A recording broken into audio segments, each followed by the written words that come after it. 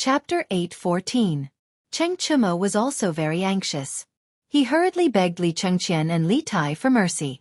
"Your Highness the Crown Prince, Your Highness the King of Yu, we were only joking with the Marquis of Huxian.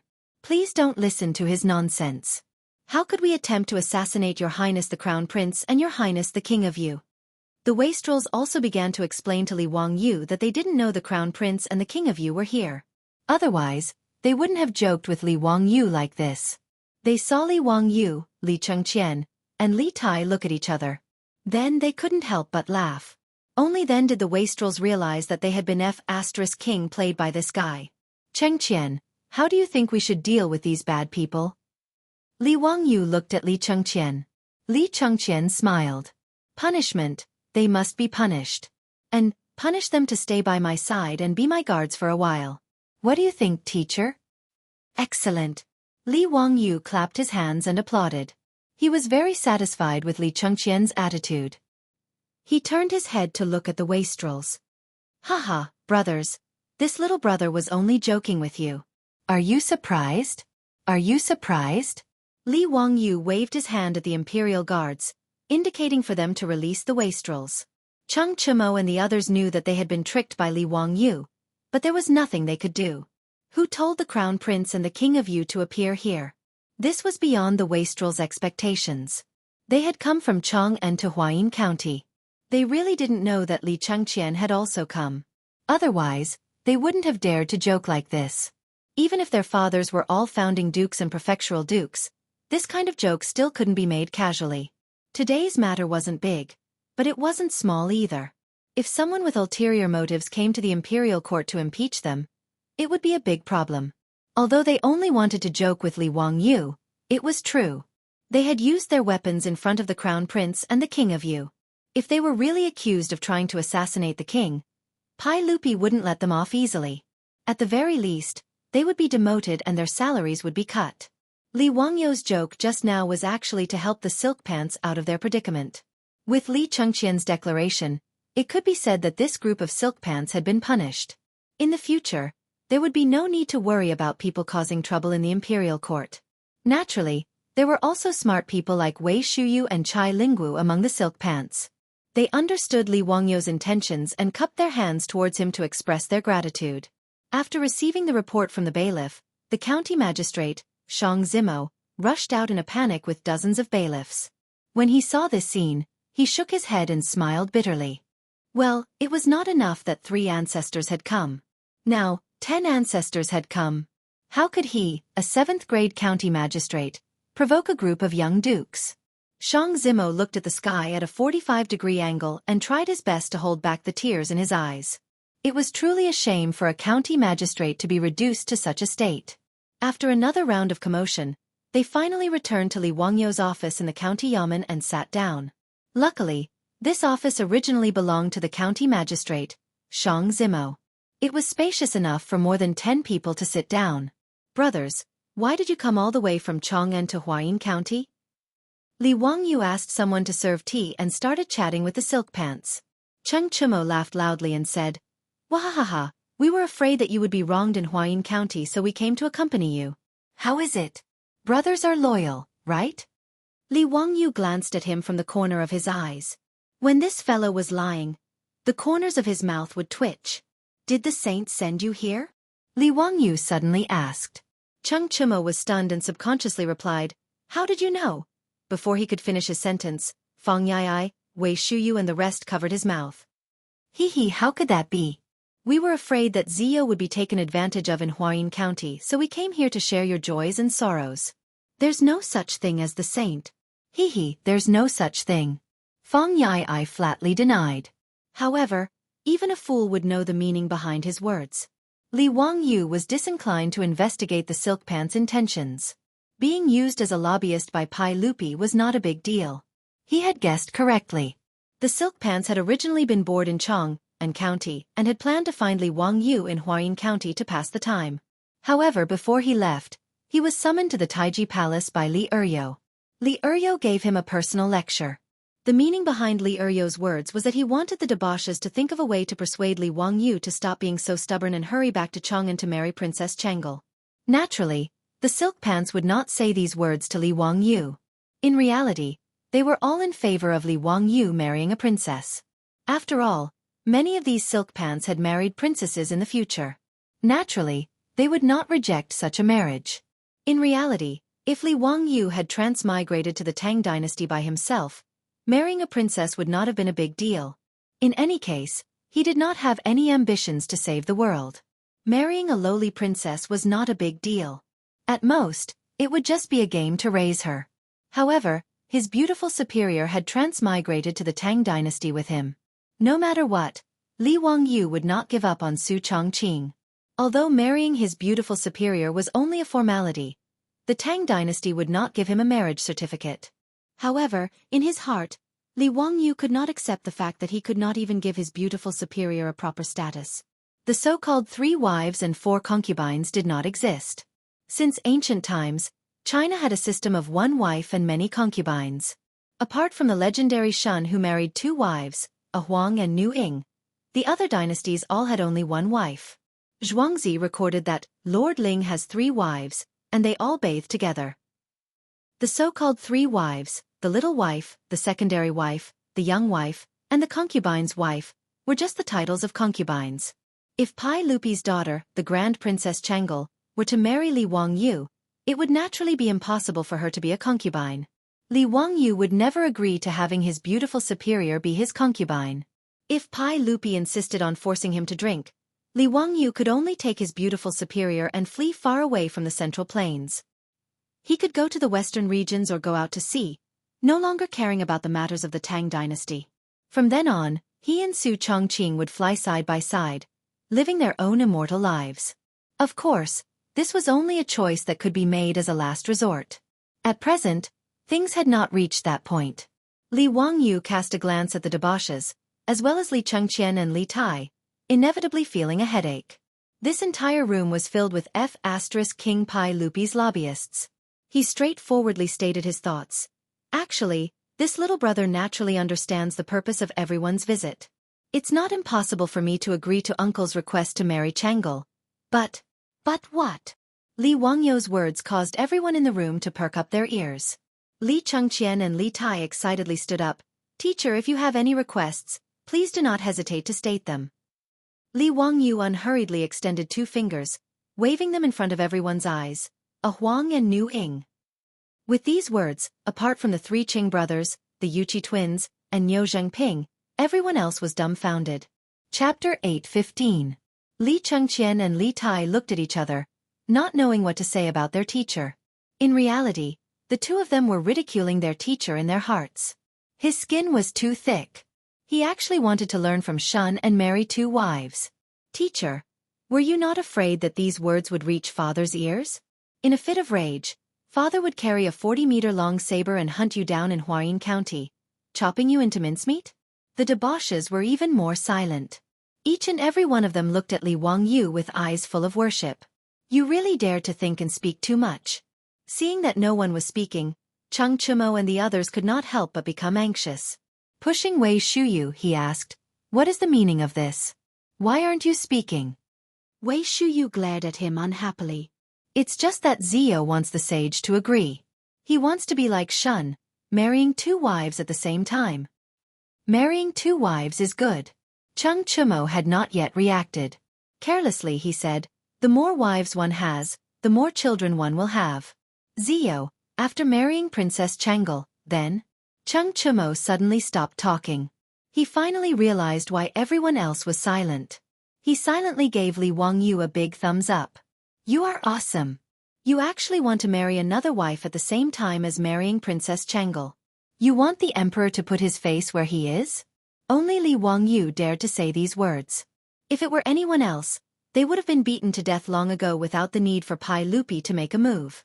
After Li Wangyu put forward these conditions, the entire room of lobbyists fell silent. Even Li Chengqian and Li Tai were very smart. They did not intend to get involved in this matter, leaving it to the wise and mighty Pai Lupi to make the final decision. The debauches felt that they had completed the task given to them by Pai Lupi. They were disinclined to care too much, peacefully staying in Huayin County to eat, drink, and play. Li Wangyou's conditions finally reached Pai Lupi's ears in the Taiji Palace in Chang'an. After being stunned for a while, Pai Lupi flew into a rage and smashed many bottles and jars in the legislative hall. He was even about to order the cavalry department to capture that bastard Li Wangyou and throw him into prison. Fortunately, after Empress Zhang's son learned of this matter, she rushed over in time to appease the furious Pai Lupi. Guanyin maid, look, what is this scoundrel saying? I want to betroth my most beloved Changle to him, but he dares to raise conditions for me. A Huang vying? I didn't. Pai Lupi suddenly realized that he had said something wrong and hurriedly stopped. He glanced guiltily at Empress Zhang's son beside him. Empress Zhang's son acted as if she didn't hear him. Erlang, let's put this matter aside for the time being. Anyway, Changle is still young. Don't worry. In short, if that scoundrel is so stubborn, then he can stay in Huayin County for the rest of his life. I don't want to see him. In fact, Empress Zhang's son was also annoyed by Li Wangyou's greedy request. She naturally understood why Li Wangyou made such a request. Obviously, it was for Su Chongqing. Empress Zhang's son also admitted that Su Chongqing was very outstanding and a rare woman in the world. However, Empress Zhang's son was not willing to have the same status as her most beloved daughter. The two in-laws had the same idea about this matter. Not to mention how annoyed Pai Lupi was in Chang'an. Li Wangyou was having a good time in Huayin County. Crown Prince Li Chengqian, little fatty Li Tai, and a group of playboys all lived in his mansion in Huayin County. After Li Wangyou went to the county yamen and worked for a few days, he felt really bored. The law and order in Huayin County were really good. After a few days, there were only trivial matters.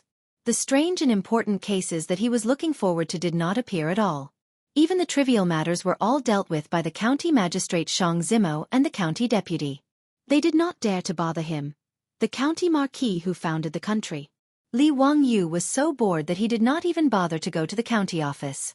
Every day, he looked for entertainment with the playboys to pass the time. However, Huayin County was not as fun as Chang'an. In a few days, they had visited all the big and small places in the county. Zio, this Huayin County is so small. It's really boring. Chung Chumo sat in the main hall of his mansion and complained as he called for the maidservants to bring iced wine. Li Wangyou also felt bored. He thought for a while and said, Brothers, Huayin County is not far from Tong Pass and is even closer to Mount Hua. Why don't we go to Tong Pass or visit Mount Hua? Huayin County was only 30 miles away from Tong Pass and was even closer to Mount Hua, only 7 to 8 miles away. Forget about Mount Hua. That mountain is too steep and it's too tiring to climb. Tong Pass is not bad. After the Yellow River is Fengling Pass. It's much more lively there than Huayin County. Let's go now. Staying in Huayin County every day is so depressing. When Chung Chumo heard Li Wangyou's words, he immediately became excited and asked everyone to go now. Li Wangyou naturally did not object. After all, he did not lack money. He would not treat himself badly if he went on a trip. Moreover, he had never seen the Yellow River during the Tang Dynasty. Naturally, he was interested. He was interested in going to Tong Pass and Fengling Pass on the other side of the Yellow River. That Fenglingwen was the Fenglingdu that Mr. Jin Yong had written down. That was where Yang Gua and Gua Xiang met again. When they first met at Fengling Pass, they fell in love. If they had fun, Li Wangyou and the other wastrels could even sail east from the Yellow River. During the Tang Dynasty, not only could the Yellow River be sailed, but the Yellow River was also very important to the Tang Dynasty. An endless supply of food was transported through the Yellow River. The boats could also go upstream to Chang'an. The wastrels naturally did not object to this suggestion. They were already tired of staying in Huayin County. Li Wangyou and the others were about to leave when they were stopped by Li Chengqian and Li Tai. Teacher, we want to go too. Li Wangyou could not help but turn his head. Bringing the Crown Prince and the King of You to play? If Pai Lupi found out, would he be unlucky? More importantly, these two little fellows were of noble status. They were surrounded by countless palace guards at all times. Now that the two of them were staying in his residence, the palace guards had already surrounded it. Even a fly would not be able to get in. If he really brought them out to play, there would be a large group of guards behind them. What fun would that be? Thinking of this, Li Wangyou immediately shook his head like a rattledrum. No. You two stay in the residence and study. Or you can go back to Chang'an. Li Chengqian and Li Tai looked at each other and shook their heads. We will not go back to Chang'an. We will stay with our teacher. They were not stupid. If they went back to Chang'an, they would definitely go back to the academy to study. In comparison, it was more comfortable to stay in Huayin County. Li Wangyu had said that they had to study by his side. However, he was actually a lazy person. How could he teach Li Chengqian and Li Tai? Moreover, during this time, Li Wangyu was busy playing with the wastrels. Li Chengqian and Li Tai did not have to study. They were naturally happy. Therefore, Li Chengqian and Li Tai did not want to go back to Chang'an. Chapter 8:16. Not going back to Chang'an? Then stay in the manor and study. I'll be back in 2 days. The two little ones looked at each other and shook their heads again like rattledrums. No, we have to follow wherever the master goes. Be good and listen to me. Stay in my manor. I'll bring you gifts when I come back. Li Wangyu coaxed Li Chengqian and Li Tai like he was coaxing children. However, he didn't consider that the children of the Tang Dynasty were different from the children of later generations. Although Li Chengqian and Li Tai were 11 and 10 years old, they were like little adults. They were quite precocious. After all, when Pai Lupi married Empress Zhang's son, he was only 12 years old. Li Wangyu's words could coax the children of later generations. However, if he wanted to coax Li Chengqian and Li Tai, it was simply wishful thinking. Li Chengqian rolled his eyes and actually threatened. If teacher isn't willing to take us, we'll tell father that teacher is a county magistrate who doesn't do proper work and neglects official duties. All he does is eat, drink, and play. When Li Wangyu heard him say this, he was so angry that his nose was almost crooked. He didn't care about Li Chengqian's identity as the crown prince. He directly reached out and twisted Li Chengqian's ear. Fine, I'll teach you this unfilial son. You actually want to tell on me? Do you believe that I won't expel you from the sect? Besides, do you think I'm afraid of you snitching? It's best if you tell your father to remove me from this bullshit county magistrate position. I can't even thank you enough. Li Wangyu was a man without desires. He didn't want to be an official at all, let alone a position as small as a county magistrate. Wasn't it good for him to stay in Dingzhou village eating, drinking, and playing? Li Chengqian saw that his strategy was ineffective and hurriedly begged for mercy. It hurts, it hurts. Teacher, please let go. This disciple was wrong. Li Wangyu naturally wasn't really angry. He was just teasing the two little ones. He let go and laughed. If you dare to deceive your teacher again, I'll teach you a lesson. Li Chengqian rubbed his ear and simply changed his strategy. He learned from his younger sister Chang'e and acted spoiled. Teacher, please take us. Li Wangyu felt goosebumps all over his body. Stop. Speak properly. Don't make fun of Chang'e. Teacher, don't even think about leaving me and Qing Ke behind to play with Cheng Chumo and the others. Li Chengqian rolled his eyes and came up with an idea. If you don't take us, I won't allow Cheng Chumo and the others to go. Hee, teacher, don't forget, Cheng Chumo and the others are now my and Qing Ke's guards. When Li Wangyu heard this, he couldn't help but be dumbfounded. He had forgotten about this matter. Cheng Chumo and his group of spoiled brats came to Huayin County to scare him. They actually pretended to be bandits and used weapons in front of Li Chengqian and Li Tai. In order to get rid of this group of bastards, he had purposely let Li Chengqian punish them that day, making this group of silk pants temporarily act as the two little ones' guards. He could ignore Li Chengqian and Li Tai, but Cheng Chumo and the others could not. Li Chengqian's identity as the crown prince was right there. So how could these wastrels ignore it? Damn, how did these two little fellows suddenly become so smart just to go out and play? Li Wangyu rubbed his temples with a headache. Chengqian, Qing Ke, I'll tell you the truth. It's not that I don't want to take you out to play. It's just that the imperial guards by your side are too much of an eyesore. With such a large group of people, what's the point of going out to play? In his agitation, he even cursed. Li Wangyu's words made Li Chengqian and Li Tai a little dumbfounded. It seemed that their teacher was right. They had come to Huayin County with over 1,000 imperial guards and many palace maids by their side. If they took these people out, it seemed that there would be no fun to play. However, the little fatty, Li Tai, was quick-witted. He waved his hand to indicate for the palace maids to leave. Then, he lowered his voice and said, Hee teacher, elder brother, why don't we avoid these palace maids and guards and sneak out? It'll be like how father often goes out of the palace in plain clothes. It'll definitely be fun. Sneak out? A few black lines appeared on Li Wangyou's forehead. Damn, bring the crown prince of the Tang Dynasty and His Highness King Yu for a private visit? Teska. It's quite exciting just thinking about it. If Pai Lupi found out, would this overprotective emperor order people to chop him into mincemeat? However, who cares? It'd be best if he pissed off Pai Lupi and drove him back home in his anger. That would fulfill Li Wangyou's wish.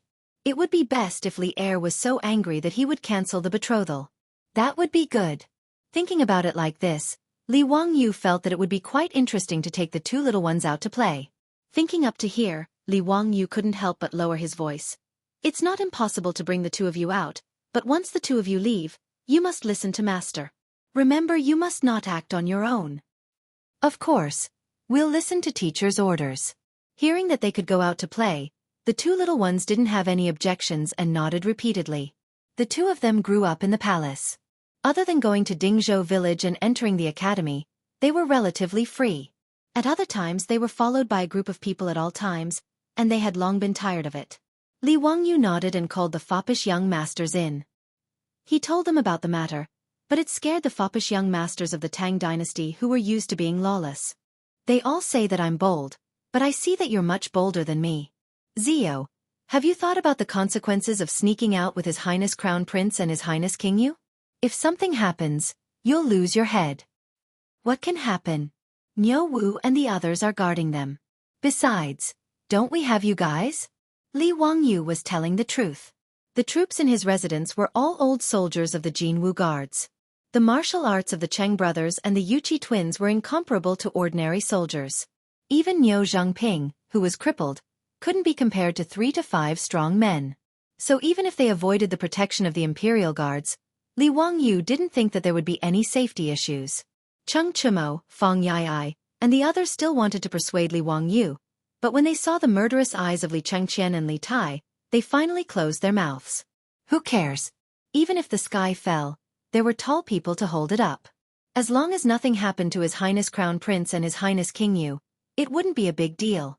Wei Shuyu waved his folding fan and said with a smile, Zio, your residence is tightly surrounded by the imperial guards. In addition, there are palace maids in your residence. If you want to hide from them and take His Highness Crown Prince and His Highness King Yu out, I'm afraid it won't be easy. That's right, His Highness Crown Prince and His Highness King Yu. It's not that we don't want to, but it's really hard to do. Chai Lingwu also quickly nodded in agreement. Li Chengqian and Li Tai naturally knew this and couldn't help but look at their teacher. In any case, they couldn't think of a way. It was up to Li Wangyou whether he had an idea. This isn't difficult. Li Wangyou said with a sly smile. Everyone come closer. Chapter 8:17. In the Marquis Mansion of Nihu County, under the shocked gazes of all the maids and servants, as well as the palace guards and maids who came with Li Chengqian and Li Tai, Li Wangyou fiercely reprimanded Crown Prince Li Chengqian and Prince Li Tai. Take a look for yourselves. How are you doing with your studies? Is this how I taught you? I think you two are too pleased with yourselves. Chengqian, you are the Crown Prince of the Tang Dynasty. How will the saint entrust the world to you if you are so mischievous? Li Wangyou waved the golden ferrule in his hand as spittle flew everywhere. Li Chengqian and Li Tai lowered their heads and didn't dare to speak after being reprimanded. The servants in the residence naturally didn't dare to say anything. Even Li Chengqian and Li Tai's personal attendants didn't dare to say anything despite their dissatisfaction. After all, the Marquis of Huxian wasn't just anyone. As the Crown Prince's teacher, even if he beat Li Chengqian and Li Tai with the golden ferrule, they wouldn't dare to fart, let alone reprimand them. 2 years ago, the most favored eunuchs by Li Chengqian's side had offended the Marquis of Huxian. In a fit of anger, the saint had thrown them to the Yeding Palace Laundry Bureau. They were still doing hard labor even now. Thus, even though these attendants were cursing in their hearts, they all lowered their heads and didn't dare to speak up for the Crown Prince and King Yu. Li Wangyou reprimanded them for a long time, but he still wasn't willing to let them go. He directly chased Li Chengqian and Li Tai back to their rooms. The two of you are not allowed to take a single step out of this room for the next few days. Reflect on your actions and copy the poems and essays I wrote a few times. After he finished speaking, he turned his head to look at the palace maids. Before this marquis gives the order, none of you are allowed to enter this room. Every day, the palace maids will bring them food and drink. They won't starve to death. Do you understand? If anyone dares to enter this room and disturb Xianxia and Xianxua's studies, be careful of this golden ferrule in my hands. Yes. I dare not disobey. The palace maids beside Li Xianxia and Li Tai quickly knelt down, not daring to hesitate in the slightest. In front of everyone, Li Wangyu chased the two little ones into the room. Then, he called for the manners guards and told them to guard the door. Without his permission, no one was allowed to enter or leave. After punishing Li Xianxia and Li Tai, Li Wangyu then instructed everyone in the residence, I'm going out to play for 2 days. Before I return, have the crown prince and king Yu reflect on their actions in their rooms. They are not to be disturbed. Do you understand? After arranging the matters in the mansion, Li Wangyu led Niu Wu and a dozen or so troops, as well as Cheng Chumo and the other debauches out of the mansion on horseback, heading straight for Tong Pass. Li Wangyu and his group of more than 20 riders rode out of Huayin County and galloped along the official road. 2 slightly thin and small troops rode their horses to Li Wangyu's side and said with a smile, Hee teacher, you really did have a good plan. You slipped away so easily. The one who spoke was the little fatty King Yu, Li Tai, and the other person was the crown prince, Li Chengqian. The 2 little ones were wearing the uniforms of the Lai Hot troops. Their 2 little faces were made up like the bottom of a black pot, and a few strands of beard were also stuck on. Bystanders who saw them would naturally not think that they were 2 young men. Li Chengqian was slightly worried. Teacher, your excuse to lock me and Qingke up is a good idea. But I'm afraid that the palace maids will ask. If no one speaks in the room, won't it be very easy to be exposed? Li Wangyu laughed and said, You don't need to worry about this. Your teacher has a brilliant plan. There won't be any flaws. Li Chengqian and Li Tai looked at each other, not understanding what their teacher was going to do.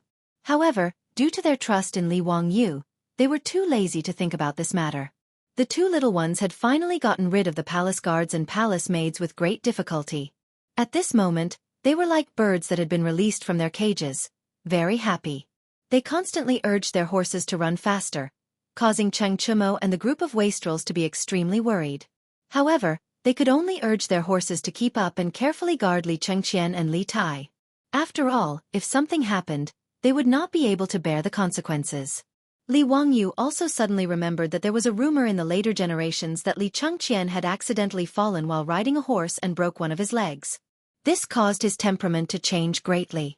Thinking of this, Li Wangyu could not help but break out in a cold sweat. He hurriedly called out to the 2 little ones, who were galloping happily on their horses, to stop. He also had the palace guards slow down their horses. Only then did he feel slightly relieved.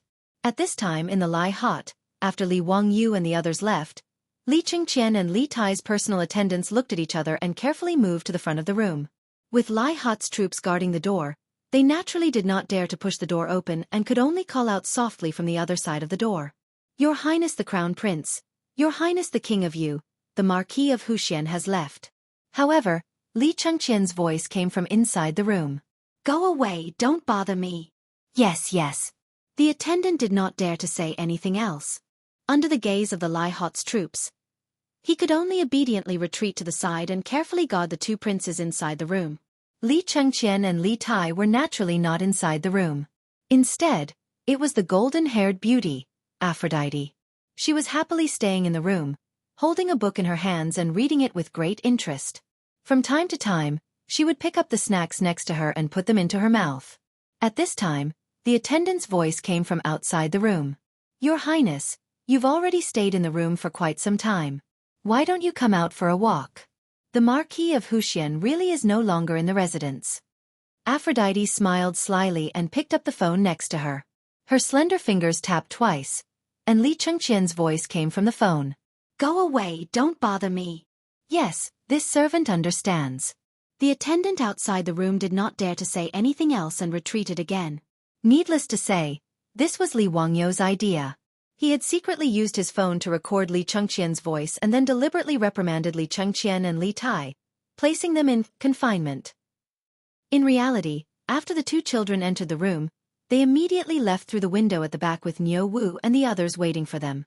After the Lai-hot maidservants helped the two children change their clothes, they openly mingled with Li Wangyu's troops and left the Marquis of Huxian's estate. Since Li Wangyu was out with a bunch of good-for-nothings, the imperial guards guarding outside the residence naturally did not dare to stop them from inspecting. After Li Wangyu and the others left, Aphrodite jumped into the room through the window and used the recording function of her phone to pretend that Li Chengqian and Li Tai were still in the room. Ever since Li Wangyu handed his phone to Aphrodite, this golden-haired beauty had become rather proficient in using this modern digital product. That was why Li Wangyu had entrusted her with the important task of pretending that Li Chengqian and Li Tai were still in the room. Those attendants naturally racked their brains, but they would never have imagined that the Crown Prince and His Highness King Yu, whom they served, would actually use the golden cicada shell escape and sneak out to play. They would also never have imagined that the Li Chengqian, who was speaking in the room, did not exist at all. Chapter 8:18. While Afro was covering for Li Chengqian and Li Tai, Li Wangyu and the rest had already arrived at Tong Pass. During the pre-Qin era, the most important pass in Guangzhou was Hanga Pass. However, at the end of the Eastern Han Dynasty, Hanga Pass had basically lost its use, which was why they built Tong Pass at the west end of the road. During the Three Kingdoms period, Ma Chao had once stationed troops at Tong Pass and had a huge battle with Cao Cao. Cao Cao even left behind the story of cutting off his beard and abandoning his robe at Tong Pass, seizing a boat to avoid arrows at Wei River. However, the Tong Pass that Li Wangyu and the rest were heading to was not the Han Dynasty Tong Pass but the Tang Dynasty's Tong Pass at the south of the Yellow River. It was located at the Yellow River crossing and was at the crossroads of Jin, Shan, and Yu provinces. It was the key to entering and exiting the three Qin dynasties and had always been a place that military strategists would fight for. It was known as the most dangerous place in Jin, the throat of the four towns, and the 102nd Pass. Li Wangyu was naturally interested in the famous Tong Pass, but when they saw it for themselves, Li Wangyu could not help but feel disappointed. As a military base, Tong Pass County was even smaller than Huayin County and was basically just a long street. Furthermore, Tong Pass was just a pass and did not have anything special to look at. Li Wangyu could not help but feel disappointed. Li Chengqian, Li Tai, and the rest were also disappointed. He had snuck out with great difficulty, only to see this? In the future, tourists would naturally be interested in Tong Pass, but in the Tang Dynasty, who would be interested in Tong Pass? Furthermore, it was just a newly built pass. With the identity of Li Wangyu and the rest, it was easy for them to climb up the city gates. Looking at the Yellow River below, they all felt really bored. This group of people was not here to enjoy the scenery at all. They were here to have fun. Li Chengqian and Li Tai's disappointment was even more obvious. The general in charge of guarding Tong Pass was a vice-commandant of Zhichong Mansion. Li Wangyu and a group of silk pants suddenly arrived at Tong Pass, so he naturally accompanied them with fear and trepidation. Seeing that everyone seemed to be dissatisfied with Tongguan, the sweat on his forehead was about to drip down. This humble one is truly ashamed. There really isn't much scenery to speak of in Tong Pass. If the Marquis is interested, how about this humble one go to Fenglingdu and find some singers to liven things up for the Marquis? The commandant pondered for a moment. Tongguan County was too small. Even the brothels in the brothels were too small. If he wanted to entertain these people, he would have to go to Fenglingdu. His words reminded everyone. Fang Yai immediately pointed to the other side of the Yellow River and whispered, "Ziyu, why don't we take a boat and go to Fenglingdu on the other side? Hee, Fenglingdu is much more interesting than Tong Pass." That's right, Brother Jiai's words make sense. Fenglingdu is prosperous, unlike Tong Pass. When the silk pants heard this, their eyes lit up and they all nodded in agreement. Fenglingdu was an important road that connected three provinces. As the main crossing of the Yellow River, it was naturally prosperous. To a certain extent, it wasn't inferior to Chang'an City. Because Fenglingdu was mostly populated by wealthy merchants, and it was also an important crossing of the Yellow River. As a result, Fenglingdu was one of the few commercial cities in the Great Tang. When Li Chengqian and Li Tai heard this, they looked at Li Wangyu with pleading eyes. Of course, Li Wangyu wasn't willing to return to Huayin County like this. Seeing that everyone was looking at him, he immediately snapped his fingers and said, "Then let's go. Let's go find a boat. We'll go to Fenglingdu." Wahahaha, Ziyu's words are great. The silk pants all laughed and clapped their hands. When the commandant heard this, he felt a lot more relieved. He immediately ran to arrange an official boat to cross the river. It didn't take long for everyone to board a large official boat and cross to the other side of the Yellow River. However, even though the official boat was large enough, their horses couldn't board it. Thus, they all left the horses at Tang Pass and handed it over to the commandant to take care of them. Between Fenglingdu and Tang Pass, the water of the Yellow River was calm. Sitting on the official boat didn't feel shaky at all. After half an hour, the official boat docked at the pier of Fenglingdu. The captain of the official boat had already received orders from the commandant of Tang Pass and didn't dare to leave without permission. He respectfully said that his boat would be waiting for the nobles at the pier. After Li Wangyu and his group of more than 20 people got off the boat, they merged into the bustling crowd of Fenglingdu and didn't stand out in the slightest. This was in line with Li Xianxia and Li Tai's wishes.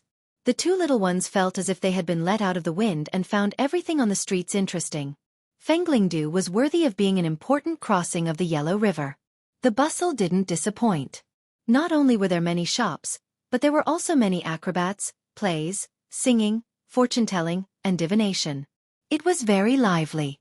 Although Li Wangyu and his group were wearing casual clothes, Niu Wu led a dozen strong guards to protect them. Thus, no one dared to provoke them. Everyone strolled along the way. When they saw good food and drink, they bought it. When the acrobats saw good performances, they threw out a lot of copper coins as tips. They were very happy. When they arrived in front of a building, Cheng Chimo laughed. Wahahaha, Zio, how come your Tang Dynasty theater also opened a branch in Fenglingdu? Li Wangyu raised his head and looked. He was so angry that his nose almost crooked. The building had the words, Fenglingdu Theater on it. The sign in front of the door also had the words, The Cowherd and the Weaver Girl, written on it. F***CK, this is a blatant pirated copy. Did they pay the copyright fee? However, Li Wangyu didn't have the nerve to accuse others of pirating. After all, these things that he made were pirated copies of later generations. The Tang Dynasty Theater was popular in Chang'an City. The method of the stage play and the content of the performance were naturally copied by others. This was not surprising. After strolling for half a day, everyone was a little tired. Li Wangyu simply waved his hand. Brothers, let's go in and have a look. If the performance is not good, then today we will smash his shop. Wahahaha. Zio's words are reasonable. If the performance is not good, then its reputation will be ruined. Cheng Chumo laughed. Let's go, let's go. Hee hee, I want to see what the Cowherd and the Weaver Girl of Fenglingdu looks like. The playboys naturally laughed and surrounded Li Wangyu, Li Chengqian, and Li Tai to the theater. This pirated copy theater of Fenglingdu was much gentler than Li Wangyu's black-hearted marquis. There were more than 20 of them, and each of them only received 100 copper coins for the tickets. Zio, look, don't you feel ashamed? The Tang Dynasty Theater costs copper coins, but this Fenglingdu only costs 100 copper coins. You're really a profiteer. Wei Shuyu joked with Li Wangyu about the tickets. Li Wangyu silently rolled his eyes. If Brother Shuyu thinks it's expensive, then you can come to Fenglingdu to watch the show in the future. You can also save money. When I go back, I'll tell Avro that Brother Shuyu will not be welcome at the Tang Dynasty Theater in the future. As soon as he said this, Wei Shuyu immediately gave in. Haha, Zio, what are you talking about? Do I look like someone who lacks money? It's just the usual. It's not expensive. Not expensive. The words of the two naturally caused the crowd to burst into laughter again. The group of people laughed and joked as they entered the theater. When they looked up, they were all dumbfounded. Chapter 8:19. What kind of theater is this? Aside from Li Chengqian and Li Tai, the rest of the group of more than 20 people looked at the Fengling Theater as if it was a brothel frequented by the rich. The brothels of the Tang Dynasty were similar in structure, but the decorations were different. The hollow hall was decorated with gaudy decorations. The main corridor was about 100 steps long, and there were small pavilions on both sides of the north and south patios. With the rich experience of these rich playboys, they naturally recognized that those small pavilions were the rooms of the brothel. In the past, this group of rich playboys did not stay in these small pavilions in Chang'an City's Ping Kong Square. The scene in front of them naturally made them dumbfounded. Did they go to a brothel or a theater? Damn, This theater of Fonglingdu is really strange. Cheng Chumo murmured. Li Wangyu and the others were also puzzled. Why was this scene different from what they had imagined? Just as everyone was puzzled, they saw a middle-aged woman dressed as a brothel keeper sashaying over to them. She gave them a curtsy and said with a smile, "Greetings, noble guests. This servant is the matchmaker. You all look unfamiliar. May I ask if this is your first time coming to our Fongling Theater?" "Yes, this is our first time coming to Fonglingdu Matchmaker. What kind of theater is this? What kind of prison is it? Why do I feel that it is not a theater, but a brothel?" Hearing this, the matchmaker covered her mouth and chuckled. "You have good eyesight. Is it really a brothel?" Li Wangyu and the others could not help but be stunned and quickly asked, "Doesn't the sign outside say that today's performance is the cowherd and the weaver girl? What's going on?" "Hee, naturally there is a performance. I dare to let you know that the performance of the cowherd and the weaver girl was learned from the Chong and city's Tang Dynasty theater. But the difference is that the performance is performed by the young ladies of the brothel. If you are interested in any of the roles, you can naturally take them to the pavilion to have a good time, whether it is the Seven Fairies or other roles." Noble guests, isn't this wonderful? The explanation of the brothel keeper made Li Wangyu completely speechless. What AF** king talent. I wonder which genius came up with this idea. Thinking about it carefully, Li Wangyu had to admit that this move was really smart.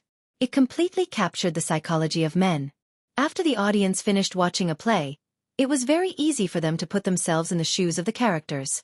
For a long or short period of time, they would be immersed in the emotions of falling in love with the characters. Under such emotions, one would naturally feel that the Seven Fairies were incomparably beautiful. In this way, if they could go one step further and spend some copper coins, they could get close to the characters on stage. Naturally, there were many people who were willing to fork out a lot of copper coins. Brilliant, truly brilliant. After listening to Sister Bao-er's explanation, the playboys suddenly became interested. How could they let go of such a trick that they had never seen before? However, Wei Shuyu tugged at Cheng Chumo and the others' robes and gestured towards Li Chengqian and Li Tai. Only then did the rich kids realize that there were still two minors here. Li Wangyu looked at the reaction of the rich kids and then looked at Li Chengqian and Li Tai.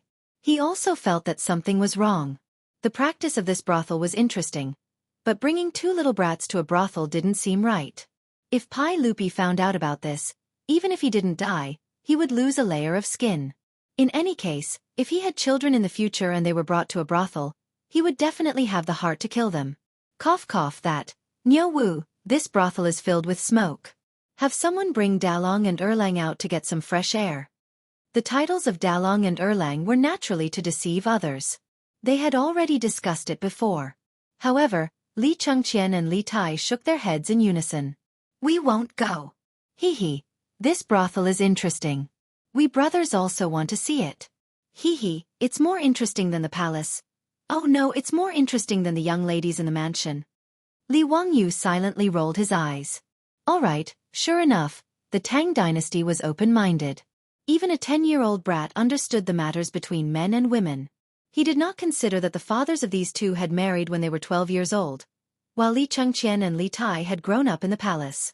At any time, there were so many beautiful palace maids serving them. They had long tasted the feeling of these matters between men and women. They were not the innocent little boys he imagined them to be. Since even Pai Lupi didn't care, Li Wangyu couldn't be bothered to care about this nonsense. In any case, he had already caused the Crown Prince and the Prince of Yu to run away. Bringing them to a brothel wasn't a big deal. As the saying goes, when you have too many lice, you don't itch. When you have too many debts, you don't have to worry. Then find a quiet place for us to watch the play. If we perform well, we'll naturally be rewarded, Li Wangyu said to the brothel keeper. The brothel keeper's matchmaker was naturally a shrewd person. She had already seen that the 20 or so people in front of her had extraordinary identities. She didn't dare to neglect them. She quickly and respectfully invited them to a private room on the second floor and had people bring in all kinds of fruits, food, and wine.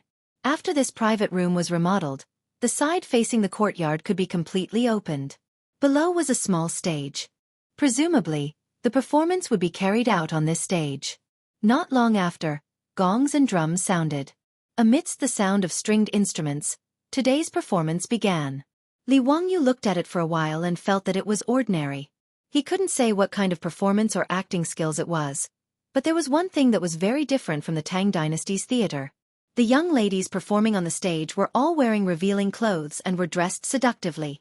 They had a different flavor.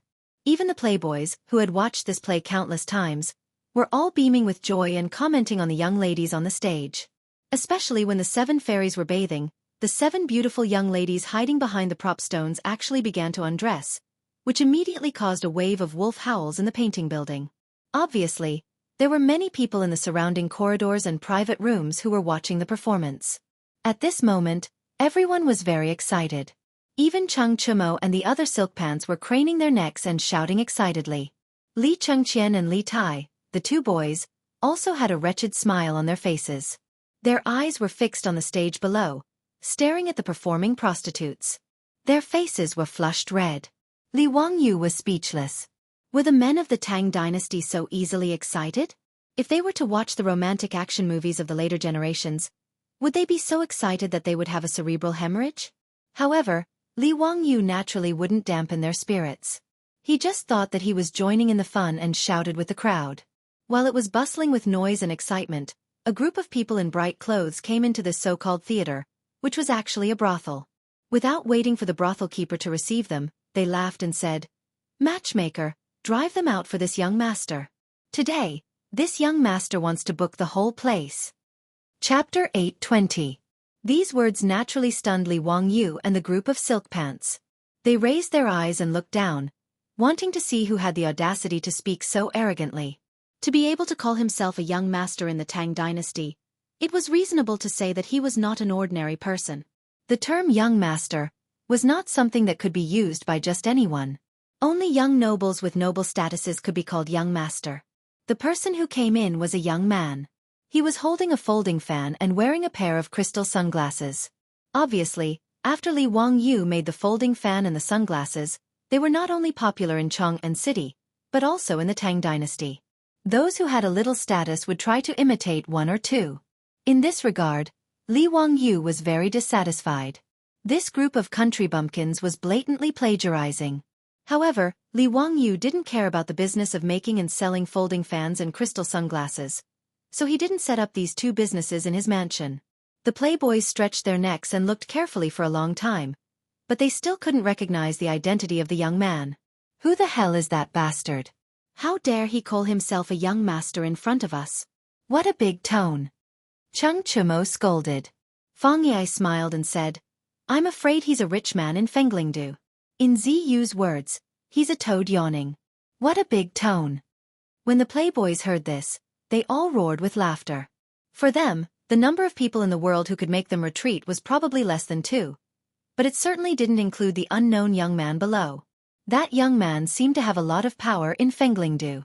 After he appeared, the originally noisy building suddenly quieted down. As a result, the laughter of the playboys became very clear and harsh. When the young man heard the laughter of the playboys, he suddenly became angry and said, "Where did this Tian Shaolang come from?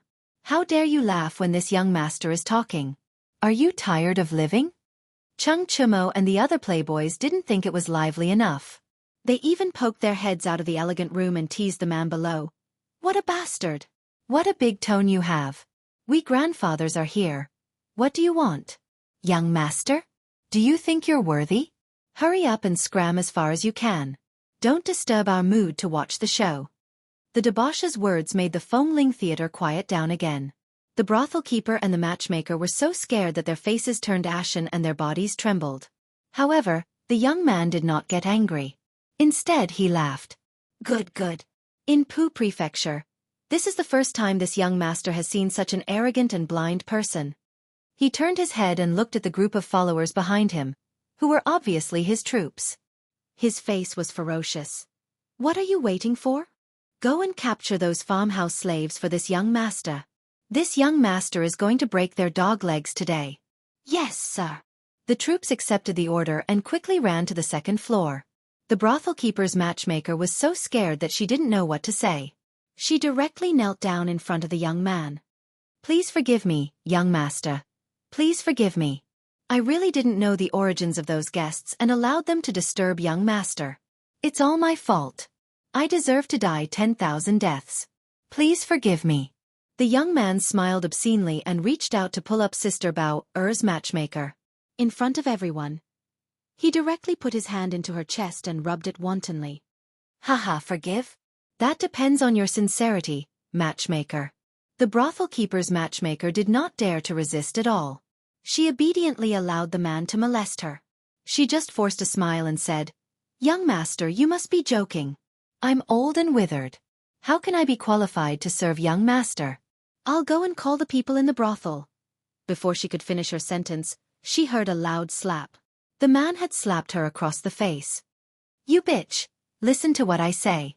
If you dare to talk more, I'll order people to put you in a sack and throw you into the Yellow River." Sister Bao Er's face was immediately swollen after being slapped. However, she did not dare to argue and immediately crawled to the young man's feet. This scene naturally fell into the eyes of Li Wangyu and the group of playboys, as well as Li Chengqian and Li Tai. They could not help but look at each other. They did not expect this person to be so tyrannical. They had also stayed in Chang'an for a long time. How could they know that these people in other prefectures were so unscrupulous and unscrupulous? Chang'an City was, after all, the foot of the Son of Heaven. Even a 1,000-year-old family like the Zheng family of Xingyang, the first son of the first wife, Zhang Konghua, had to take some things into consideration and did not dare to go too far. However, the young man below did not have any scruples in his actions. This caused everyone to frown. "Teacher, where did this person come from? He's actually so insolent. He's infuriating me." Li Chengqian's small face was full of anger. Li Wangyu shrugged his shoulders. How could he know the origin of that person? But thinking about it, he should be from the Hedong circuit where Feng Lingdu belonged, or perhaps the son of some official in Pu Prefecture. As they spoke, there was a clamor outside the room. It was mixed with the sound of punches and feet and the sound of miserable howls. Obviously, it was the young man's troops downstairs. After rushing upstairs, they had a conflict with Niu Wu and the others. Li Wangyu and the playboys were not worried about Niu Wu and the others at all. After all, the troops in Li Wangyu's residence were all old ruffians who had retired from the Golden Guard. How could ordinary people be a match for them? As for Niu Wu, he came from the border army of the Sui Dynasty, and was a soldier king of the elite trampling White Army. Back in the valley of the Jade Star Palace, although he had used the auspicious robes, he and his brother Niu Yong had been able to silently kill 10 of Ho Junji's troops while coming out unscathed. From this, one could see just how capable they were. Even military bigwigs like Chang Yaojin and Yuqi Jingda were full of praise for the Niu brothers' skills. Thus, when the young man downstairs had ordered his troops upstairs, not only had they not panicked, they had all been waiting to see a good show. A few moments later, there was silence outside the room. Only then did Li Wangyu open the door. In the corridor of the second floor, people were lying on the ground, groaning and wailing. Quite a few of their limbs were grotesquely twisted. It was clear that their bones had been broken. Although Niu Wu and the rest did not use weapons, they still dealt a heavy blow just now, beating up this group of guys not lightly. After all, these people had been beaten for nothing, and the Crown Prince and King Yu were also in the room. Niu Wu and the others didn't dare to hold back.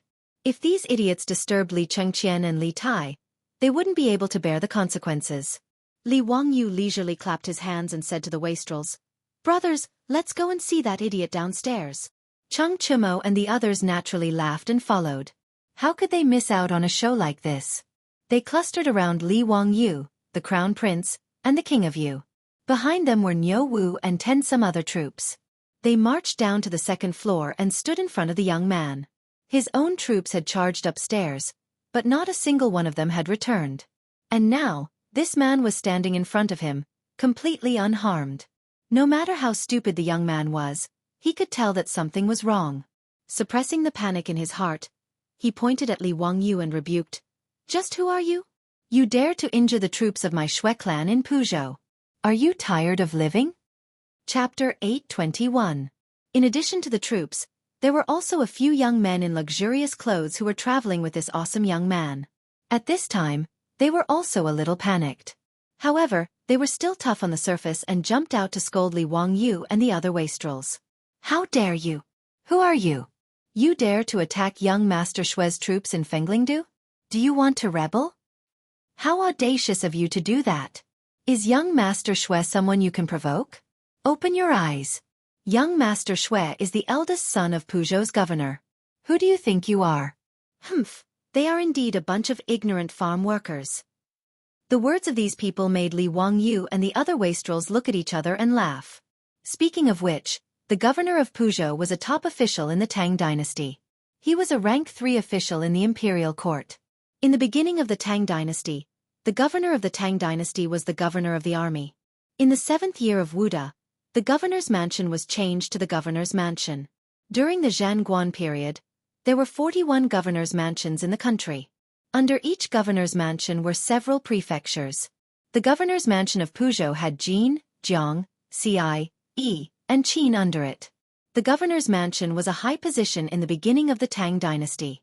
However, in the middle of the Tang Dynasty, the governor was given the title of Jidushi. The Jidushi had more power and this led to the Enlushan rebellion. Of course, this was all in the future. When Li Wangyu and the others found out that the young man surnamed Shui was the son of the governor of Puzhou, they all burst out laughing. The current governor of Puzhou, Shui Gue, came from the Hedong Shui clan. Although the Hedong Shui clan was not as powerful as the 5 clans and 7 nobles, they were one of the 6 clans of Guanxi. The reason why they were laughing so happily was not because they looked down on Shui Gue, but because of another reason. Li Wangyu and the group of silk pants laughed heartily while winking at the Yuqi twins with mischievous expressions. Li Chengqian and Li Tai were stunned at first, but after they reacted, they also burst out laughing. Only the Yuqi brothers, Yuqi Baolin and Yuqi Baoqi, didn't smile. Instead, their faces were as black as the bottom of a pot as they glared viciously at the young man. The attitude of Li Wangyu and the others had stunned the young man surnamed Shui and the others. They looked at them in astonishment. Yuqi Baolin stared at the young man surnamed Shui and asked, "Are you Shui Lu? You know me?" Yuqi Baoqi and Yuqi Baolin roared at the same time, "I'll beat you to death, you disgraceful thing." After saying that, the two of them grabbed Shui Lu's lapels and raised their arms bowl-sized fists, ready to attack. Li Wangyu and the other hedonistic sons hurriedly stepped forward with a smile and pulled the twin brothers back. "Brother Baoqi, Brother Baolin, let's talk nicely. The child is still young. He doesn't know any better." Li Wangyu boasted shamelessly. However, he couldn't help but laugh out loud. Shui Lu had almost been beaten and was scared silly. The other hedonistic sons beside him didn't dare speak up for fear of being beaten as well. Li Wangyu and the other hedonistic sons didn't pay any attention to the Yuqi twins. They all rushed to Shui Lu's side and surrounded him like monkeys. One of them reached out to pinch Shui Lu's cheeks. "Good boy, call me uncle." The other ruffled Shui Lu's hair. "This child is still shy? Hurry up and call me uncle." Strictly speaking, Shui Lu's age was probably not younger than the silk pants, and he was much older than Li Wangyu, an 18-year-old youth. At this moment, after being tortured by Li Wangyu and the silk pants, he couldn't help but act like a silk pants again. He roared angrily at everyone, "How dare you bully me?" Before he could finish, he received a slap to the head. It was from Yuqi Baolin. "What the hell are you yelling about? These are all my brothers. Calling them uncles isn't a big deal for you." Yuqi Baolin and Yuqi Baoqi grabbed Shui Lu's collar. "Why do I have such a disappointing nephew like you? Why aren't you calling me uncle? Do you believe that I won't beat you to death?" Shui Lu was on the verge of tears. He stood there in a daze, unable to speak for a long time. Li Wangyu held back his laughter and went forward to pull the Yuqi twins away. "Brother Baoqi, Brother Baolin, don't scare the child, haha." His words caused the hedonistic sons to roar with laughter again. It was no wonder that Li Wangyu and the hedonistic sons had such a reaction. They really felt that it was too funny. The current Puzhou governor Shui Gue married Yuqi Jingda's eldest daughter, Yuqi Shi. Yuqi Jingda's eldest daughter married early and gave birth to Shui Lu. Although Shui Lu was only 2 or 3 years younger than the Yuqi twins, they were truly uncle and nephew. It was just that the Yuqi twins had never seen this nephew of theirs before. They didn't expect that the first time they met would be in this brothel in Fenglingdu. Originally, if it weren't for this relationship, even if Shui Lu's father was Puzhou's governor, he would have been skinned alive even if he didn't die today. He would have been taught a good lesson by Li Wangyu and the hedonistic sons. Of course, although Shui Lu wouldn't suffer any physical pain now, he still wouldn't have it easy. With great difficulty, Lu finally understood that the two dark-skinned men who looked exactly the same were the uncles he had never met before. They were the twin sons of the Duke of Yuchi Jingda. At this time, Lu only felt that he hadn't checked the almanac before leaving today, which was why he was so unlucky. With a sullen face, he properly bowed to the Yuchi twins. This nephew was young and impetuous and offended the two uncles today. I ask for your forgiveness. Yuchi Baochi slapped his head again. And your uncles, come and greet them. This is the Marquis of Hu County, Li Wangyu, Li Zio. This is the little Duke of Duke Lu's residence. As the Yuchi twins introduced Lu, they pressed down on his head and bowed. Actually, even without the twins pressing down on Lu's head, he was already on the verge of crying. F***K, what kind of dog's hit luck did he walk into today? Didn't he just want to come to the brothel to have some fun? How come there was such a large group of ancestors that he couldn't afford to offend? The most popular person in Chong'an was the Marquis of Hu County, plus a group of young masters from dukedoms. Just now, he actually wanted his own troops to teach them a lesson? Lu couldn't help but shudder, wishing he could slap himself. Wasn't this King courting death? After the Yuchi twins introduced everyone, Lu greeted them one by one like a grandson. As for Li Wangyu and the hedonistic sons, they all had the appearance of loving elders, properly trampling on this cheap nephew. Only the crown prince, Li Chengqian, and Prince of Yu, Li Tai, were introduced. The Yuchi twins didn't dare to introduce their identities, only vaguely saying that they were nobles. Then they forcefully pressed down on Lu's head and made him bow to the two of them. Lu wasn't stupid. Thinking about Li Wangyu's identity as the crown prince's imperial tutor, and then looking at the two youths in front of him, he suddenly realized something. He was so scared that his body began to tremble. Heavens, what did he just do? Let his own troops teach His Highness the Crown Prince a lesson? Lu's eyes didn't even know how to turn. His throat made gurgling sounds like a chicken being slaughtered, and his clothes looked like he would suffocate at any moment. Chapter 822. Fortunately, no matter if it was Li Chengqian or Li Tai, they did not care about Lu. These two brats were still waiting to see the Seven Fairies bathing play. The Yuchi twins felt that because of their disappointing nephew, they had lost face in front of everyone. They were very rude to Lu and used their fists to let this guy know what was called uncle's love. And it was double the love. As for the supporting actors beside Lu, they were chased away by the playboys. This group of supporting actors were actually the children of Peugeot's officials. They were also playboys. However, there was a difference between a playboy and a playboy. In front of Cheng Chimo and the others, this group of people did not even have the qualifications to call themselves playboys and boast shamelessly that, my father is Li Gang. After sending away the supporting actors, Li Wangyu and the others did not continue to stay in the building to watch the play. After all, although this building was called a theater, it was actually a brothel. If it was only them, then it would be fine, but now there was the Crown Prince Li Chengqian and King Yu Li Tai. Now that their identities had been exposed, if they continued to stay in this building and this matter was spread out, it would not be good. On the other hand, Li Chengqian and Li Tai had a regretful expression. They were deeply regretful that they could not watch the Seven Fairies bathing play. Li Wangyu did not care about the dirty thoughts of these two. The group left the theater and continued to stroll around Fenglingdu. Although there was no play to watch, the appearance of Lu, this cheap nephew, made everyone find some entertainment. Along the way, if there were any errands that needed money, everyone would send Lu to do it, saying that they were giving him a chance to show filial piety to his elders. Lu wanted to cry but had no tears. He was angry but did not dare to say anything. He could only obediently lower his head and be a grandson. Eldest nephew, what other fun places are there in Fenglingdu? Uncles, when it comes to eating, drinking and playing, although Fenglingdu is not as good as Chong'an City, it is the best in Peugeot. As long as uncle and uncle are interested, you can see most of them in Fenglingdu. Speaking of eating, drinking and playing, Lu's eyes lit up. In fact, Li Wangyu had no interest in the so-called entertainment projects of the Tang Dynasty. It was nothing more than drinking and making merry. Compared to the various kinds of entertainment in the future, it was as lacking as a desert. If he hadn't been so bored in Huaryan County, he wouldn't have dragged Li Chengqian, Li Tai, and the other rich kids out to play. Li Wangyu was even less interested in the entertainment projects proposed by Lu. However, Li Wangyu naturally wouldn't dampen everyone's spirits. He still followed the group of silk pants around Fenglingdu. While strolling on the street, Fang Yai's body suddenly stiffened. He stopped abruptly and turned his head to look at the crowd behind him. His actions naturally attracted the attention of Li Wangyu and the other silk pants. Brother Eai, what's wrong with you in broad daylight? Or have you taken a fancy to a young lady? Everyone joked. Fang Yai turned his head and said, just now a person came from the opposite side. I thought he looked very familiar, but when I wanted to confirm, he disappeared. Haha, what kind of person can make Brother Eai so concerned? Hee, it's most likely one of Brother Eai's lovers. The silk pants joked with Fang Yai, but when they heard Fang Yai spit out 2 words, they were all stunned.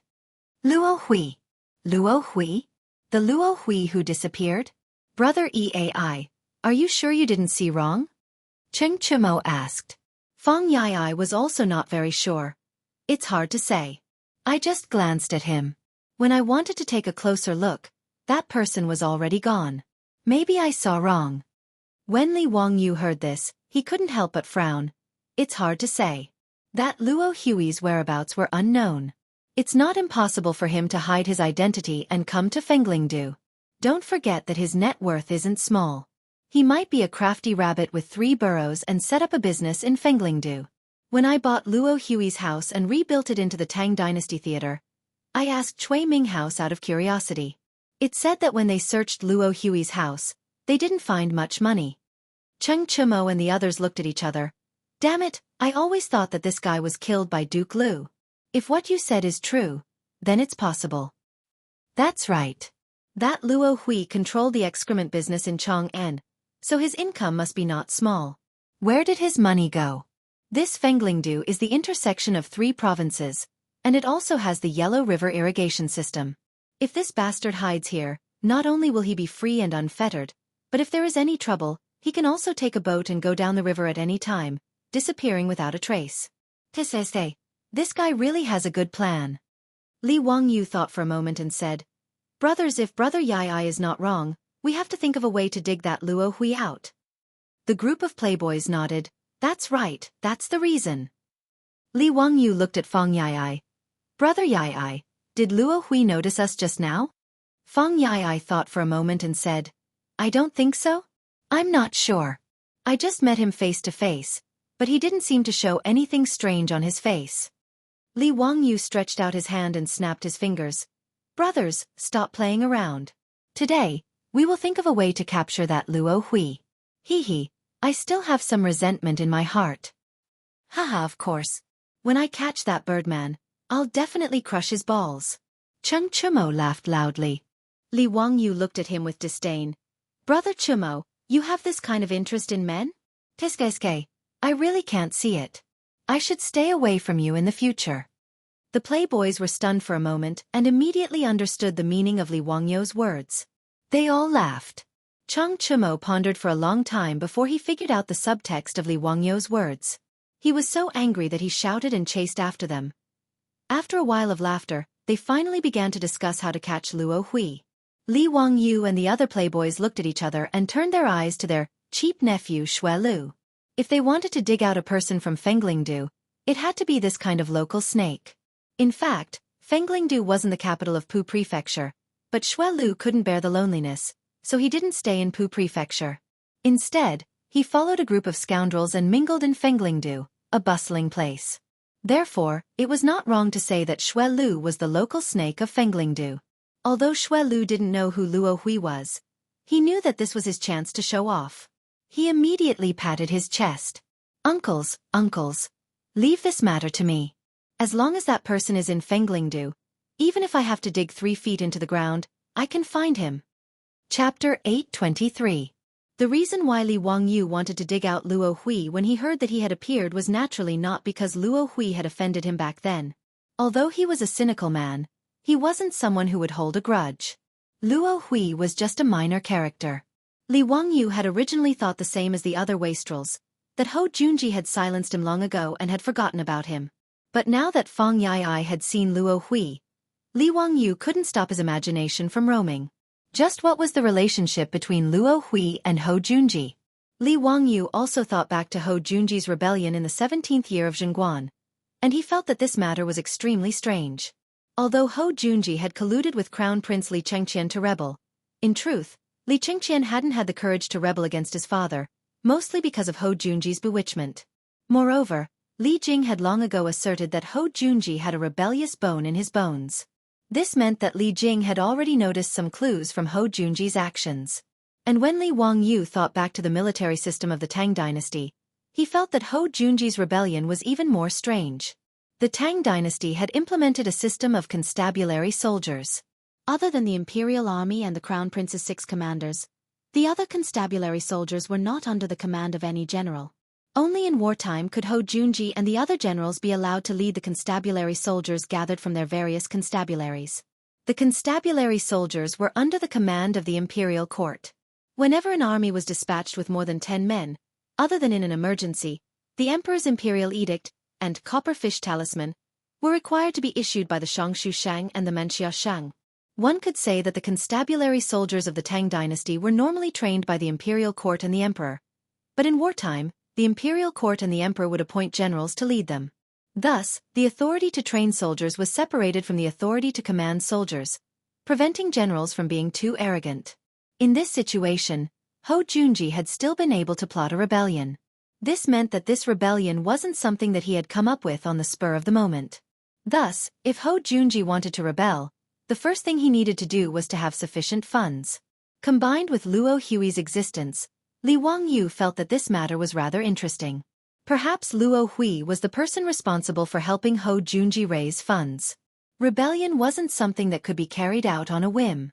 If you don't have enough money to bribe the generals, who will work for you? Without funds to collect intelligence, how could they march and fight? Without funds to prepare logistics, where would the army's rations come from? So, in the end it was still a matter of money. Moreover, the amount of money and grain required was no small sum, not something that Hou Junji could scrounge up through his own greed. Li Wangyu even began to think that Luo Hui might be someone who was gathering intelligence for Hou Junji. Luo Hui was originally in charge of the excrement removal business in Chang'an City, and did not attract any attention. However, those excrement removers could freely enter and leave the mansions of officials and nobles. Who would care about these lowly excrement pickers? These dung pickers were used to collect information from various places, and they seemed to be good intelligence personnel. Li Wangyu almost broke out in cold sweat at this thought. If it was really as he had guessed, Hou Junji had truly hidden himself well. If he hadn't known that this fellow was planning a rebellion, he really wouldn't have been able to find any clues. Even Pai Lupi had been fooled by him. Li Wangyu was even more determined to dig out Luo Hui. Patting Xue Lu on the shoulder, he said, "Big nephew, you must pay attention to this matter. This person is extremely important, so don't be careless. If you can capture this person, this marquis will ask for a reward for you." After saying this, he shot a glance at Li Chengqian. Li Chengqian naturally understood what he meant and hastily coughed. "That's right. I will ask for a reward for you." Although no one had introduced Crown Prince Li Chengqian or King of Yu Li Tai, Li Wangyu knew that Xue Lu should be able to guess. The Crown Prince's words were naturally even more effective, and Xue Lu immediately became excited. "Yes, I'll immediately go and find someone. Among the people who were with me before, one of them is the son of County Magistrate Feng Lingdu. I'll immediately go find him and mobilize the bailiffs of Feng Lingdu to search for that thief." Xue Lu asked Li Wangyu and the rest to wait for a moment, while he ran off to find someone to arrange this matter. Li Wangyu and the rest found a restaurant and asked for a quiet room. After ordering some food and wine, they waited for Xue Lu to bring them over. However, in this era, it wasn't easy to find a single person in a sea of people, especially in a place like Fenglingdu where crooks mixed in with the honest folk. Furthermore, when Li Wangyu thought about it, Luo Hui didn't seem to have any obvious physical characteristics. So it would be difficult to dig him out from Feng Lingdu. After pondering for a moment, Li Wangyu asked for paper and charcoal from the restaurant's doctor. Then, he began to sketch Luo Hui according to his memory. Since ancient times, the wanted portraits in China were too horrible to look at. Even if the person stood in front of the portrait, they might not be able to recognize him. According to the records of the Grand Historian, after the Qin dynasty destroyed the 6 states, Qin Shi Huang issued a warrant for Zhang Er and Chen Yu. In the end, the warrant for Zhang Er and Chen Yu was posted all over the Qin dynasty, but it was useless. Zhang Er and Chen Yu concealed their identities and weren't caught by Qin Shi Huang. Until the end of the Qin dynasty, the two of them were still alive and kicking. They even ruled over a region. So Li Wangyu didn't expect that the wanted portraits would be able to help the bailiffs of Fenglingdu to catch Luo Hui. In fact, since ancient times, most criminals were caught through the Baojia system. Since there weren't many people moving around, they were able to catch criminals who had escaped. But this wasn't applicable in Fenglingdu. Fenglingdu was an important trading port on the Yellow River. Countless ships and merchants came and went every day. So Li Wangyu planned to draw a few portraits of Luo Hui and give it to the bailiffs of Fenglingdu to search for him.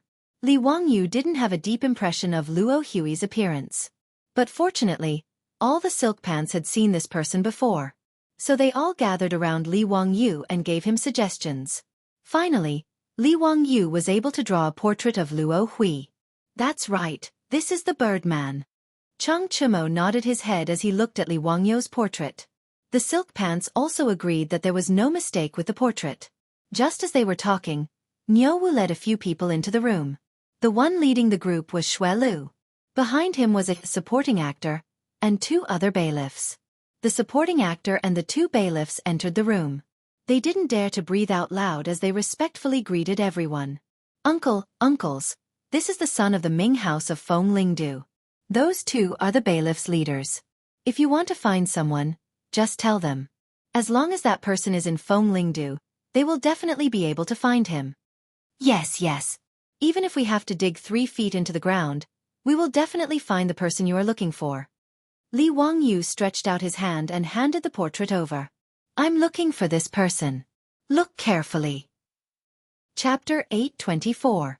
Fenglingdu, the county magistrate's son, and the head of the fast and strong class of the county government respectfully took the sketch from Li Wangyu's hand, but they couldn't help but be shocked. When had they ever seen such a lifelike portrait of a person?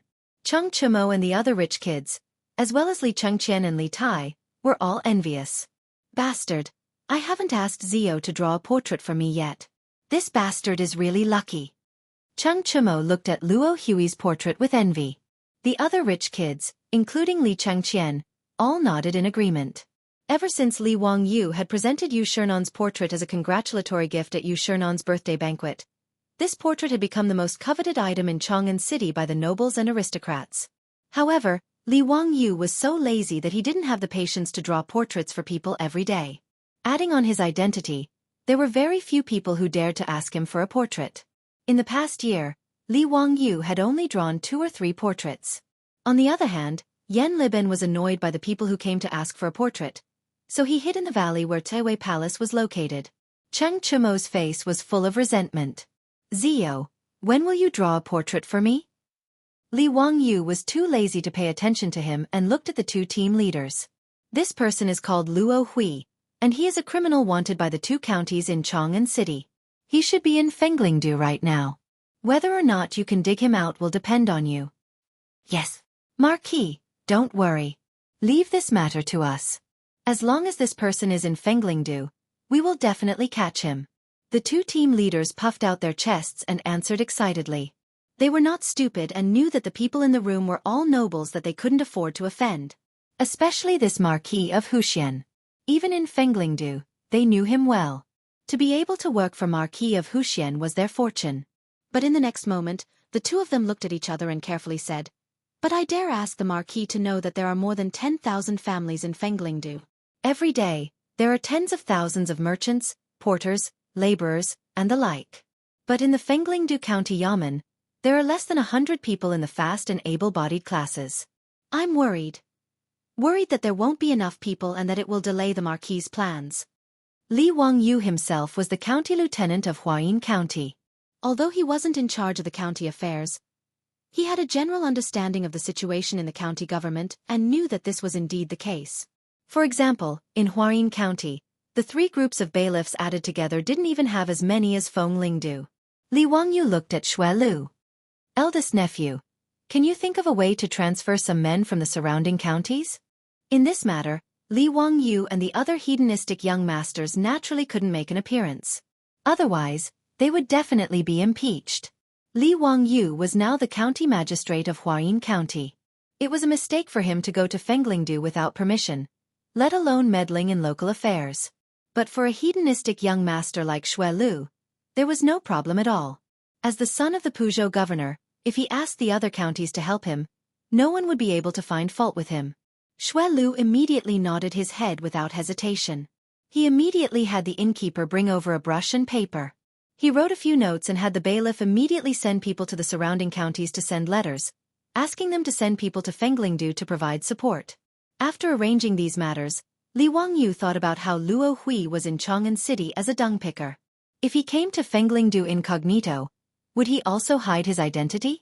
After all, the dung picker job was indispensable, but no one was willing to pay attention to it, so it was best to hide one's identity. Thinking of this, Li Wangyu quickly stopped the two bailiffs and ordered them to investigate the dung pickers in Fenglingdu to see if Luo Hui was hiding among them. Remember, investigate carefully and don't alert the snake in the grass. Don't let Luo Hui notice anything, Li Wangyu warned. Fenglingdu was accessible in all directions, and if Luo Hui ran away, there would be no way to find him. Today they had been lucky. Fang Yai had just happened to run into this person. Otherwise, who would have thought that Luo Hui was hiding in a place 200 to 300 li from Chang'an City? After everything was taken care of, everyone waited in the restaurant for news. The hedonistic young masters all believed that Li Wangyu was just unhappy that he had been tricked by Luo Hui that day and wanted to vent his anger. Naturally, no one had expected that this matter would involve Marquis Lu Junji. The hedonistic young masters ate and drank in the restaurant, and when they were bored, they had their professors bring over mahjong and poker to kill time. It had to be said that mahjong and poker had spread so quickly that not even Li Wangyu had expected it. It was said that mahjong and poker had not only appeared in the various provinces of the Tang Dynasty, but also in Goguryeo, Biche, Xinlua, and even the various countries of the western regions. Everyone waited until it was time to light the lanterns, but there was still no report from the county yamen. They couldn't help but feel a little anxious. However, Li Wangyu wasn't worried at all. How could it be so easy for Noda's Fenglingdu to find someone? He had even decided to stay in Fenglingdu for a few more days. He didn't believe that he wouldn't be able to catch Luo Hui. However, Li Wangyu hadn't expected that the capture operation, which he had thought would take a long time, would end so quickly. The head yamen runner of Fenglingdu happily knocked on the door and came in to report, "Lord Marquis, young dukes, we've found the person." Hearing him say this, Chung Chumo and the others stopped playing mahjong and stood up. "Bastard! You really found him? Where is he?" "He, just as Lord Marquis expected, that Luo Hui has changed his name to Lu Sanlang and has become a dung picker in Fenglingdu." Li Wangyu and the other wastrels looked at each other and couldn't help but laugh. This birdman really doesn't forget his roots. "Did you catch him?" "Not yet. I've already sent someone to keep an eye on him. We can catch him at any time," the head yamen runner replied. Fang Yai excitedly rubbed his hands and laughed. "Then what are we waiting for? Let's go and catch that birdman." Li Wangyu stopped everyone. "Brothers, wait a moment. I think it's best not to alarm him." Why is that?" The wastrels were confused. The reason Li Wangyu stopped them was because he suddenly thought that if this Luo Hui was really working for Ho Junji, he definitely wouldn't be alone and would have a group of people. Since Luo Hui was hiding in Fenglingdu, he had to be remotely controlling some people. If they recklessly captured him, and this fellow turned out to be a tough guy, they wouldn't be able to get anything out of him. In that case, Li Wangyu wouldn't be able to achieve his goal of toppling Ho Junji. Thus, Li Wangyu was thinking of using a long line to catch a big fish, keeping an eye on Luo Hui and digging out all the threads that connected him to him. But this matter wasn't easy to explain to the wastrels. After all, in their eyes, Luo Hui was just a petty and insignificant person. They also couldn't have guessed that this matter involved the rebellion of a founding duke. Chapter 825. Li Wangyu could only evade the questions of the profligate sons and said, "Brothers, little brother feels that Luo Hui's disappearance back then was strange, and there might be some hidden story behind it." When Wei Shuyu heard him say this, he couldn't help but nod his head. Zio is right. Luo Hui is just a commoner, so how could he come to Fenglingdu from Chang'an? Back then, Chang'an and Wanyan sent out arrest warrants, but they couldn't find any trace of this birdman.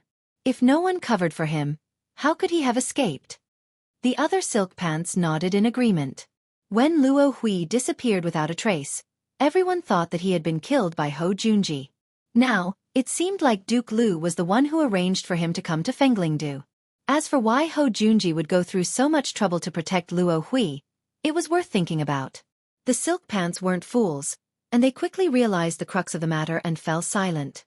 This matter involved Duke Lu, Hou Junji, and it wasn't appropriate for the Puzhou bailiffs to know about it. Li Wangyu instructed Niu Wu, pick a few soldiers and follow the bailiffs of Fenglingdu to find Luo Hui. After finding him, keep a close eye on him.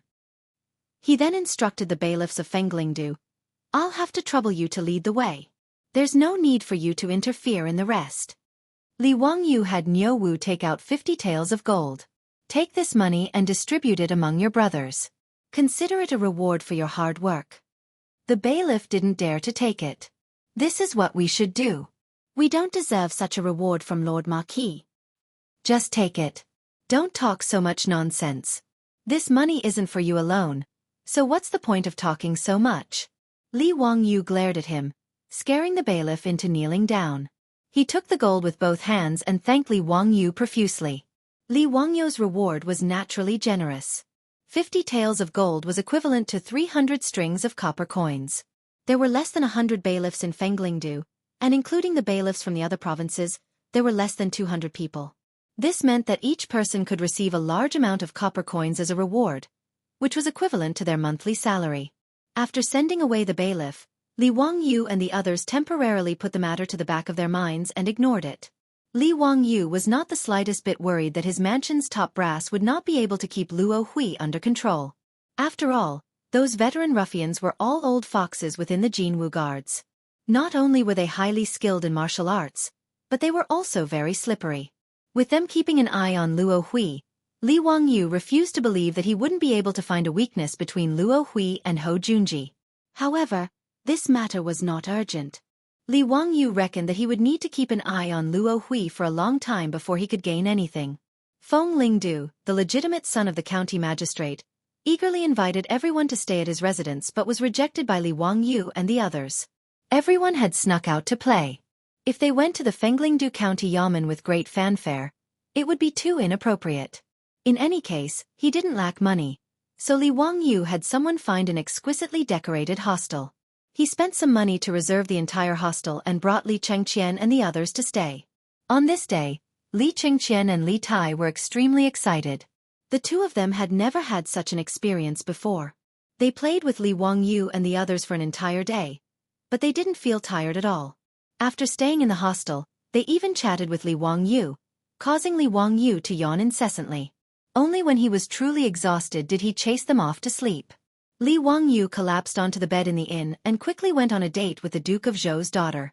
However, when he had just fallen asleep in the middle of the night, a series of thunderclaps suddenly rang out in the sky, waking him up from his sleep. In a few moments, a torrential downpour came pouring down as if a hole had been opened in the sky. The thunderstorm was mixed with the crackling of lightning and thunder, creating a truly frightening scene. Li Wangyu was worried that Li Chengqian and Li Tai would be scared, so he hurriedly put on his clothes and went to the two boys' room. Sure enough, the two boys had long been frightened awake by the thunderclaps. At this moment, they were also curled up on the bed, feeling uneasy. Seeing Li Wangyu come in with an oil lamp, the little fatty Li Tai hurriedly said, "Teacher, why is the rain so heavy? Nothing bad will happen, right?" Li Wangyu smiled and said, "What can happen? Hurry up and go to sleep. We'll return to Huayin County tomorrow." Although he said that, Li Wangyu faintly felt that something was wrong when he heard the thunderclaps. The rain outside was really too heavy. Li Wangyu had never seen such heavy rain in the 2 years since he transmigrated to the Tang Dynasty. However, he was only worried that the rain was too heavy and he didn't know if it would stop after dawn. Moreover, because of the heavy rain, the water level of the Yellow River would definitely rise and become turbulent. He didn't know if it was safe to take a ferry to cross the river. Li Wangyu pondered these things while staying in Li Chengqian and Li Tai's room to accompany them. Not long after, the rich kids were all woken up and gathered around. "Damn it, is the sky leaking? Why is it raining so heavily? It was still fine during the day." Chung Chumo grumbled unhappily. "Zio, tonight's rain is very evil. Nothing bad will happen, right?" Fang Yai yawned. Hearing the sound of the heavy rain outside, he was also somewhat worried. At this moment, because the rain was too heavy, the courtyard of the hostel had already started to accumulate water. Niu Wujing led a group of troops and the hostel's workers to drain the water. Fortunately, due to the architectural style of the Tang Dynasty, when they built the houses, they raised them by about a foot to avoid moisture. Later generations of Japanese architecture also learned from this point and raised the floor to prevent moisture. Therefore, although there was a lot of water in the courtyard, there was no need to worry about the rain seeping into the house. It should be fine, right? Li Wangyu was also somewhat uncertain. However, this rain made him feel that he seemed to have overlooked something. Another thunderclap sounded in the sky, but it made Li Wangyu suddenly shiver. A passage from the Tang Dynasty appeared in his mind. In the 4th year of Zhenguan, the floods of Su, Dai, and Ji prefectures occurred. Dai and Ji prefectures. One was in Shandong and the other was in Sichuan. They had nothing to do with him, but Su prefecture was not far away. Could it be that the flood of Su prefecture was related to today's heavy rain? The more Li Wangyu thought about it, the more he felt that it was possible. The flood of Su prefecture might have been caused by the heavy rain. Su prefecture was an upper prefecture. It had 59,717 households and 100 to 200,000 people. If there was a flood in Su prefecture, many places in Hunan province would be affected. Thinking of this, Li Wangyu almost wanted to call out to Niu Wujing to prepare a horse to return to Chang'an. This matter must be reported to Pai Lupi as soon as possible so that the imperial court can prepare for disaster relief in Su prefecture. However, as soon as he opened his mouth, he immediately closed it again. It was still the middle of the night and it was pouring outside. No matter how anxious he was, he could only wait until dawn to make a plan. While waiting anxiously, the sky finally slowly brightened. However, the rain did not stop. Instead, it seemed to be falling more heavily. Li Wangyu did not care so much. He stood up and ordered, Niu Wujing, prepare a straw cape and bamboo hat. We are going back to the ferry. Chapter 826. Li Wangyu's words stunned everyone. Wei Shuyu didn't understand and asked, Zio, it's raining so heavily outside. Why are you in such a hurry to go back? I'm afraid that the boats at Fenglingdu wouldn't dare to set sail today, right? Fang Yai also advised, that's true. We shouldn't rush and wait for the rain to stop before making any plans. Li Wangyu didn't know how to explain this matter. Was he supposed to say that he predicted that there would be a flood in Shuzhou? Li Wangyu could only answer vaguely, let's go to the ferry and take a look. I won't hide it from you brothers. My eyelids have been twitching and my heart is in a panic. I feel that something big is about to happen. Thus, if we can leave earlier, it's better to leave earlier. Hearing him say this, the silk pants glanced at each other and didn't continue to persuade him. With the evil nature of this rain, if they could go back, then there was nothing wrong with it. The rain continued to pour down. Li Wangyu was afraid that Li Chengqian and Li Tai would fall sick from the rain, so he asked the inn's owner to find a few carriages for them. Everyone sat in the carriages to avoid the rain and headed towards the ferry. At the ferry, the boat that had brought them across the Yellow River yesterday was still waiting at the pier. However, when the boatman heard that they were going to cross the river, he quickly shook his head. Noble one, it's not that I don't want to listen to your orders. It's just that we can't cross the river in this weather. Noble one, look at the river. Not to mention the rapid current, we can't see the situation in the river. It's too dangerous to cross the river in this situation. Li Wangyu stood under the umbrella and looked at the Yellow River. He could only helplessly admit that the boatman's words were correct. In the heavy rain, the Yellow River was filled with mist. Not to mention seeing the other side, one could only see 1 or 2 feet away. Moreover, the current in the Yellow River was much faster than yesterday. Originally, the river between Fenglingdu and Tong Pass was wide and calm. Thus, this place was chosen as the ferry port. However, after a night of heavy rain, the Yellow River showed a bit of a roaring momentum. There wasn't a single boat in sight on the river. The heavy rain that started last night showed no signs of stopping. Instead, it became even more intense. The heavy rain mixed with the strong wind blew the Yellow River into waves several feet high, constantly washing the river banks. Even though the boats on the dock had long been fastened, they were still swaying non-stop. What made Li Wangyu even more worried was that after a night of torrential rain, Even outsiders like them could clearly see that the water level of the Yellow River had risen a lot. Is there any other way to cross the Yellow River? Li Wangyu did not give up and continued to ask. Now that they were trapped on the north bank of the Yellow River, they had to cross the Yellow River if they wanted to return to Huayin County or Chang'an. For thousands of years, there was no bridge across the Yellow River. The only way to cross the river was by boat. The boatman opened his mouth and shook his head helplessly.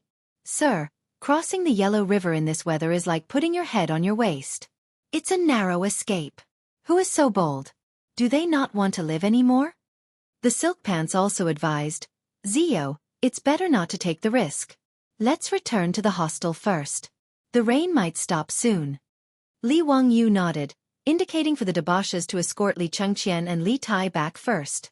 He then went to call Niu Wu over. Niu Wu, bring a group of men from the residence to find the boatman at the ferry port. See if anyone is willing to cross the Yellow River and deliver a letter to Tongguan. Tell them that I'll reward anyone who helps me deliver the letter with 100 gold taels. As the saying goes, a generous reward is bound to attract brave men. 100 gold taels wasn't a small sum. 600 strings of copper coins was enough for these boatmen to earn a living on the Yellow River for many years. Li Wangyu didn't believe that no one would be tempted. Just as he expected, with sufficient incentive, Niu Wu quickly brought over 2 boatmen who had been making a living on the Yellow River for a long time. Li Wangyu didn't hesitate. He immediately had Niu Wu bring over 200 gold taels and gave it to them on the spot. He wasn't afraid that the 2 of them would take the money and run away. As long as they weren't like Luo Hui who had the backing of a powerful figure like Ho Junji, where could they run to even if they took his money? Li Wangyu found a nearby shop and borrowed a brush and paper from the shopkeeper. He immediately wrote several letters, stamped them with his seal, placed them in bamboo tubes, and sealed them with wax. After doing all this, he called over the 2 boatmen and handed them the bamboo tubes. Give these 2 bamboo tubes to the commandant stationed at Tongguan. Once he's seen them, he'll deal with the rest of the letters. As long as you can deliver the bamboo tubes to the commandant, you'll have done a great service. Afterward, this marquis will heavily reward you. Do you understand? Yes. We dare not serve Lord Marquis to our deaths.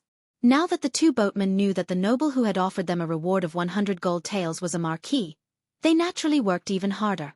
Riches and honor were sought in the midst of danger.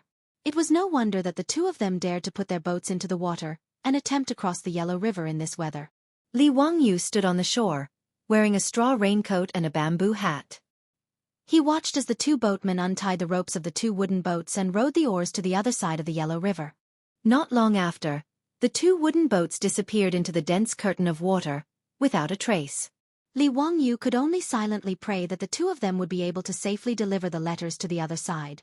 He couldn't be blamed for being so ruthless as to use such a large sum of money to lure people into risking their lives for him. This matter truly could not be delayed. If Pai Lupi and the imperial court had ordered disaster relief a day earlier, a few more of the more than 100,000 people in Shuzhou would have been able to survive. Otherwise, under the torrential rain, Shuzhou would be flooded. With the current conditions, Li Wangyu could completely imagine what kind of hell Shuzhou would be like. Last night, Li Wangyu had already ordered someone to find a map of Shuzhou and roughly looked over it. Fortunately, Shuzhou was not near the Yellow River, which meant that this year's flood in Shuzhou was not the Yellow River bursting its banks. Of course, if the Yellow River were to burst its banks, the disaster would not be limited to Shuzhou alone. However, Shuzhou had the Ing River, the Shuangni River, and the Qinglu River. Among them, the Ing River and the Shuangni River were tributaries of the Huai River. In history, the Huai River had flooded many times and caused many large-scale floods. The phrase, heavy rain disaster, light rain disaster, and no rain drought, referred to the Huai River basin. Li Wangyu could almost conclude that the area affected by the unending torrential rain would be quite large. Even the Yellow River's water level had risen a lot, not to mention the Huai River basin. The flood in Shuzhou in the 4th year of Zhenguan was definitely caused by this torrential rain. After sending off the messenger, Li Wangyu helplessly sighed and returned to the inn with Niu Wu and the others, patiently waiting for the torrential rain to stop. No one had expected that this torrential rain would continue for 3 days and 3 nights without any signs of stopping. As for the 2 boatmen who had risked their lives to cross the Yellow River to deliver the letter, there was no news of them at all. Li Wangyu also did not know whether or not Pai Lupi and the imperial court had received his letter. On the 4th day, The torrential rain finally stopped, but it still did not clear up. Instead, it began to drizzle. Chapter 827. Li Wangyu looked at the sky and ordered Niu Wu to arrange for people to check the situation at the ferry to see if they could cross the river today. They had been trapped in Fenglingdu for 3 days, so Huayin County probably wouldn't be able to hide it any longer. He didn't expect that he would be trapped in the north bank of the Yellow River when he brought Li Chengqian and Li Tai out to play. It was really unlucky. Li Wangyu was more concerned about whether the letter he sent across the river had reached Chang'an City. The wastrels were already bored in Fenglingdu. They were trapped in the hostel every day and couldn't go anywhere, which made them very depressed. If they had known earlier, they would have stayed in Huayin County. However, what Li Wangyu and the wastrels didn't expect was that the troops who went to check the situation at the ferry hadn't returned yet. On the street outside the hostel, there was the sound of horse hooves. Cheng Chumo listened and his face changed. Zio, why does it sound like the Imperial Army? Only the Imperial Army would be able to produce such an orderly gallop. The wastrels looked at each other and then at Li Chengqian and Li Tai. Why would the Imperial Army appear in Fenglingdu? Were they here to look for the Crown Prince and King Yu? Before Li Wangyu could send someone out to check on the situation, the innkeeper of the hostel stumbled in and reported while panting, Esteemed guests, there is a large group of Imperial guards outside. They have surrounded the hostel below. Are they here to look for esteemed guests? Li Wangyu thought to himself. It seemed that his letter had been delivered. But why didn't Pai Lupi send people to Shuzhou to provide relief? Why did he send the Imperial Army to Fenglingdu? Was he afraid that something would happen to Li Chengqian and Li Tai? Li Wangyu and the others hurried out of the hostel. The scene in front of them gave them a fright. The street outside the hostel was already blocked by the fully armed Imperial Army, chasing away all the onlookers. In front of the Imperial Army, there was a full set of honor for the founding Marquis, the Crown Prince and King Yu. The person in front was actually Mi Tuo, an old acquaintance. Li Wangyu couldn't help but rub his nose. What did Pai Lupi mean by this? What were they trying to do by showing off their honor with such great fanfare? Li Wangyu saw Aphrodite in the crowd. She stuck her tongue out at him embarrassedly and secretly pointed at Mito, implying that they had been exposed. When Mi Tuo saw Li Wangyu, Li Chengqian, and Li Tai, he bowed and then took out a yellow scroll. Li Wangyu, Marquis of Hu County, received the imperial edict. Li Wangyu hurriedly bowed and listened to Mi Tuo reading the decree. It had to be said that Pai Lupi's decree surprised Li Wangyu. In the decree, Pai Lupi appointed Li Wangyu as Henan Circuit's imperial envoy, and ordered him to immediately head to Shuzhou in Henan Circuit to inspect and deal with the flood disaster. What surprised him even more was that Pai Lupi actually wanted him to bring Crown Prince Li Chengqian and Li Tai along to experience the suffering of the people. As for the debauches, they were all arranged to be in the entourage of Li Wangyu, the emissary, and headed to Hunan province together. This decree caught Li Wangyu a little off guard. He never would have thought that after warning Pai Lupi about the flood in Shuzhou, the task of disaster relief would fall on his head. In his secret memorial to Pai Lupi, he shamelessly used the Tao ancestor's dream to make Pai Lupi believe that there was a flood in Shuzhou. In any case, he couldn't think of any other reason. Since he had already used it once, he might as well use it again. If Pai Lupi didn't believe it, he could ask the ancestor to verify it himself. Li Wangyu didn't know that only one of the 2 boatmen who risked their lives to cross the Yellow River successfully reached Tongguan and presented the letter. The other boatman's boat was washed downstream by the turbulent river. After seeing Li Wangyu's letter, the commandant of Tongguan didn't dare to neglect it. He immediately ordered people to speed up and send Li Wangyu's secret memorial to Chang'an. Even though there was heavy rain blocking the road, the messengers sent by Tongguan ran all the way. They changed horses every 20 miles at the post station. Before dark, they ran more than 200 miles in the heavy rain and sent Li Wangyu's secret memorial to Chang'an. Then, they put it on Pai Lupi's imperial desk. Pai Lupi half believed and half doubted Li Wangyu's secret memorial about the impending flood in Shuzhou of the Hunan Circuit. As for Li Wangyu's words about the Taoist ancestor's dream, Pai Lupi didn't believe it at all. Last time, when the aristocratic families attacked and wanted Pai Lupi to condemn himself, he suspected that Li Wangyu was behind it. It was just that he didn't have any evidence. However, Pai Lupi couldn't completely disbelieve Li Wangyu's words. After all, although his nephew was mysterious, he had never joked about such an important matter. Pai Lupi thought for a moment, then ordered people to invite Feng Xianling, Du Ruhui, and Zhang Sun Wuji over. He passed Li Wangyou's secret memorial to them and asked for their opinions. After Feng Xianling and the others read the secret memorial, they were still half doubtful.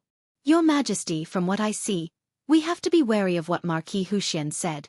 If Shuzhou really floods, within 4 to 5 days, there will be news from the Shuzhou provincial governor. However, no matter what, it is best to be prepared. Feng Xianling was a very reliable person, and his words were also very stable. Du Ruhui nodded his head in agreement.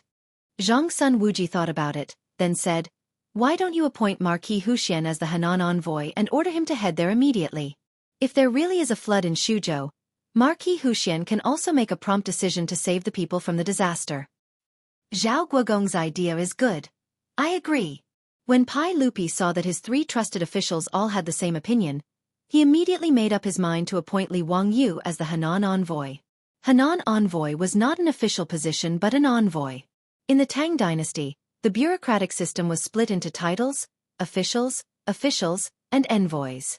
Simply put, titles and officials represented the rank of an official. Officials were the specific duties of an official.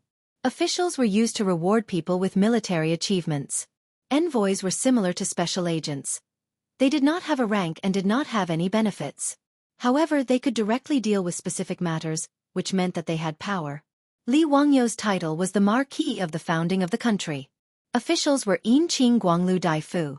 Secondary grade 3. These were his benefits and status. As for his position, he was an official, which was Huayin County's county magistrate. The official rank determined Li Wangyou's position and official robes. Hence, when he was in Huayin County, he wore a purple official robe. How could this not make Shang Zimo and the rest, who were wearing green official robes, feel extremely frustrated? The Henan envoy that Zhang Sun Wuji suggested was the envoy position. Henan envoy was equivalent to the Tang dynasty's version of the imperial envoy, and its power was even greater. Henan meant to demote and abolish, while envoy meant to promote. Hence, Henan envoys had the name of patrolling, pacifying, and supervising. They were the representatives of the heavens and had the power to promote, reward, and punish the officials in the area they were patrolling. They could even act at their own discretion, acting first and reporting later. The reason why Pai Lupi accepted Zhang Sun Wuji's suggestion was also because he loved Li Wangyu. If Li Wangyu was right, then it would be great. It would allow Li Wangyu to make a prompt decision to deal with the flood. He still had a lot of trust in Li Wangyu's ability. If Li Wangyu was not telling the truth, then this matter would cause an uproar in the imperial court and cause people to accuse Li Wangyu of spreading rumors.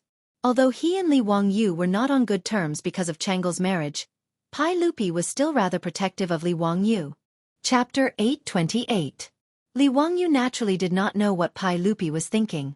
He did not expect that his secret memorial to Pai Lupi, hoping that Pai Lupi would make preparations in advance and arrange for people to go to Shuzhou for disaster relief, would fall on his head in the end. How would he know how to provide disaster relief? Li Wangyu had not even been a formal official of the imperial court, so how would he know how to patrol and pacify a state? However, Pai Lupi had even issued an imperial edict, so he had no reason to refuse. He also did not expect that Pai Lupi would arrange for Li Chengqian and Li Tai to go to Shuzhou with him. In fact, this was very normal. In Pai Lupi's view, Crown Prince Li Chengqian and Li Tai still did not understand the suffering of the common people. Although these two had been returning to Dingzhou village and Chang'an for a long time, how could they have seen the suffering of the common people in Dingzhou village and the academy? The original Dingzhou village was really poor. It was a mud-like village, a poor place where it was difficult to even marry a wife. But after Li Wangyu moved back to Dingzhou village, this remote and desolate village had, in just 2 short years, become the wealthiest village in the Great Tang. There was no other village that could compare. It was not an exaggeration to say that even in Chang'an, the wealthy merchants in the west of the city, the quality of life was much worse than Dingzhou village in terms of quality of life. As the saying goes, one knows etiquette when one has enough grain, and one knows honor and disgrace when one has enough food and clothing. The current Dingzhou village not only did not have to worry about food and clothing, but it was also peaceful and well-mannered. The naughty children in the village were all sent by Li Wangyu to study in the academy, making the people in the surrounding counties extremely envious. If a family's daughter could marry into Dingzhou village, Then her family would definitely hold a big banquet and celebrate for 3 days and 3 nights, letting the neighbors and friends know that their daughter had married into Dingzhou village. Therefore, Li Chengqian and Li Tai were more comfortable in Dingzhou village and the academy than in Taiji Palace. Naturally, they didn't understand the suffering of the people. Pai Lupi gladly accepted Zhang Sun Wuji's suggestion to appoint Li Wangyu as the appointed envoy. He immediately thought of having Li Chengqian and Li Tai, who were also in Huayin County, follow Li Wangyu on this trip. If there really was a flood in Shuzhou, he could let his 2 sons truly understand the living conditions of the common people. With over 1,000 guards by his side, he naturally didn't have to worry about his son's safety. Pai Lupi naturally didn't know that his 2 sons had been secretly taken away by Li Wangyu. They had already shaken off the imperial guards and sneaked out to play. In Li Wangyu's secret memorial to Pai Lupi, he did not dare to mention this. Otherwise, Pai Lupi, who loved his sons dearly, might personally run to Fenglingdu and hang Li Wangyu up to teach him a lesson. Mi Tuo accepted the task of announcing the imperial edict at Fenglingdu and led the officials of the Ministry of Civil Affairs out of Chang'an City in the morning of the next day in the heavy rain, heading for Huayin County. Mi Tuo had originally planned to pick up Crown Prince Li Wangyu and Prince Li Tai at Huayin County and meet up with 1,000 imperial guards. Then, they would cross the Yellow River and head to Huayin County to announce the imperial edict to Li Wangyu. Who would have thought that the group would be stopped by Lai Hot's troops when they rushed to Huayin County? They said that the Crown Prince and Prince Li Wangyu had been grounded by Li Wangyu. They were punished to repent in the house and were not allowed to take half a step out. No outsiders were allowed to enter. Mi Tuo didn't care about this and directly barged in. However, the Crown Prince and Prince Li Wangyu were nowhere to be seen. The beautiful blonde Avro looked at Mi Tuo in horror. She was still holding a snack in one hand and stuffing it into her mouth, while her other hand was frantically hiding her phone behind her back. Avro didn't dare to let outsiders see such an immortal treasure. Mi Tuo was also dumbfounded. He looked around the room and didn't see any trace of the Crown Prince or Prince Li Wangyu. He hurriedly asked, "Avro, where are the Crown Prince and Prince Li Wangyu?" Avro hid her phone. Seeing that she couldn't hide it any longer, she stuck her tongue out at Mi Tuo and made a funny face. "Hee, the Crown Prince and Prince Li Wangyu went to Tongguan with you 2 days ago." She still didn't know that Li Wangyu and the others had already crossed the Yellow River and ran to Fenglingdu. Furthermore, they were trapped there due to the heavy rain. Avro's answer naturally made Mi Tuo jump with anxiety. He knew that Li Wangyu wasn't at Tongguan. The secret memorial he wrote to His Majesty stated very clearly that he, Chang Chumo, and the others had run to Fenglingdu on the other side of the Yellow River. Nonsense! This is utter nonsense. How could the Marquis run off with the Crown Prince and Prince Li Wangyu without permission? Let's go to Tongguan now." Mi Tuo's forehead was covered in sweat. Mi Tuo was burning with anxiety. He gathered the imperial guards who were in charge of protecting Li Chengqian and Li Tai and scolded the commandant and lieutenant of the imperial guards. He didn't dare to act arbitrarily and could only order someone to report back to Chang, and while he hurriedly led everyone to Tongguan in the rain. However, they still couldn't cross the Yellow River when they reached Tongguan and were blocked by the heavy rain on the southern bank. In his anxiety, Mi Tuo almost wanted to force his men to cross the Yellow River, but he was finally persuaded to stop. After all, Li Wangyu still had more than 10 Li family troops by his side. Coupled with Chang Chumo and the other foppish sons, the Crown Prince and Prince Li Wangyu's safety shouldn't be a problem. Mi Tuo was so anxious that his mouth was covered in blisters. However, he couldn't change God's mind and could only lead his men to wait at Tongguan for a day and a night. On the morning of the second day, the torrential rain that had been raging for 3 days finally stopped and turned into a drizzle. Mi Tuo couldn't wait any longer and urged the commandant to find a ferry. Thousands of people began to cross the Yellow River. Mi Tuo boarded the ferry first and led dozens of imperial guards to cross the Yellow River. He happened to meet the Lai Hot troops that Li Wangyu had sent to check the situation at the ferry. He hurriedly summoned the Lai Hot troops and asked about the situation. After learning that the Crown Prince and Prince Li Chengqian were safe and sound, he was relieved. He asked the Lai Hot troops to lead the way and everyone rushed to the hostel to read the imperial edict. After Li Wangyu asked about the reason, he could only pretend that he didn't see Mi Tuo's sad expression. After all, he was in the wrong in this matter. His original plan was to secretly take Li Chengqian and Li Tai out to play for 2 days without anyone noticing. Who would have thought that God's plan would be different than man's? Because of the sudden torrential rain, this matter was exposed. Li Wangyu looked at the officials behind me Tua, whose clothes were disheveled. Only then did he relax a little. It seemed that Pai Lupi wasn't completely unreliable and casually threw the disaster relief work to him. These officials from the Ministry of Civil Affairs were the ones that Pai Lupi arranged to do the actual work. It seemed that he only needed to take Li Chengqian and Li Tai to Shuzhou to comfort the victims of the disaster. Li Wangyu was very satisfied with Pai Lupi's arrangements.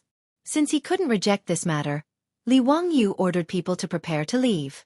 The right thing to do was to get to Shuzhou as soon as possible. Just as he was preparing to leave, he saw another group of carriages coming from the end of the street. Chapter 829. Li Wangyu looked up and saw that the carriages were hanging the banners of the Marquis Mansion of Hu County. He was surprised. Why did someone from his mansion come? When the carriages came near, his beautiful boss came down from the carriage. Li Wangyu was shocked and quickly held up his umbrella to greet her. Chongqing, why are you here? Su Chongqing rolled her eyes at him and secretly reached out to pinch his waist. She whispered, "You sent a letter to the Chou family, so Chou Kun naturally informed me. I also heard that you were appointed as the Hunan Taoist envoy by Li Shimin. I guessed that you were going to Shuzhou for disaster relief, so I quickly followed to see if I could help." Li Wangyu suddenly understood, but secretly cursed Chou Kun in his heart. He was unreliable.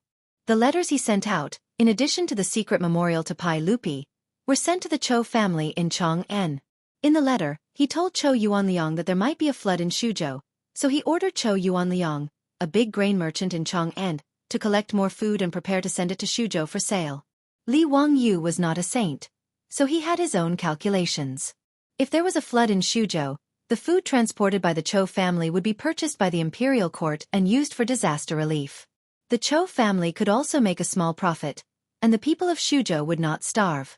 After all, compared to the government transporting food to Shuzhou for disaster relief, it was obvious that the speed of a big grain merchant like the Chou family would be much faster. This kind of thing was beneficial to everyone. At most, the imperial court would have to spend a little more money. Li Wangyu did not expect that the fat Chou Kun would inform his beautiful boss about this. Hee, Chongqing, it's great that you can come. It's good to have you to advise me. Li Shimin suddenly made me the Hunan Taoist envoy. I'm still confused. Li Wangyu was naturally happy about the sudden appearance of his beautiful boss. After all, his beautiful boss was a top student at the University of Pennsylvania. In terms of management ability, she was several streets ahead of him. There was no reason for him not to be happy when there was a beautiful woman giving him advice behind his back. It had been raining for 3 days and 3 nights, and Li Wangyu didn't know what was going on in Suzhou.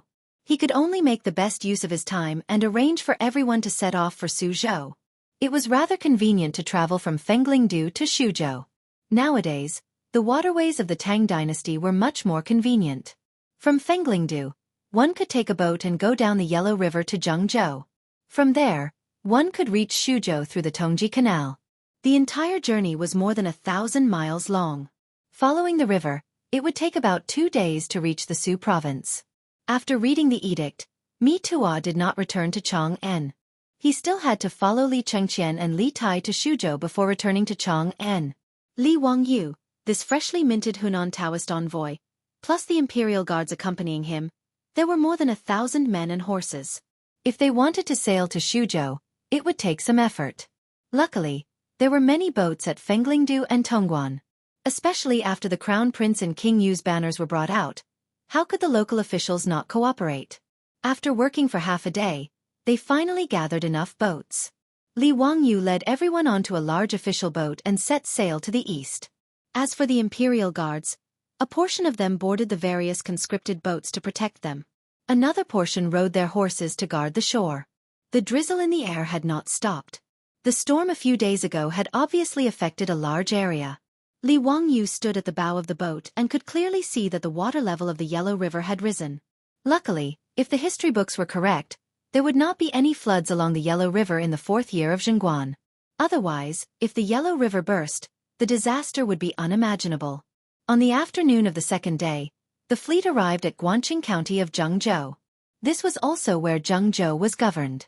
The officials of Jiangzhou had already received the news that the Marquis of Huxian, Li Wangyu, had been appointed as the envoy of Hunan Province. He led the Crown Prince and King Yu to patrol Hunan Province. These officials of Hunan province naturally did not dare to be negligent. They neatly ran to the dock of Jianghu, Guangqing County to receive Li Wangyu and his group. When the official boat carrying Li Wangyu and the others docked, the Jianghu provincial governor led the officials and bowed. Greetings to the Crown Prince, King Yu, and Marquis of Huxian. No need for formalities. Provincial Governor Hu. Is there any news of Xuzhou? Li Wangyu did not know the provincial governor of Jianghu. He only knew his name. He did not have the time to be courteous with these Jianghu officials and directly asked about the situation of Xuzhou. Jianghu and Xuzhou were neighbors. If there was news, the officials of Jianghu would naturally know. Who would have thought that this provincial governor who would stutter for a long time without saying anything? Li Wangyu couldn't help but frown. How come the provincial governor of Jianghu did not know anything? He was annoyed, but he could only be patient and ask the provincial governor of Jianghu to quickly send people to inquire about the news. Marquis, this official has already ordered people to prepare a banquet. Marquis, the Crown Prince and King Yu. Before the provincial governor of Jianghu finished speaking, he was impatiently interrupted by Li Wangyu. Enough. There is no need to arrange this. I am anxious to know the situation of Xuzhou. Quickly send people to inquire about it. Provincial governor who was rebuffed and could not help but feel embarrassed. He cursed in his heart. He was the provincial governor of Jianghu, not the provincial governor of Xuzhou. Why did Li Wangyu ask about the situation of Xuzhou as soon as he arrived in Jianghu? Could it be that something happened in Xuzhou? These days, other than a few days of heavy rain, he did not hear of anything happening. The provincial governor of Jianghu found it strange, but he did not dare to ask. He could only immediately send people to Xuzhou to inquire about the news. However, before the provincial governor of Jianghu could send people, Xuzhou's horses galloped over, bringing with them shocking news. Report. There is a sudden flood in Xuzhou. 8 counties are trapped. The provincial governor of Xuzhou has ordered people to urgently request for reinforcements. This sudden news caused all the officials in Jianghu to be dumbfounded. The provincial governor of Jianghu was even more shocked. He looked at Li Wangyu with an expression of bewilderment. Li Wangyu was worried that he would not be able to see anything. He did not care about the shock of the officials in Jianghu, and hurriedly sent people to report in detail. The Ying River and Shuangwei River in Xuzhou have already burst because of the continuous heavy rain last night. Currently, most of Xuzhou has been swallowed by the flood. Including Changxi County, 8 of the 9 counties in Xuzhou have been surrounded by the flood and are in imminent danger. When Li Wangyu heard this news, he was instantly stunned. In the history books of the future, there was only one sentence recorded. In the 4th year of Zhengguan, there was a flood in Xuzhou. He did not expect this flood to be so serious. Under the jurisdiction of Xuzhou, there were 59,717 households, 9 counties, and 117 villages. When Li Wangyu thought of these numbers, he felt his scalp go numb. Quickly set off to Xuzhou. Chapter 830.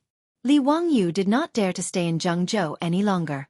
After hearing that Xuzhou had indeed breached the dam yesterday, he immediately prepared to set off. However, just as he was about to board the ship, he stopped and turned to the Jianghu provincial governor. Governor Hu, how much grain does Jianghu have? Marquis, Jianghu does not have much grain, but Marquis does not need to worry about grain. In Luoyang's Chongping warehouse, there are large amounts of grain stored in case of emergency. Marquis can give the order to transport grain from Luoyang's Chongping warehouse to Xuzhou. The Jianghu provincial governor was also a shrewd person. He immediately understood the meaning behind Li Wangyu's words and quickly replied. He was not lying. The Tang Dynasty had Chongping warehouses in Luo, Xiang, Yu, Su, Qi, Ping, Qin, and Puzhou to store large amounts of grain. These grain stores were first to stabilize the price of grain and prevent the grain from being cheap and harming the farmers. Secondly, it was to prevent bad harvests. For example, during the locust plague in the 2nd year of Zhengguan, the local government relied on the grain in Chongping warehouse to save the victims. Secondly, it was to deal with national matters such as military expeditions or major construction projects. Luoyang was not far from Jianghu, only 200 miles away. Using 4-wheeled carriages to transport grain, one could reach in a day.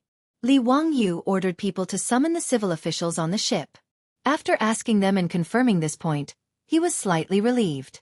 With the grain in Luoyang's Chongping warehouse and his orders to transport grain to Jianghu, grain should not be a big problem. In his mind, for such a disaster, as long as there was enough grain to ensure the survival of the victims, there would not be any problems.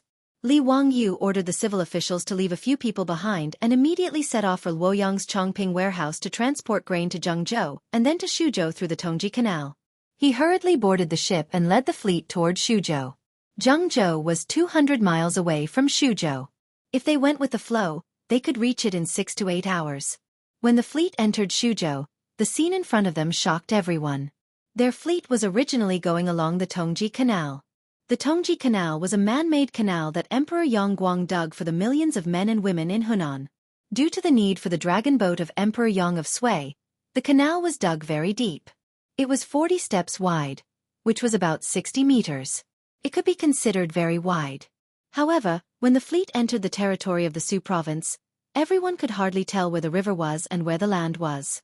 As far as the eye could see, there was only a vast ocean. Although the Tongji Canal did not burst, the outside of the canal was completely flooded. The water even overflowed the embankment of the Tongji Canal and poured into the canal. On both sides of the river, one could vaguely see villages in the distance. At this time, only a few dilapidated walls were left.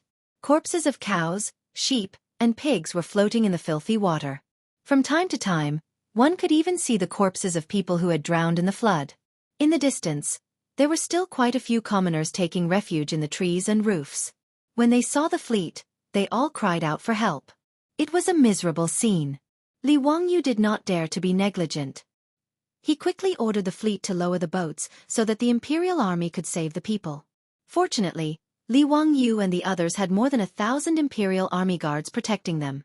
Thus, when they set off from Fenglingdu, they also gathered a lot of ships. After the Jianghu provincial governor learned of the flood in Xuzhou, he also arranged for ships to follow them. There was a place to settle these people who were saved. Li Wangyu ordered for the rescued people to be sent back to Jianghu. He continued to lead the fleet toward Jiangxi County. Along the way, Li Wangyu's fleet had been saving the people on both sides of the Tongji Canal. When the fleet arrived at Jiangxi County, it was already evening.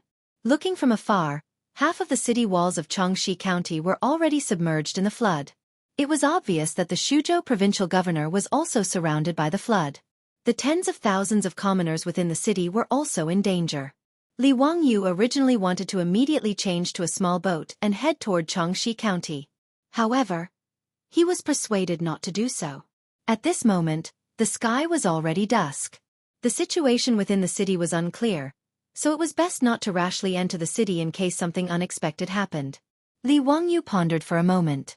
Thinking about how there was no light at night and how his fleet did not bring any food for the rescue, it was indeed inappropriate for them to rashly enter Jiangxi County. As such, he did not insist.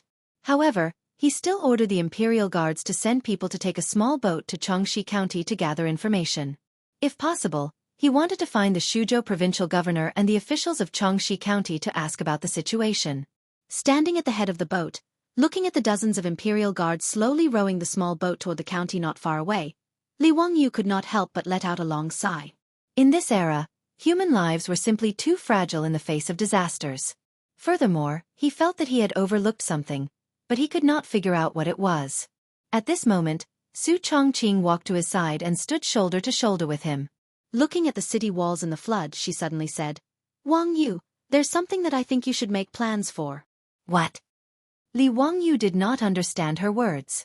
Su Chongqing brushed aside the hair on her forehead that had been messed up by the wind and said, "Did you forget that after a disaster there will be a plague?" Her words were like a clap of thunder that exploded in Li Wangyu's ears, causing his body to sway. As expected, he felt that he had forgotten something. A plague. Since ancient times, due to the poor sanitation in Wuxia, it had become a law that after a disaster, there would be a plague. Especially after a flood, when the corpses of the livestock and people were soaked in the flood, the water would definitely be filled with the virus. If it was not treated, it would be strange if the livestock and people did not get sick after drinking the contaminated water. Furthermore, due to the poor medical conditions and the lack of experience in preventing epidemics, once an epidemic broke out, even the officials and doctors could easily get sick and die. Li Wangyu thought that if an epidemic broke out in Xuzhou after the flood, the scene would be too terrifying. Thinking about the scene of an epidemic, his back was covered in a layer of white sweat. At this moment, he saw a boatman at the head of the boat. He used a rope to tie a bucket of water and put it into the river. He lifted the bucket of water and was about to put it into his mouth. Li Wangyu immediately rushed over and kicked the boatman who was about to drink the water. The boatman staggered and the water in his hands spilled everywhere.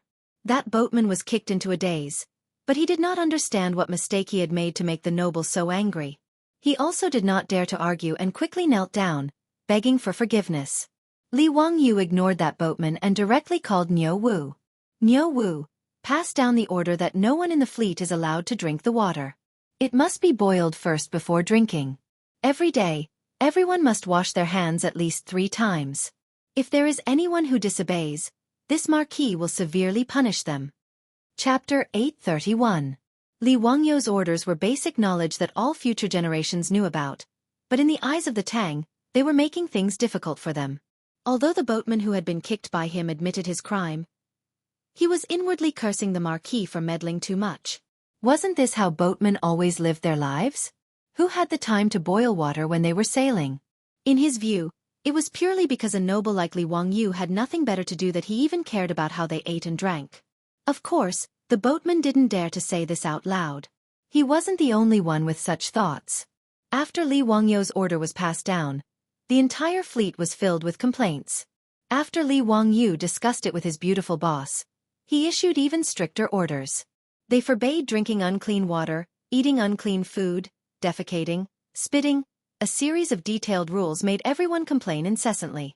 Let alone the boatmen and imperial army soldiers, even the hedonistic scions, Li Xianxia, and Li Tai didn't understand why Li Wangyu had issued such an order. But Li Wangyu had no intention of explaining. After all, in this era, only Sun Simiao and Lu Xinwei understood the concept of bacteria because of the existence of microscopes. No one else understood these things. He also couldn't slowly explain to everyone what bacteria, pathogens, and viruses were. He could only use high-pressure measures to force everyone to accept. Anyone who disobeyed would be locked up or whipped. Fortunately, Li Wangyu was the founding marquis of the county and the Henan Circuit's envoy, so no one dared to disobey his orders.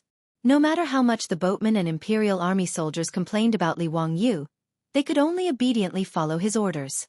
After issuing his order, Li Wangyu turned to Su Chongqing. Chongqing, after daybreak, you will take Aphrodite, Li Chengqian, Li Tai, and Cheng Chimo back to Jianghu and Chang'an.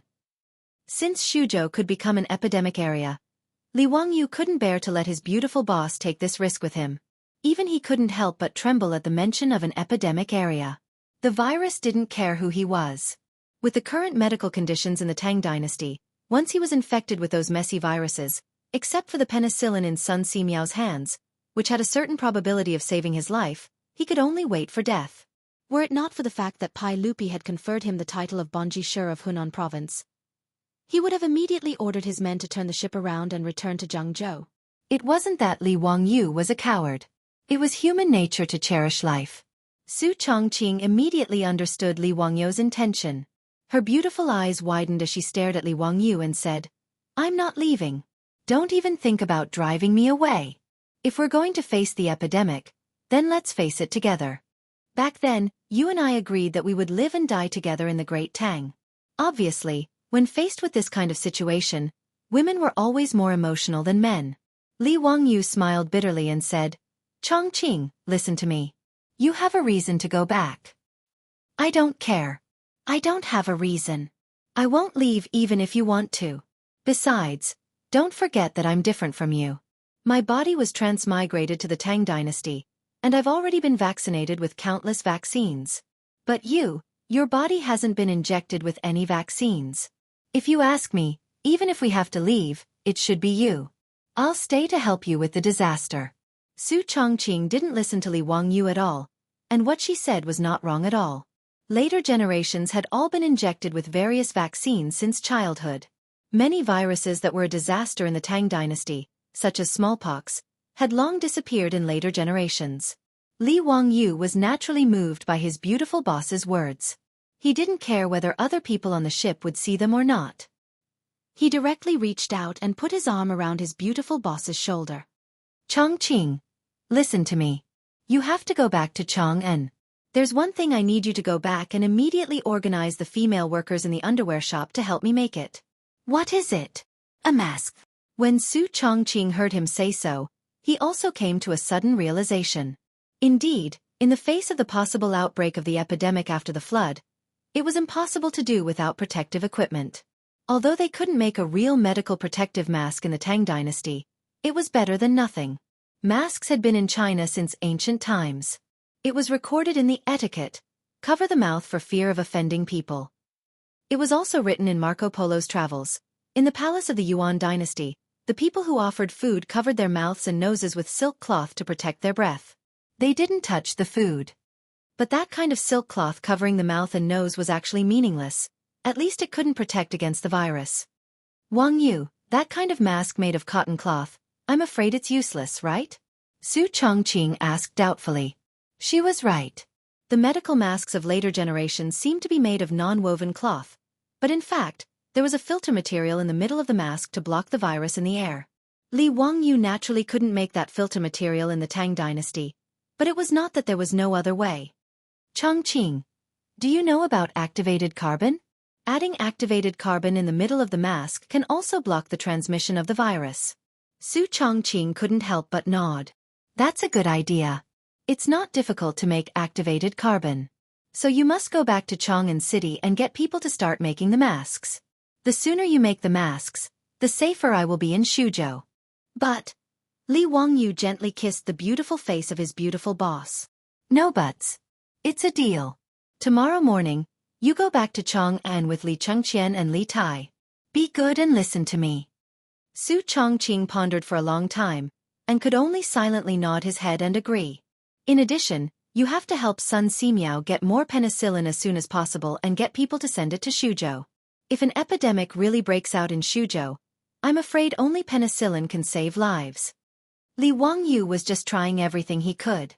If an epidemic like smallpox really broke out, penicillin would be useless. He just wanted to comfort himself. That night, Li Wangyu and Su Chongqing talked for a long time and almost didn't sleep the whole night. It wasn't until dawn that Li Wangyu called Mi Tuo and asked him to immediately escort Li Chengqian and Li Tai back to Chang'an City. Mi Tuo was puzzled and didn't understand Li Wangyu's meaning. Li Wangyu could only whisper in his ear, "After a disaster, there will be a pandemic. We must be prepared." Mi Tuo's face suddenly changed. He turned his head stiffly and looked at the swamp around him. His body couldn't help but shiver. He immediately understood Li Wangyu's words. If an epidemic really broke out in Shuzhou, who would dare to put the Crown Prince and His Highness King Yu in such a dangerous place? Marquis, you should also withdraw. Why don't you go back to Jianghu first? Mi Tuo still had a conscience and still thought about Li Wangyu. Li Wangyu shook his head and looked at the wall of Changji County not far away. He said, "I'm the Hunan Taoists' envoy." Chapter 832. When Li Chengqian and Li Tai heard that Li Wangyu wanted them to return to Chang'an, they shook their heads and refused to leave no matter what. However, Li Wangyu didn't care about that at the moment. Using his authority as a teacher, he forced the two to board the ship back to Jianghu. On the other hand, Cheng Chimo and the other wastrels refused to return to Chang'an, no matter what Li Wangyu said. "Zio, don't say any more. If we turn around and return to Chang'an, how can we face others in the future? Not to mention that the current situation in Shuzhou is unclear. Even if there is a pandemic, as long as you are in Shuzhou, we will accompany you." Brother Chimo is right. Zio, what do you take us for? If you continue to speak like this, be careful that we don't cut ties with you. Feng Yai also threatened. In the face of the wastrel's insistence, Li Wangyu could only shrug his shoulders and let them be. However, he was still very grateful to the wastrels. Staying behind at the risk of danger wasn't something that could be done just because of loyalty. After daybreak, his beautiful superior brought Aphrodite and the reluctant Li Chengqian, Li Tai, and the others back to Jianghu. After returning to Jianghu, they could change carriages and use the official road to return to Chang'an. If they hurried, they could return to Chang'an in about 3 days. At the insistence of the two wastrels, half of the imperial guards guarding Li Chengqian and Li Tai were left behind for Li Wangyu. Li Wangyu didn't refuse this. After all, he didn't know what he would face after the flood receded. It was always good to have an armed force by his side. Standing at the bow of the ship and looking at the sailing ship slowly disappearing into the distance, Li Wangyu didn't know if his beautiful superior could make the masks in time and send them to Xuzhou. After all, even if they rode at full speed, it would still take 6 to 7 days to travel from Chang'an to Xuzhou. In addition to the time needed to arrange for the craftsmen to make the masks, Li Wangyu estimated that it would take at least 10 days to half a month for the masks to be sent to Xuzhou. He didn't know if they could make it in time. As the sky gradually brightened, an imperial guard immediately came to report that they saw several small boats rowing out of Changji County. It seemed that the people who had entered the county to scout for information yesterday had returned. Li Wangyu hurriedly stood at the bow of the ship. Sure enough, a ship was rowing out from Changji County. Looking from afar, other than the imperial guard, there were several people dressed in official robes. One of them was dressed in a crimson official robe. Su Province was Central Province. The only person who could wear dark red official robes in Su Province was the governor of Su Province. It was clear that the imperial army that entered the city yesterday evening had already found the Xuzhou provincial governor and brought him back. This official greets the marquis. Greetings to the marquis. This lowly official has no face to see the marquis. As soon as the Su Province provincial governor boarded the ship, he bowed and begged for forgiveness. He had already learned from the imperial army that the young marquis in front of him had been appointed by the emperor as the Hunan Dao envoy. It could be said that he could decide his life and death with one word. The Xuzhou governor could not be careless. Following the Xuzhou provincial governor on the ship were a few other officials. Looking at the color of their robes, they were all rank 5 or 6 officials. They were probably Su Province's special attendants. Li Wangyu raised his eyes. The Xuzhou provincial governor's robes were also covered in dirt. It was clear that after the river burst the night before, even though the Xuzhou provincial governor was in Changji County, he did not have a good time. That's enough. Let's talk about forgiveness later. First, what is the current situation in Changji County? Is there any news from the other 8 counties in Su Province?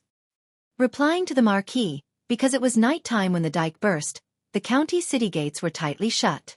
This is also a blessing in disguise. After receiving the warning, I immediately gathered the people of Changji County and used sandbags to block the 4 city gates. Although the county is surrounded by water, there is only knee-deep water within the city. There have not been any casualties. As for the other counties, there was news yesterday. The situation is similar to Changji County. The Xuzhou provincial governor's words made Li Wangyu feel slightly more at ease.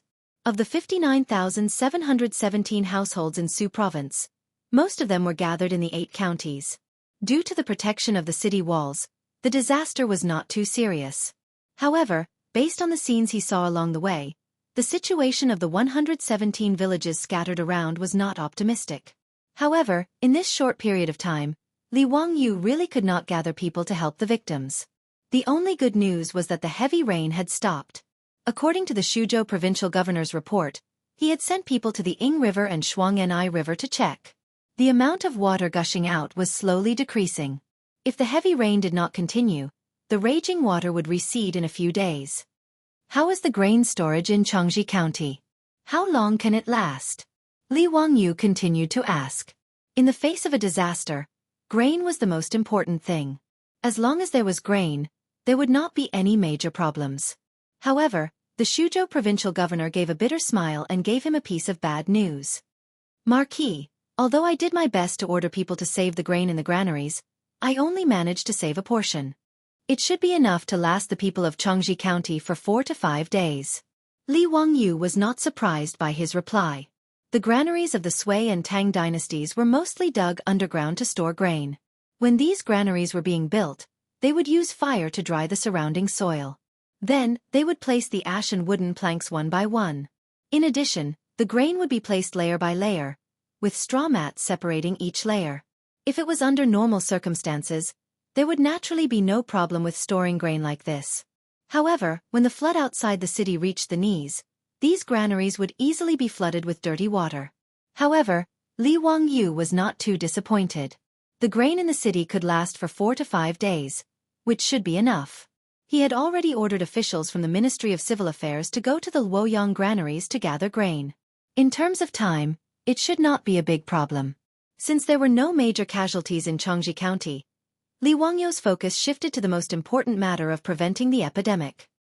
He gave the orders he had given to the fleet before to the Suzhou provincial governor, the other officials, instructing them to do as they were told. In addition, he quickly sent people to the other counties besieged by the flood to pass on his orders. If any of the county officials failed to carry out his orders, then don't blame him, the Henan circuit governor, for settling accounts and stripping them of their official robes. After the Suzhou provincial governor and the other officials heard Li Wangyou's orders, they were all dumbfounded. This Marquis of Wuxia did not make use of the time to provide disaster relief. Why did he care about these sentimental things? What about forbidding drinking water, forbidding eating unclean food, forbidding urinating and defecating, forbidding spitting? What was the use of these things? Why didn't they hurry to gather the food and the soldiers of the various Zhejiang mansions in Hunan province? What was the meaning of all these messy things? Everyone cursed in their hearts, but they did not dare to refute him. They could only agree. As for whether or not they would carry out this order, only the heavens knew. Chapter 833. After Li Wangyou finished giving instructions on how to fight the epidemic, he suddenly slapped his forehead. Only then did he remember that he had forgotten two very important things. Lime. Alcohol. After the flood, mosquitoes and viruses would inevitably breed, and a large amount of disinfectant materials would be needed. Lime and alcohol were the best disinfectants. However, these two materials were far away in Chang'an City. The lime mine that he and Chang Yaojin worked together with the other dukes had already started to produce limitless lime, making the dukes' houses very rich. The alcohol needed to be refined in the wine workshop in the Qinling Mountains with high alcohol content. Li Wangyou hurriedly ran back to the cabin and hurriedly wrote a memorial for Pai Lupi, as well as a letter for his beautiful superior. He gave it to Niu Wu and asked him to immediately arrange a fast boat to chase after Su Chongqing's boat. If everything went smoothly, these materials would be transported from Chang'an to Su province in 10 days. After arranging these matters, Li Wangyou also asked the Su province provincial governor to immediately arrange boats to search and rescue the people who were trapped by the flood. Most of the 500 imperial guards were also sent out by Li Wangyou to search for survivors. Let's go, we will also go to Changji County to see the situation, Li Wangyou said as he ordered people to prepare boats. The Su province provincial governor and a group of Su province officials hurriedly dissuaded him. Marquis, at this time the flood has not receded, and the situation in Changji County is not very optimistic. Marquis, why don't you wait on the big boat? It won't be too late to enter the city after the flood recedes. Enough. Don't say any more. I am now the Hunan province governor. How can I sit by and do nothing to the people in Changji County? If I don't personally see the situation in Changji County, when His Majesty asks, how can I answer? Should I tell His Majesty that I was afraid of an accident and did not enter Changji County? Li Wangyou's words made it difficult for the Su province officials to continue persuading him. They could only obediently board the small boat again. Cheng Chumo and the other silk pants naturally had to go with them to Changji County. In addition to Niu Wu and Lai Hot's troops, as well as the imperial guards protecting them, they rowed 4 or 5 small boats and headed for Changji County. Because the city gate of Changji County had long been blocked with sandbags and mud, when the small boat reached the city wall, it could only let the government soldiers and bailiffs on the city wall drop down ropes and hanging baskets to bring Li Wangyou and his group up to the city wall. The city walls of Changji County were originally about 6 to 7 meters high, but at this time, nearly half of them were flooded. Li Wangyou estimated that the depth of the water was at least 3 meters. Changji County was the administrative area of Suzhou, and its city walls were considered the highest. As for the other counties that were surrounded by the flood, according to the Suzhou provincial governor, the height of the city walls was no more than 5 to 6 meters. They were only able to block the flood. If the torrential rain continued for a few more days, it was likely that even the city walls of those cities would be destroyed. The city walls of these counties of the Tang Dynasty, including Chang'an City, were mostly made of rammed earth, and the outer layer was covered with green bricks. The city walls of Changji County were temporarily isolated from the flood and protected the tens of thousands of people in the city. However, there was also a great danger. If the city walls made of rammed earth were soaked in water for a long time, they would easily collapse. If the city walls of Changji County collapsed, then the tens of thousands of people in the city would have nowhere to run. Fortunately, the torrential rain had stopped. According to the observation of the Suzhou officials, the flood outside the city walls had decreased a lot compared to yesterday. Li Wangyou could also see this. The highest mark left by the flood on the city walls of Xianxia County had already receded by 2 to 3 feet compared to the current level of the water. When he got on top of the city walls of Xianxia County, he looked up and saw a scene of devastation. The city was filled with muddy water with all kinds of filthy things floating on it. Of course, this was normal. Back in Chang'an City, it was because of the torrential rain that Li Wangyu couldn't bear it anymore and had the idea of building a public toilet. The situation of Xianxia County was almost the same as that of Chang'an City. Not to mention that there were no public toilets. Most of the people were used to relieving themselves everywhere. If it was in the past, it would be fine. However, when the flood hit, the situation in the city became abnormally bad. The Tang Dynasty was different from later generations. Most of the buildings were one-story wooden houses, and even the provincial governor's mansion was the same. The 1-foot-deep water had already made the people in the city cry, but there was nothing they could do. The officials of Xuzhou accompanied Li Wangyu and his group to patrol around the city walls of Xianxia County. Even Li Wangyu didn't have a better solution for the current situation of Xianxia County. After all, it was impossible to move tens of thousands of people to other places. Before the flood receded, the water in the city couldn't be drained. Now, the only thing he could do was to let these people continue to endure for a while. When they got on top of the city walls of Xianxia County, it was already noon. If it was in the past, the city would be filled with smoke at this time, and every family would be cooking. However, due to the influence of the flood, Li Wangyu could only see a few wisps of smoke rising from the city walls. How is the food of the people now guaranteed? I have already ordered people to count the food in the streets. For the people who have difficulties in life, they will be given a daily quota of corn to maintain their livelihood. As long as the food arranged by the marquis can be transported in 5 or 6 days, there won't be a big problem. Fortunately, the marquis came in time. Otherwise, the consequences would be unimaginable. Li Wangyu nodded.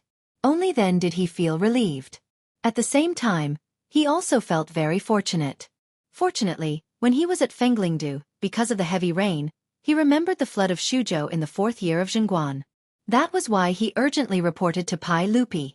He wanted the imperial court to prepare early. He just didn't expect that this disaster relief job, after going around in circles, would fall on his head in the end. But then again, if it was someone else, they might not be able to do better than him. At least in the prevention and treatment of infectious diseases, although Li Wangyu was not a doctor, he knew more than the doctors of this era. He was not a saint, but he was also not a person with a heart of stone. As the saying goes, if you are poor, you should take care of yourself. If you are rich, you should help the world. Now that he was the marquis of the founding county of the Tang Dynasty, he naturally had to do something for this era, for the Tang Dynasty, and for the people of the Tang Dynasty. Brothers, how about we live in Xianxia County today? Li Wangyu turned his head to the playboys and said with a smile. Cheng Chumo laughed and said, "Great! I have never lived in such an environment. Ziyu, you are not afraid, how can I frown?" Of course, Brother Chumo was shot in the stomach by an arrow, but he didn't even frown. Fang Eai joked. Cheng Chumo couldn't help but fly into a rage. He began to chase after Fang Ai with his big iron fist, causing everyone to laugh. When the officials of Xuzhou saw this scene, they couldn't help but be stunned. This marquis, as well as those incomparably honorable dukes, were truly magnanimous. Chapter 834. Li Wangyu and the wastrels wanted to spend the night in Xianxia County, which made it difficult for the officials of Xuzhou. There was no other reason other than there was no place suitable for Li Wangyu and the others. Even the Xuzhou provincial governor's mansion was soaked in dirty water.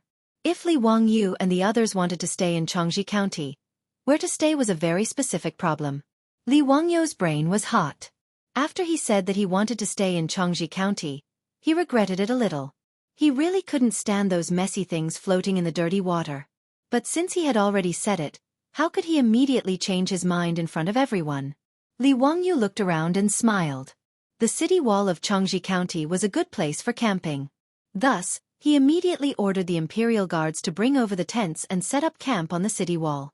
During this period of time, he and the wastrels were prepared to be stationed here and supervise the disaster relief in Xuzhou. Although this action was suspected of putting on a show, Li Wangyu didn't care so much. Although he wanted to help the people, he really didn't have the courage to throw himself into the dirty water and soak himself in it.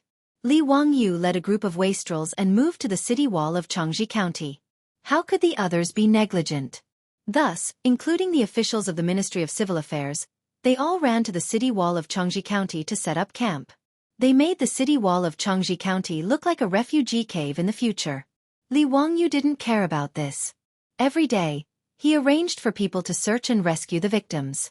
He asked the officials of the Ministry of Civil Affairs to come up with practical disaster relief measures and urged them to transport food. He was also very busy. 5 or 6 days after he arrived in Jianghu County, the flood finally slowly receded. The water in Jianghu County also gradually disappeared. However, after the flood, Jianghu County was in a state of devastation. The streets and alleys were littered with all kinds of filth and garbage. At this time, the weather was clear after the rain. The sun that hadn't been seen for many days also showed its face. However, it made the entire Jianghu County emit an extremely unpleasant smell that made people want to vomit. However, including the officials of Su Province, no one seemed to feel that there was anything wrong with this situation. The commoners turned a blind eye to it and didn't find anything wrong with it. Instead, the citizens of the city took the opportunity of the sun rising and began to take out all the things that had been soaked in water from their homes to bask in the moisture. The originally dirty and messy environment became even more congested. In Li Wangyu's view, the filth piled up in Jianghu County was simply a hotbed for viruses that could erupt at any time. He immediately gave the order for the Suzhou provincial governor and the Jianghu County magistrate to immediately arrange for the bailiffs, soldiers, and civilians to work together with the citizens of the city to begin a thorough cleanup of the city. Everyone found it hard to understand and accept Li Wangyu's order. The flood had just receded and there were many things waiting to be done. Yet, the first thing they wanted to do was to ask the government to lead the people to clean up? In the eyes of the crowd, this was simply a bullshit decision made by the nobleman from Chang, and who did not know the hardships of the people. Marquis, this city is truly filthy. This official feels the same way. However, there are many people affected by the disaster in the city. There are also many houses that have collapsed due to the flood. In addition, the disaster victims outside the city are constantly pouring into Jianghu County. This official thinks that it would be better to postpone the cleanup for the time being. Before the Suzhou provincial governor finished his words, he was directly interrupted by Li Wangyu. No, we must first clean up the city and get all the filth out of the city. We must dig holes and bury them. I have already ordered people to transport lime. When the lime arrives, we must sprinkle lime on the soaked roads and corners. In addition, we must pay attention to killing mosquitoes and flies. This matter is very important and cannot be sloppy. But the Suzhou provincial governor still wanted to persuade him. Li Wangyu waved his hand. No buts. This matter is urgent and must be carried out meticulously. This marquis will let the imperial army patrol around the city. If any house is not cleaned up, then the owner will be punished. If the streets in the city are not cleaned up, then the Jianghu County magistrate will take off his official robes and get lost. This matter is not negotiable. Also, what I said before, forbidding drinking unclean water, forbidding eating unclean food, forbidding urinating and defecating, and forbidding spitting, must be carried out. If you can't do it, then don't blame this marquis for holding you accountable. Li Wangyu's words had already reached this point. No matter how much the Suzhou provincial governor grumbled in his heart and criticized Li Wangyu in his heart, he could only obediently nod his head and arrange for people to carry out the orders. Following the Suzhou provincial governor's mansion's order, Jianghu County immediately became restless. The county government's bailiffs, scribes, and strong people all went to the streets, beating gongs and drums to call the people out to clean the streets and carry the garbage. For a time, the people of Jianghu County were full of complaints. In the eyes of the people, Li Wangyu's order was purely a matter of eating and having nothing to do. Even in Jianghu County, the people on the streets secretly called Li Wangyu, the Marquis of Hu County, Dirty Marquis, to express their dissatisfaction. These words naturally reached Li Wangyu's ears, but he only smiled and ignored them. In truth, the wastrels did not understand Li Wangyu's decision. Zio, why are you making the people clean the streets now? You're provoking all these unreasonable curses. Cheng Chumo directly asked. Li Wangyu bitterly smiled and explained, Brothers, you don't know. The so-called, after a great disaster, there will be a great epidemic, is actually caused by these filthy things. How is that possible? The wastrels looked at each other in dismay. None of them could understand Li Wangyu's words.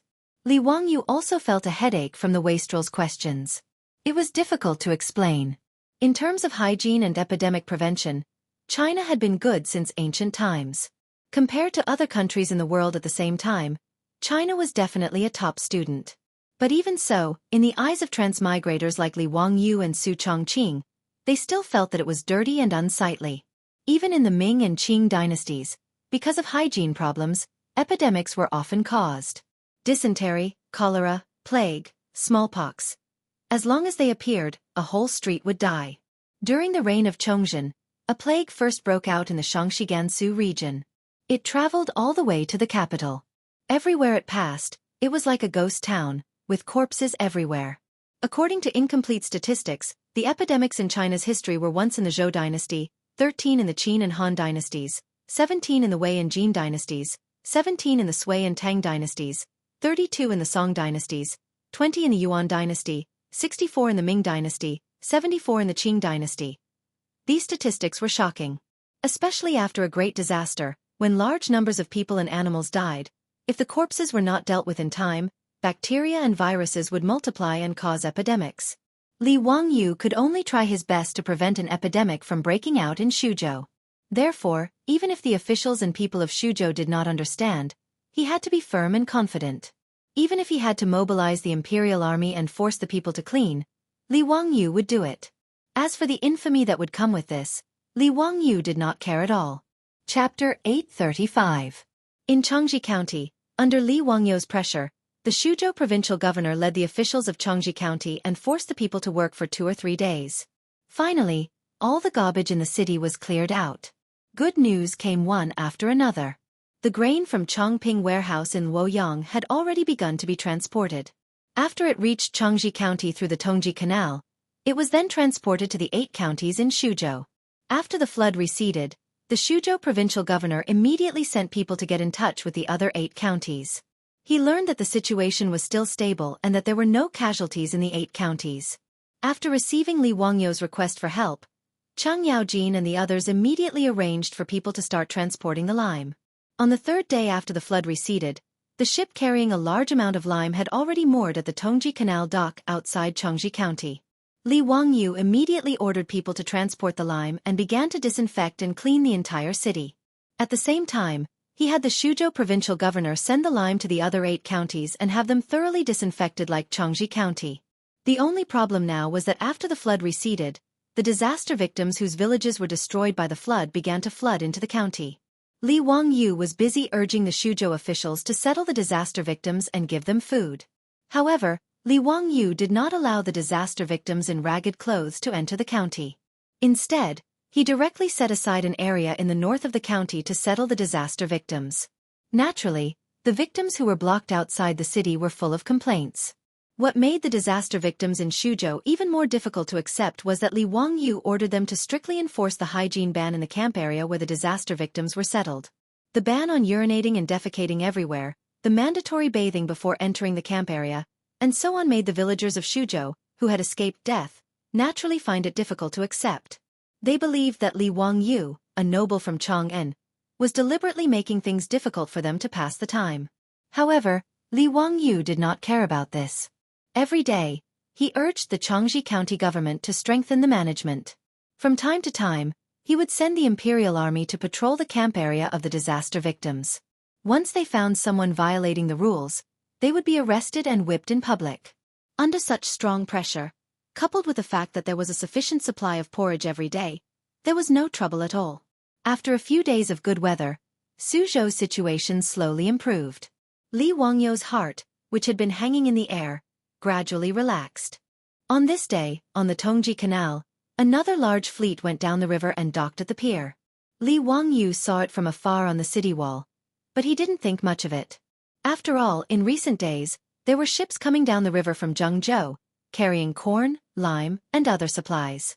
But when he saw the people disembarking from the ship, he hurriedly ran down the city walls and called Cheng Chumo and the others, as well as the governor of Xuzhou. A large group of people hurriedly rushed to the docks.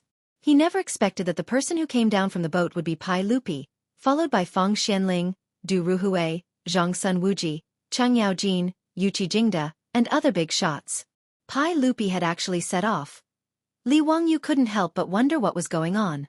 The flood in Xuzhou was not particularly serious. He had already sent a memorial to Chang En, explaining the situation in Xuzhou. The flood came quickly and left quickly. In the past few days, the officials in Xuzhou had roughly calculated the disaster situation. This year, Xuzhou's grain harvest was definitely poor. 80 to 90% of the farmland had been destroyed by the flood. Of the 117 villages in Xuzhou, 70 to 80 had been destroyed by the flood. The number of casualties was still being calculated. Roughly several thousand people had died, which could be considered a blessing in disguise. For Xuzhou, which had a population of several hundred thousand, although the loss was great, it had already begun to recover. As long as the imperial court could reduce the rent in Xuzhou this year and provide relief corn for the disaster victims to get through the famine, Xuzhou might be able to recover next year. As for the epidemic that Li Wangyu was most worried about, at least for now, there was no bad news. Judging from the situation in Jianghu County, as long as the other counties strictly followed his orders, the epidemic would not break out. After all, in ancient times, epidemics broke out after major disasters mainly because they did not pay attention to hygiene and epidemic prevention. Therefore, even if the people did not understand, and even if Li Wangyu had to bear a lot of infamy, he still persisted and forcefully ordered Jianghu County to be disinfected. After the flood, Jianghu County was safe and sound. This was all thanks to him. Unfortunately, no one knew about this contribution, and instead, many people complained about it. Regarding this, Li Wangyu could only let the people do as they wished. In short, he had a clear conscience. Under these circumstances, Pai Lupi suddenly led a group of officials to Xuzhou without any news. What was the meaning of this? Li Wangyu could not understand, but he could only lead everyone to welcome the emperor. Li Wangyu greets your majesty. Why did your majesty suddenly come to Xuzhou? Did something happen? No need for formalities, Zio. This time, I came to Xuzhou to take a look.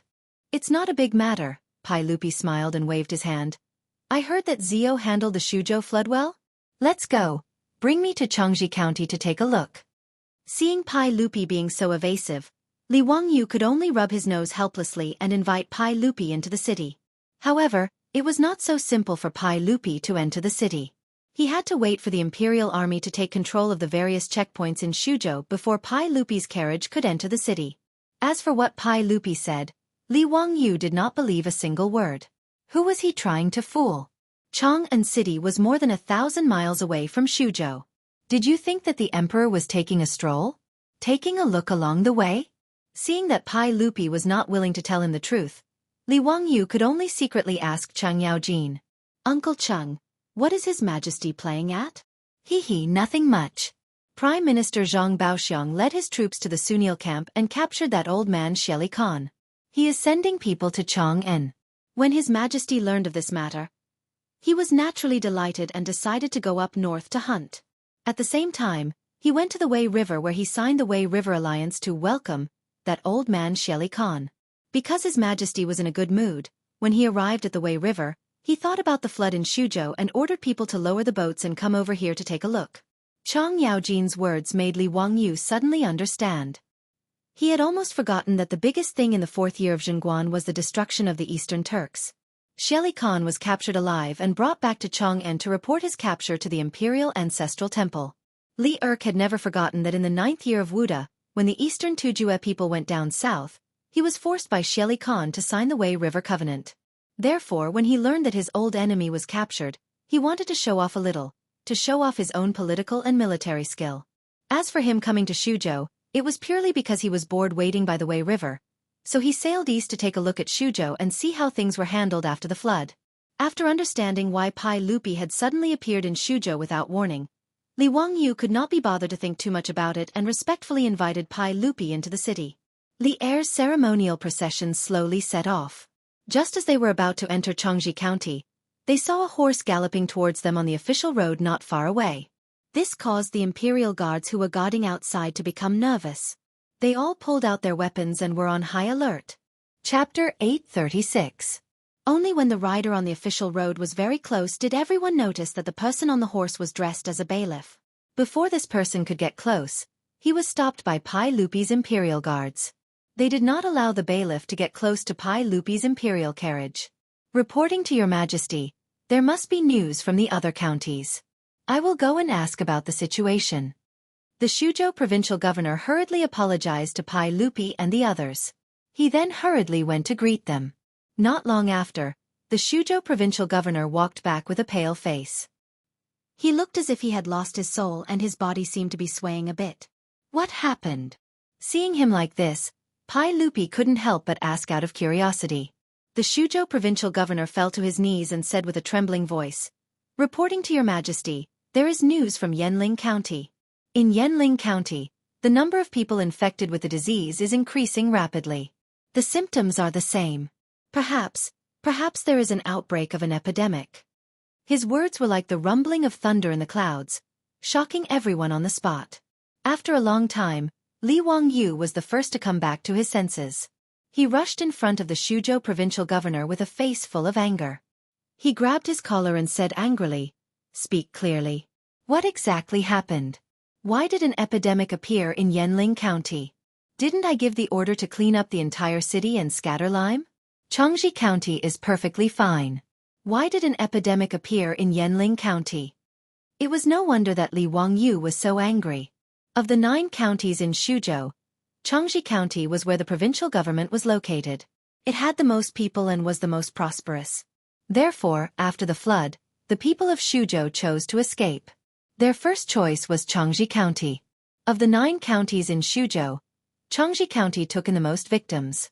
It was almost as many as the other 8 counties combined. As a result, Li Wangyu had always been stationed in Changji County. He focused on regulating and preventing the outbreak of an epidemic. As for the other 8 counties in Xuzhou, Li Wangyu could not reach them. They could only be managed by the Xuzhou provincial governor's manor. However, Li Wangyu also repeatedly ordered that the other 8 counties must follow Changji County's example and must not disobey.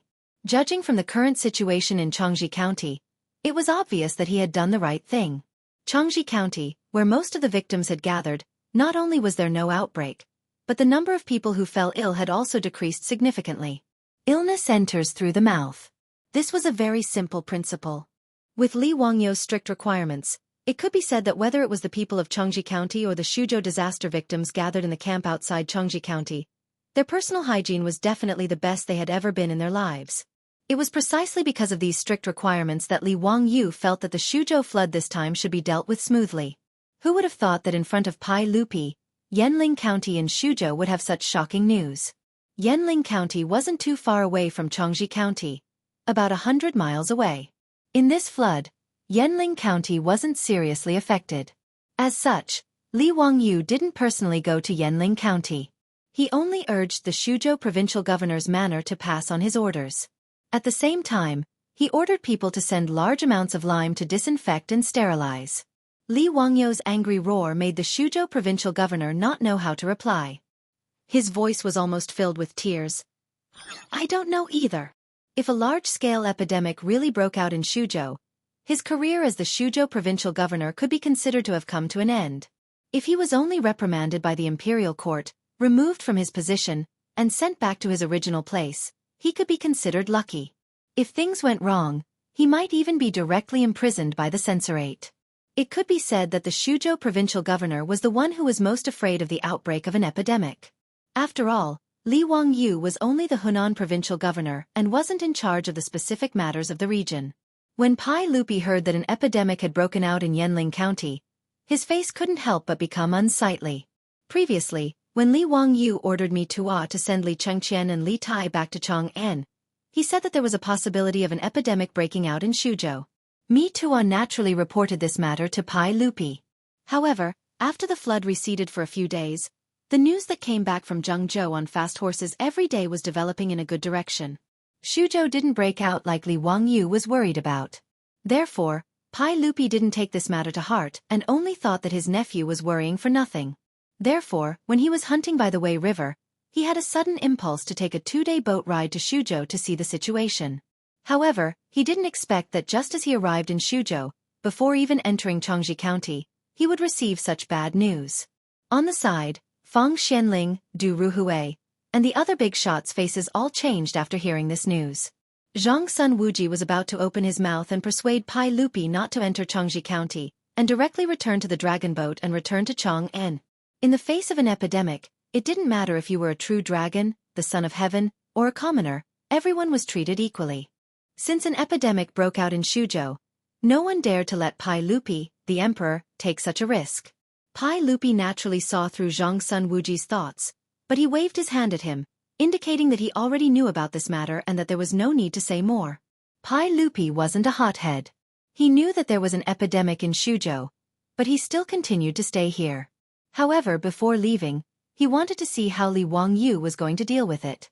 Li Wangyu glared angrily at the Shuzhou provincial governor who was paralyzed on the ground and ordered someone to bring the Yanling County Yamen runner who came to report the news. However, he didn't let the Yamen runner come close and only let him speak from a distance of about 10 steps. After all, if it really was an epidemic, who knew if the Yamen runner didn't carry the virus? When there were no protective measures, keeping a distance was the safest thing to do. What's the situation in Yanling County now? Tell me the truth. Although the Yamen runner didn't know who the people in front of him were, looking at the shiny armor and the imperial guards who were staring at him, he knew that they were nobles that he couldn't afford to offend. Facing Li Wangyu's question, he hurriedly knelt down and didn't even dare to raise his head as he replied loudly. In the county, there were people who got sick and couldn't get out of bed a few days ago. We found a doctor, but he couldn't find anything. Originally, we thought that it was just a cold from the flood, but we didn't expect that there were more and more people who got sick in the various villages. Only then did the Ming house panic and order someone to report to Changji County. Li Wangyu asked, "Let me ask you, after the flood retreated, did your Yanling County implement my orders?" When the Yamen runner heard that, he hesitated slightly before replying, "The Ming house also told us to spread the orders from the provincial governor's manor. But there were many complaints, so what?" Li Wangyu roared. So the Ming house had no choice but to follow the people in the city. The more the Yamen runner spoke, the lower his head and the softer his voice. Hearing him say that, Li Wangyu gritted his teeth so hard that they almost broke. The Yanling County magistrate was a bastard. If he was in front of him, Li Wangyu would definitely get someone to grab him and whip him to vent his anger. How could Li Wangyu not be enraged by the fact that the ban he had previously issued was nothing but a piece of useless paper in Yanling County? Chapter 837. The conversation between Li Wangyu, the Shuzhou provincial governor, and the Yanling County bailiffs piqued Pai Lupi's curiosity. "Zio, what ban did you put in Shuzhou? Why are the people complaining? What does this have to do with the epidemic in Yanling County?" In response to Pai Lupi's questions, Li Wangyu explained the ban he had put in place after arriving in Shuzhou. However, Pai Lupi and the other leaders all frowned. Pai Lupi finally understood why the people of Yanling County were complaining. Forbidding drinking unboiled water and defecating anywhere was understandable. However, Li Wangyu gave the order to clean up the city immediately after the flood. He also wanted to throw lime everywhere and force the victims to bathe and change their clothes. This was a bit too much. In the eyes of Feng Xianling, Du Ruhui, and the others, the most important thing after the disaster was to appease the victims, distribute food, and count the number of people affected. What was the point of Li Wangyu doing all this? Before anyone could ask for the reason, the Shuzhou provincial governor stepped out. The Shuzhou provincial governor was worried that he would take all the responsibility for the epidemic in Yanling County, so he hurriedly spoke up for Li Wangyu. "Your Majesty, although I do not know the purpose of the ban, I will strictly carry it out. I have repeatedly ordered all the counties in Shuzhou to do the same. The effect of the ban is quite good. Since the flood receded in the past 7 or 8 days, not to mention the epidemic, even small illnesses have rarely appeared in Changji County. Moreover, Changji County is a province, and in these days, it has taken in tens of thousands of disaster victims, far more than Yanling County. From this, it can be seen that the epidemic in Yanling County was caused by the Yanling County magistrate ignoring the ban of the marquis. I want to accuse the Yanling County magistrate of neglecting his duties and not respecting the ban of the marquis and the provincial governor's manor." The Shuzhou provincial governor had actually been silently cursing Li Wangyu's ban on the Shuzhou provincial governor.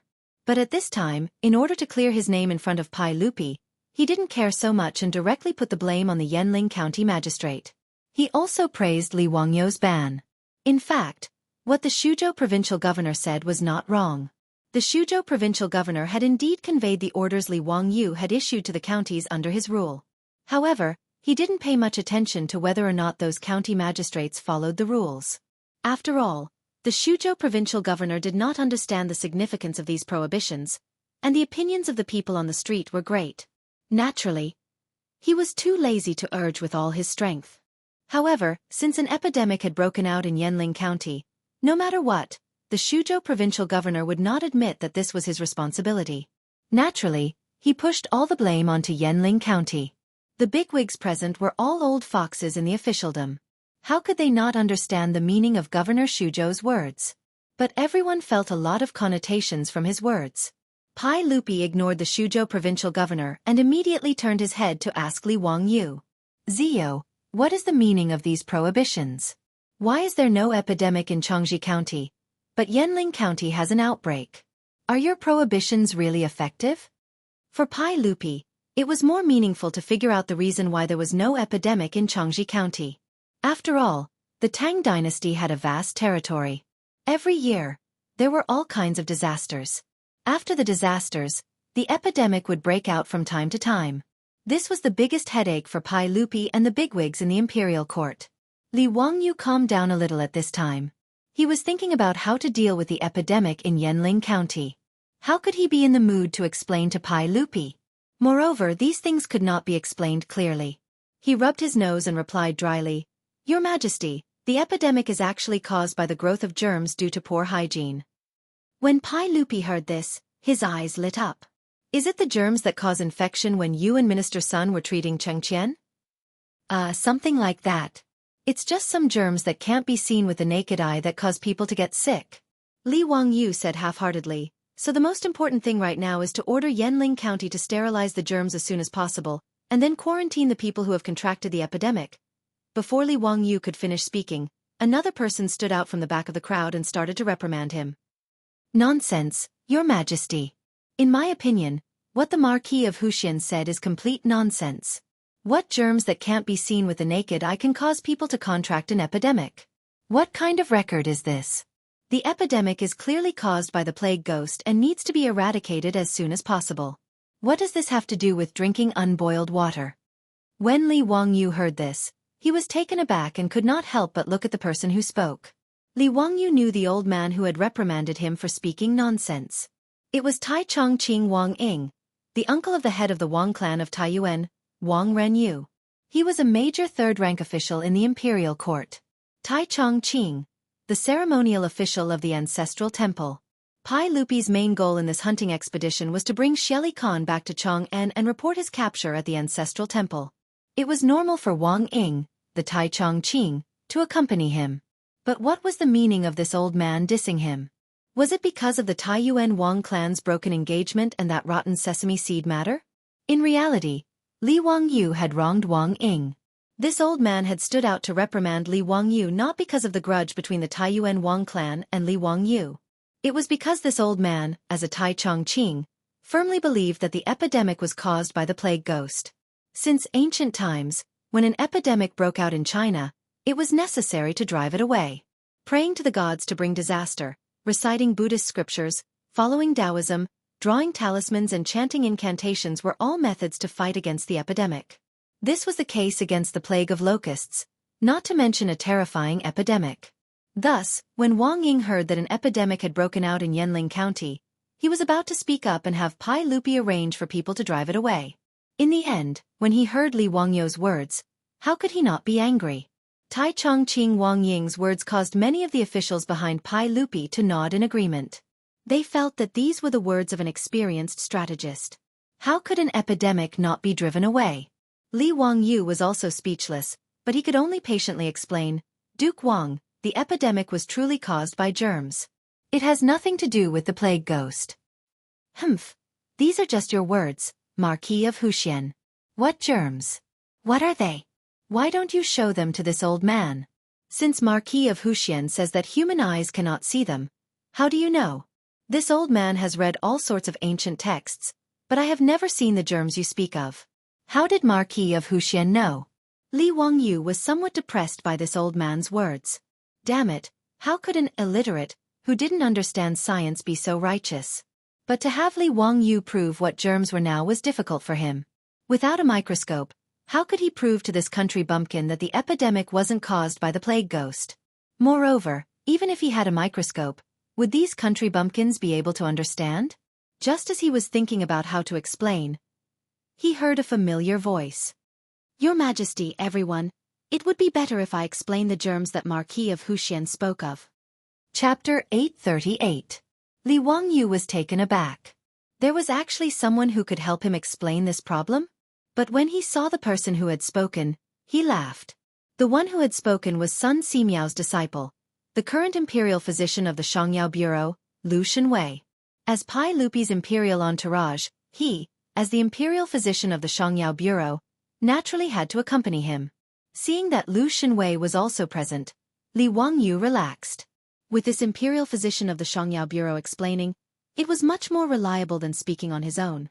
Moreover, ever since he sent the microscope to Sun Simiao Xinfei, Sun Simiao and his disciples were considered the people who understood microbes and viruses the best in the world. It could even be said that they understood microbes and viruses better than him and Su Chongqing. After all, his and Su Chongqing's understanding of viruses was just some general knowledge they had when they were in school in the future. On the other hand, Sun Simiao and his disciples, Lu Shenwei, Zhang Baozong, and the others, after emptying what little stock Li Wangyu had left in his stomach, they were seriously conducting all kinds of experiments and research. Even Li Wangyu did not know to what extent Sun Simiao and his disciples' research on viruses and germs had progressed. Your Majesty, everyone, according to my teacher and my research, we have confirmed the existence of the germs mentioned by the Marquis of Huxian. It is a type of microscopic organism that is so small that it cannot be seen with the naked eye. However, it is the main culprit behind the illness of the human body. Not only did Lu Shenwei's words fail to convince Wang Ying, this imperial physician of the Xianxia Bureau, he became even angrier. He even began to curse. Nonsense! What a load of nonsense! This is simply a bunch of nonsense. What invisible germs? What are they? Who has ever seen them? You're the only one who's saying this. Your Majesty, this subject wishes to impeach Lu Shenwei for misleading the public with his lies. Li Wangyu was dissatisfied. Lu Shenwei was trying to educate these country bumpkins. So what was this old man's attitude? Were you proud of your illiteracy? Lu Shenwei's status was far from Wang Ying's, a third-rank Taichung official. However, Li Wangyu wasn't going to spoil this old man. Be careful with your words, Lord Wang. As the saying goes, what you know is what you know, and what you don't know is what you don't know. If Lord Wang says that no one has seen the germs before, then they don't exist. Then, Lord Wang, please capture one of the plague ghosts for me to see. Otherwise, you're just spouting nonsense. You! Li Wangyu's words made the old man Wang Ying almost unable to breathe. Wang Ying was so angry that he was fuming, but he couldn't do anything to Li Wangyu. He simply turned around and complained to Pai Lupi. Your Majesty, the rites, says that Xianxia has 3 sons who were born and died as plague ghosts. This was written clearly in the ancient books. Yet the Marquis of Huxian and Lu Fengyu are spreading lies to mislead the public, saying something about invisible germs causing people to fall ill and lead to an epidemic. This is clearly nonsense. Your Majesty, please investigate clearly and expel the germs in Yanling County as soon as possible to prevent the epidemic from getting out of hand. Pai Lupi actually agreed with Wang Ying's words. Not only did Pai Lupi agree, but even Feng Xianling, Du Ruhui, and Zhang Sun Wuji, these big shots, didn't think so too? Expel the plague ghosts was a principle that everyone agreed with. However, after experiencing Li Wangyu, Sun Simiao, and Lu Shenwei saving Li Chengqian, Pai Lupi did not doubt his nephew's disinfection and sterilization. Especially after Sun Simiao came up with penicillin, the legendary miracle drug that could kill germs in the body. He really did treat many illnesses. On one side was his nephew, and on the other was Tai Chongqing. This made Pai Lupi somewhat hesitant, not knowing how to choose. Li Wangyu naturally scoffed at Wang Ying's words. Lord Wang's words are nonsense. How is this epidemic different from a normal illness? Naturally, you have to listen to doctors and take medicine. Don't tell me that when Lord Wang is sick, you rely on expel the plague ghosts to treat your illness? You don't look at doctors and refuse to take medicine? In Li Wangyu's opinion, an epidemic wasn't scary. What was scary was people like Wang Ying, who vainly tried to rely on God and Buddha to cure the disease. That was disregarding human life. These are two completely different things. How can you mix them together? An epidemic is an epidemic. What does it have to do with whether I look at doctors or not? The epidemic was caused by the plague ghosts. There's no doubt about this. Even if Marquis Huxian says something different, it's useless. Wang Ying stubbornly insisted that the epidemic was caused by the plague ghosts. Li Wangyu was so angry that he almost wanted to roll up his sleeves and have a real-life PK with him. Lord Wang, you're disregarding human life. When an epidemic breaks out, the patients must first be isolated, then disinfected and sterilized. Only then can doctors administer medicine. Otherwise, relying on exorcism to drive away the plague ghosts and save the people is purely a dream. Humph, ignorant child, this old man won't argue with you. Bah, you shameless old thing. You're really an old man who doesn't die as a thief. You shameless villain. You're stupid and ignorant. You don't know shit, yet you dare to criticize me. I'm the Hunan Dao's censorate envoy. Who do you think you are? Li Wangyu and Wang Ying began to curse at each other over how to deal with the epidemic in Yanling County. Pai Lupi felt a headache coming on as he listened. On the other hand, Chang Yaojin, Yuqi Jingda, and the other old fellows were beaming with joy. They only hated that they weren't quarreling enough. It would be more satisfying if they started fighting. Enough. One of you is a Taichung minister, the other is the founding county marquis, the Hunan Dao's censorate envoy. Quarreling like shrews in the marketplace. Where's the sense of propriety? Pai Lupi's face alternated between green and white when he heard the two quarrel. He was clearly quite angry. Seeing that Pai Lupi was angry, Li Wangyu and Wang Ying shut their mouths at the same time and stopped quarreling. Enough! The most important thing right now is to quickly resolve the epidemic in Yanling County. Whether it's disinfecting or disinfecting, just do it. Pai Lupi had a headache and could only try to smooth things over. Li Wangyu refused to relent. Your Majesty, the matter of disinfecting must not be done. This epidemic must be isolated, disinfected, and treated as soon as possible. Doing disinfecting will only cause people to gather. Not only will it not cure the disease, it will also make it easier for infected people to pass the disease to healthy people. Wang Ying was about to start spitting again but was blocked by Li Wangyu's words. Your Majesty, I dare to make a military pledge. If you do as I say, within a month, you will definitely be able to control the epidemic in Yanling County.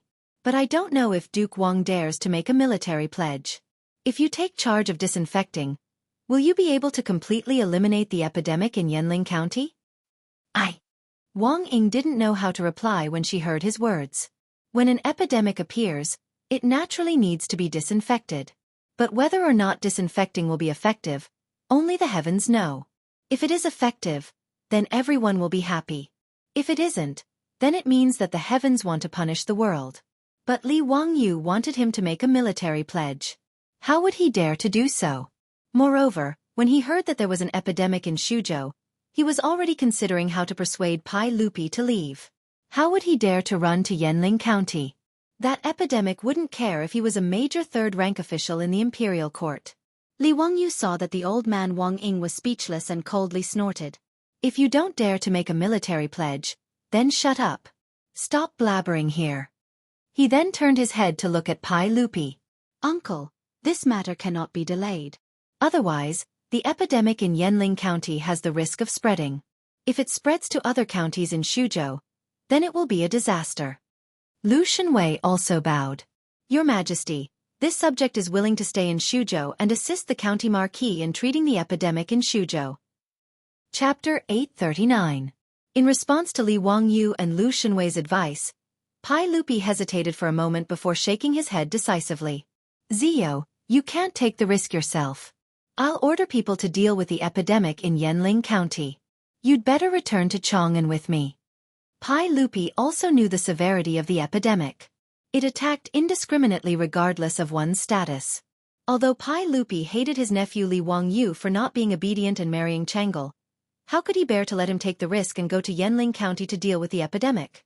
Li Wangyu shook his head stubbornly. Your Majesty, I'm afraid this is not appropriate. The epidemic in Yanling County must be dealt with as soon as possible. It's not that I want to show off. It's just that no one in the Tang dynasty knows better than me how to deal with the epidemic. He smiled and pointed at Wang Ying, saying mockingly, Your Majesty, you don't really expect Lord Wang to go to Yanling County and do something to stop the epidemic, do you? His words naturally infuriated Wang Ying so much that he almost fainted from anger. However, the old man gritted his teeth and endured it. Compared to going to Yanling County, being mocked by Li Wangyu was nothing. Although he had always said that the only way to deal with the epidemic was to drive away the epidemic ghosts, Wang Ying did not have the courage to go to Yanling County himself. Wang Ying did not speak. Li Wangyu did not bother to continue mocking this ignorant old man. He just continued, Your Majesty, I'm confident that I can eliminate the epidemic in Shuzhou. Your Majesty, please don't mention letting me return to Chang'an anymore. Li Wangyu's insistence on staying wasn't because of his fearless spirit, but because the Tang of this era were truly worrisome in their methods of dealing with the epidemic.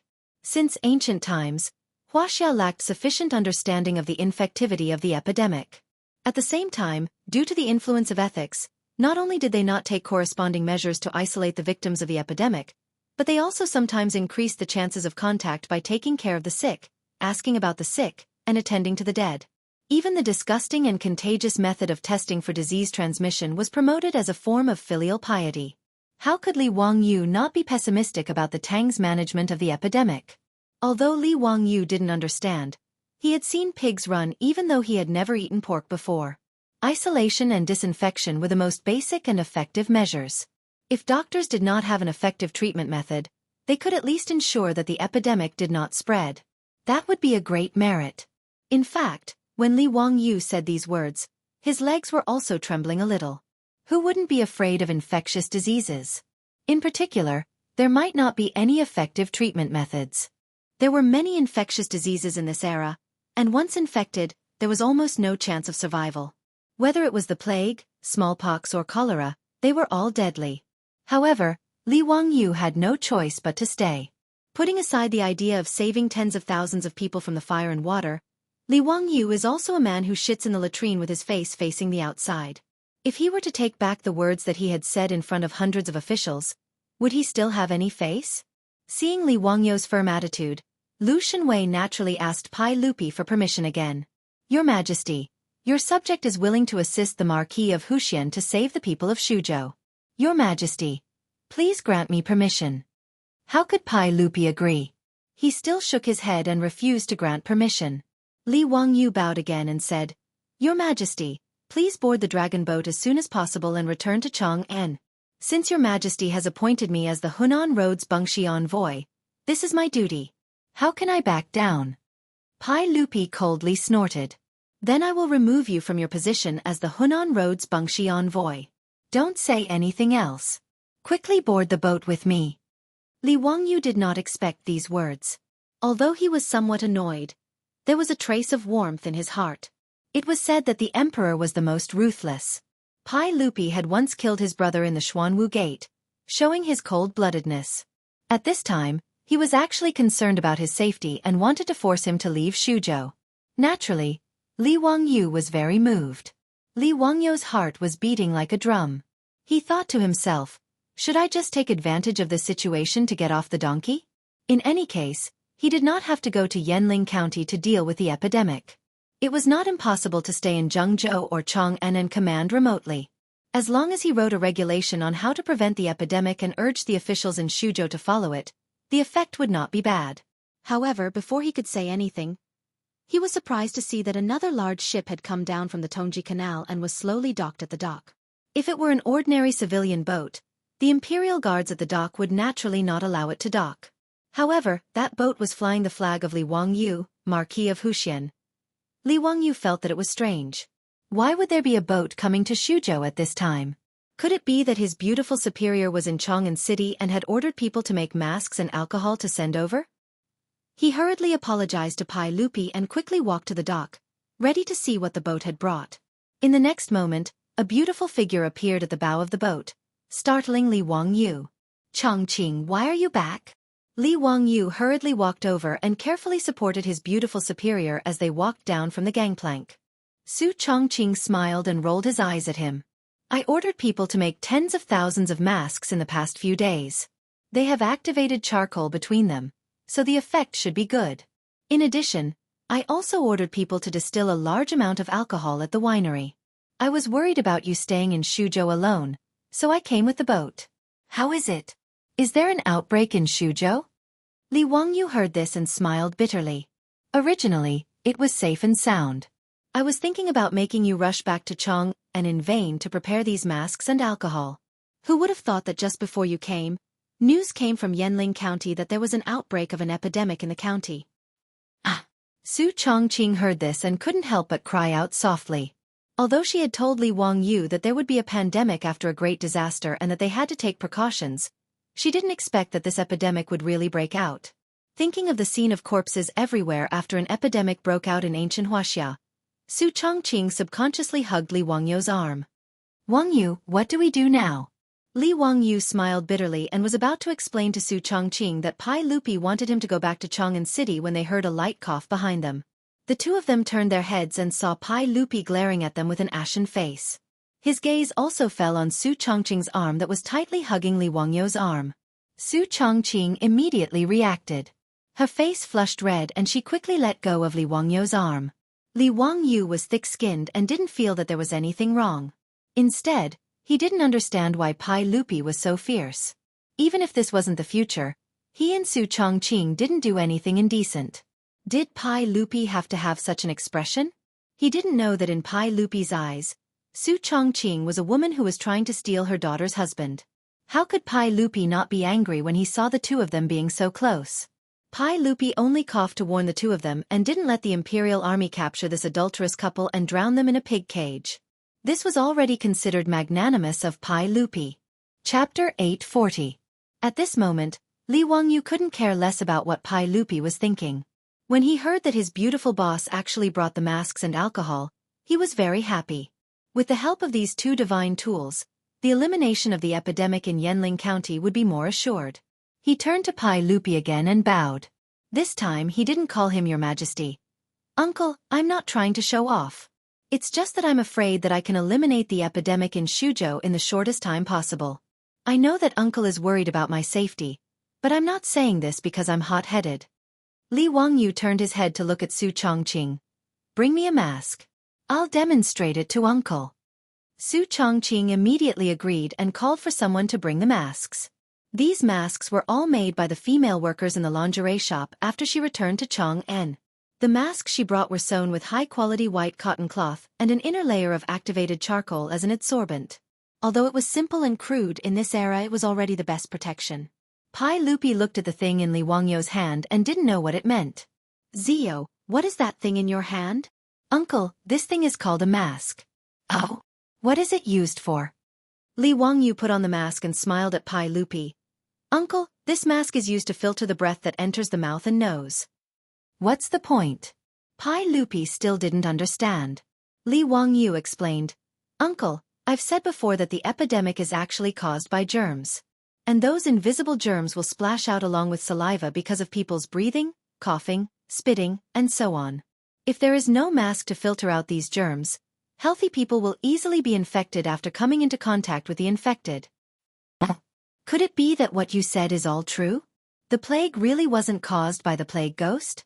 Pai Lupi was skeptical. Li Wangyu shrugged his shoulders and said, Of course not. I can't prove it to you now. When you return to Chang'an, you can summon old immortal Sun to the palace and let him bring the microscope to the palace. Then you can see it. Pai Lupi was still a little hesitant. After all, what Li Wangyu said completely overturned his previous understanding. It was not Pai Lupi's fault. After all, before the invention of the microscope, no one knew about the existence of microbes. Li Wangyu had invented a microscope, but he hadn't shown it to Pai Lupi, so it was normal that he didn't know about it. When Li Wangyu saw Pai Lupi hesitating, he felt helpless. He only hated Lu Shenwei for not bringing the microscope to Suzhou. However, when he turned his head and saw Cheng Chumo and the other fops, he remembered that the fops often went to Dingzhou village. They were also frequent visitors. Others might not have seen microscopes before, but this group of rich kids had seen them before. Not only had they seen it, but they had also played with it. When these bastards were in the microscope, they almost fought over the right to view the microscope. The old Taoist Sun Simiao was so angry that he almost went berserk. Only then did the fops calm down. Uncle, if you don't believe in the existence of germs, you can call Chang Chumo and the others over. They were in old immortal Sun's microscope and saw the existence of germs with their own eyes. Pai Lupi immediately reached out and called the fops in front of him. After a series of questions, the answers he received were the same as what Li Wangyu and Lu Xinwei had said. Now Pai Lupi was somewhat convinced that the plague was caused by germs. He reached out and asked Li Wangyu for a mask. He imitated him and put it on his face. Wearing a mask for the first time made Pai Lupi feel that it was a novelty. Zio, what kind of mask is this? Can it really prevent the spread of the plague? Yes, uncle. Although it can't completely eliminate the plague, it can reduce the spread of the plague to the greatest extent. Li Wangyu's words finally made Pai Lupi nod his head in agreement. Well, in that case, I will leave Shuzhou to you to deal with. I only have one request. Go back to Chang'an safely. Don't forget that Chang'an is still waiting for you. Hearing Pai Lupi mention Chang'an again, Li Wangyu suddenly didn't want to talk to him anymore. Damn, his heart was so tired. Uncle, please board the ship as soon as possible. Leave the matter of Shuzhou to me. Li Wangyu now only wanted Pai Lupi to leave as soon as possible. He didn't want to see this middle-aged man again. He turned his head and said to Su Chongqing, Chongqing, you also go back to Chang'an with His Majesty. Don't worry, with the mask and alcohol you sent, I will take good care of myself. Su Chongqing shook her head. No, I want to stay. You asked me to go back to Chang'an before to prepare the mask and alcohol. What is it for now? If you can stay, so can I. Li Wangyu was not willing to let her take risks. He shook his head and refused to agree. I don't care. In short, I have to stay. Pai Lupi was a little surprised. There was an outbreak of the plague in Shuzhou. Everyone wanted to avoid it. These two people were interesting. They actually wanted to stay. He appreciated Su Chongqing's courage very much. Although as a father, he was very unhappy about Su Chongqing's behavior of snatching his daughter's husband. He didn't say anything. In the end, Li Wangyu still couldn't win against Su Chongqing. Pai Lupi's dragon boat slowly sailed away from the dock in Changji County, heading north against the current and returning home. Li Wangyu stood on the dock and watched the dragon boat leave. After a while, he rubbed his face hard. Now was not the time to be in a daze. There were many things waiting for him to do. He turned to the governor of Su Province and ordered the group of officials. Immediately order Captain Ji of Su Province's Zhichong Mansion to gather the mansion soldiers and surround Yanling County. No one is allowed to leave. Before Pai Lupi left, he generously gave Li Wangyu the authority to command Shuzhou's military power. Su Prefecture was central prefecture. Zhichong Prefecture had 1,000 prefecture soldiers, 1 Zhichong commandant, 1 Zhichong commandant, 1 left, and Guai commandants. In addition to the 500 imperial guards that Li Chengqian and Li Tai left behind for Li Wangyu had 1,500 soldiers in his hands. These mansion soldiers and imperial guards were first deployed by Li Wangyu to the periphery of Yanling County, sealing off the entire city and preventing people from entering or leaving. Sealing the city was a choice that had no other choice.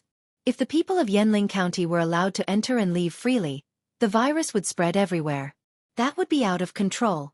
Taking 10,000 steps back, if the virus really couldn't be cured, then Li Wangyu could only harden his heart and sacrifice the people of a city to save the people of a province or even a road. At this time, he couldn't be soft-hearted. Li Wangyu's order made the Shuzhou officials hesitate slightly. Marquis, if we seal off Yanling County and prohibit people from entering or leaving, I'm afraid there will be a revolt, the Shuzhou governor said with a bitter face. The Yanling County magistrate was tactful about the outbreak of the virus and didn't dare to make it public. He just hurriedly sent people to Changji County to ask for help. However, the people on the streets weren't fools. This kind of thing couldn't be hidden for long. If the people discovered the virus, they would definitely panic. If they sent the mansion soldiers to seal off the city at this time, wouldn't the people panic even more? Li Wangyu shook his head. There's no need to say more. Pass down the order. If anyone dares to cross the line, kill them without mercy. Chapter 841. Yanling County was only 70 to 80 li away from Changji County, and could be reached in 2 hours. Yanling County was just a lower county with less than 1,000 households. Based on the average of 5 people per household in the Tang Dynasty, there were only 4 to 5,000 people. However, after the flood, many refugees came to Yanling County. Originally, most of the disaster victims had gone to Xianxia County, but because of the strict hygiene ban Li Wangyu had implemented in Xianxia County, many of the disaster victims found it too troublesome. As a result, they all dragged their families and would rather travel several dozen li to Yanling County to find a bite to eat than stay in Xianxia County and be controlled by others. Thus, in the small Yanling County, there were tens of thousands of refugees, more than the people in the original county. As for the county magistrate of Yanling County, he did not follow Li Wangyu's example and place the disaster victims outside the city. Instead, he opened the city gates and allowed the disaster victims to enter the county city and distribute food inside the city. Because there were too many refugees, the county magistrate of Yanling County cancelled the curfew and allowed the refugees to set up camp on the streets of the county. Regarding this, the county magistrate of Yanling County was very proud and felt that he was implementing a benevolent government. As for the hygiene ban from the Xianxia provincial governor's manor, the county magistrate of Yanling County scoffed and only ordered the bailiffs to spread the ban. As for whether the people were willing to follow it, he was too lazy to ask. It was already the beginning of summer and the weather was getting hotter. There were tens of thousands of people in the small Yanling County. There were no public toilets in the city, so one could imagine the sanitary conditions. All kinds of filth could be seen on the streets. The garbage after the flood had not been cleared out and new garbage was added. Rats were running everywhere and mosquitoes were flying everywhere. It was a disgusting sight. Even in such an environment, the county magistrate of Yanling County was still very proud. He felt that taking in so many refugees without causing any trouble was a great achievement. When he arrived at the city, there were reports that there were people with fever, coughing, and even coughing up blood. It was the same for the refugees gathered on the streets of the city. Facing such a situation, the county magistrate of Yanling County panicked and the word epidemic jumped out in his mind. The county magistrate panicked and hurriedly sealed off the news. At the same time, he ordered the bailiffs to get on their horses and immediately report to Xianxia County. However, the county magistrate of Yanling County did not expect that a few hours after he sent the bailiff to Xianxia County to report the news, it was not the doctor sent by Xianxia County, but hundreds of government soldiers. These soldiers did not enter the city. Instead, some of them surrounded the 4 city gates of the county. When the Yanling County magistrate received the report from his subordinate, he hurriedly put on his official robe and went out to welcome them.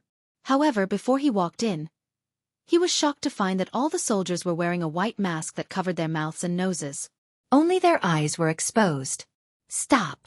Stay there and don't come over." Before the Yanling County magistrate could get close, he was stopped by the soldiers. At the same time, the soldiers raised their weapons and pointed them at the Yanling County magistrate and the officers behind him. "What are you doing?" "I am the county magistrate of Yanling County. Why are you blocking the city gate?" The Yanling County magistrate could not help but be enraged. He pointed at the soldiers and scolded them. A Gua-yi field officer walked out from the soldiers. He also wore a white mask that covered his mouth and nose. "I am the right Gua-yi field officer of Zhejiang residence in Su province. I am under the orders of the founding Marquis of Hu County and the Zhe envoy of Hunan province to seal off the entire Yanling County. No one is allowed to enter Yanling County without permission. Violators will be killed without mercy." Gua-yi field officer's words naturally caused an uproar among the officers and bailiffs of Yanling County. "What? Why are they sealing off the county? What is the reason? Why are we not allowed to enter the county? Ming House, what is going on? Why are the soldiers sealing off the county for no reason? What is going on?" At the city gate, the commoners who were watching the commotion started to clamor when they saw this scene. Many people crowded around and walked out of the city. As more and more people gathered, the soldiers who were in charge of sealing off the city gate started to hesitate. "Field officer, what do we do now?" Gua-yi field officer gritted his teeth and ordered fiercely, "If anyone disobeys the order and tries to force their way out of the city, kill them." "Yes, sir." With Gua-yi field officer's order, the soldiers raised their weapons again and pointed them at the officers and commoners of Yanling County. The soldiers might not know about the epidemic in Yanling County, but field officers Gua-yi and Zhejiang knew about it. When Li Wangyu ordered the soldiers to seal off Yanling County, he summoned the 3 of them and told them about the epidemic in Yanling County. When they heard that he wanted them to go to the epidemic area, Even Zhicheng felt nervous. Who wouldn't be afraid of the epidemic? If they accidentally contracted it, the epidemic wouldn't care if they were the emperor or commoner.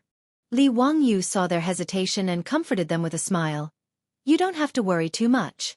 You just need to guard the city gate and prevent anyone from entering or leaving. That will be a great achievement. I won't let you go like this. Do you see this thing on me? It's called a mask and is used to isolate the epidemic. Wear it and you won't have to worry about being infected. In response to Li Wangyu's words, Commandant Zhicheng and Commandant Gui looked at each other. Although they didn't say anything, their eyes revealed that they didn't believe that the small white thing in Li Wangyu's hand could isolate the disease. Seeing that the three of them didn't believe him, Li Wangyu rolled his eyes and said, Haven't you heard of my abilities? Field Officer Zhicheng and the others looked at each other again and nodded. Of course we've heard of your many abilities. Even though we're in Shuzhou, we've heard of your great abilities. To tell you the truth, this mask isn't an ordinary thing. It's a treasure I made with my immortal powers. Wear it and you'll be immune to all poisons. Li Wangyu's words were a complete lie, but in order to let the soldiers of Shuzhou's Zhicheng Manor lock down Yanling County without worry, he could only use this plan. Field Officer Zhicheng and Field Officer Gui Field Officer were somewhat skeptical of his words. Shuzhou wasn't too far from Chang'an and they had naturally heard of what happened in Chang'an. They had also heard of the Marquis's abilities. In Chang'an, many people worshipped Li Wangyu as a living immortal. When these rumors spread to Shuzhou, they were naturally exaggerated. However, there was a difference between hearsay and reality. Moreover, the three of them couldn't help but be afraid of the epidemic. Seeing that they were still hesitating, Li Wangyu rolled his eyes and came up with an idea. Chapter 842. Li Wangyu ordered his men to light a bonfire. After the bonfire was lit, he ordered his men to throw a large amount of wet wood into the fire. After the wet wood was licked by the fire, it immediately emitted thick smoke. Li Wangyu threw the masks to Captain Zhicheng and the two Gui captains. Put on the masks and stand in the thick smoke to test the effect. He was purely fooling Captain Zhicheng and the others by using the masks with activated charcoal made by their beautiful superior as gas masks. In the medical masks of the future, the filter layer in the middle was a melt spray cloth, which could effectively filter the virus in the air. However, this kind of high-tech product was not something that Li Wangyu and Su Chongqing could make in the Tang Dynasty. As for the masks with activated charcoal, strictly speaking, they were not suitable for medical protection. They were used to absorb organic gases, odors, and toxic dust.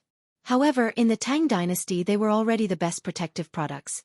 The masks with activated charcoal could effectively absorb carbon monoxide and other harmful gases. Naturally, they could also be used as gas masks. Captain Zhicheng and the two Gui captains doubtfully put on the masks and listened to Li Wangyu's orders and walked into the thick smoke. It had to be said that the masks with activated charcoal were absolutely effective in filtering the smoke. The three of them wore masks and stood in the thick smoke. Although the smoke made it difficult for them to open their eyes, they did not find it difficult to breathe at all. This discovery made the three of them pleasantly surprised. They finally believed what Li Wangyu said before. They were all experienced soldiers, so they naturally knew that it was impossible for people to breathe in this kind of thick smoke.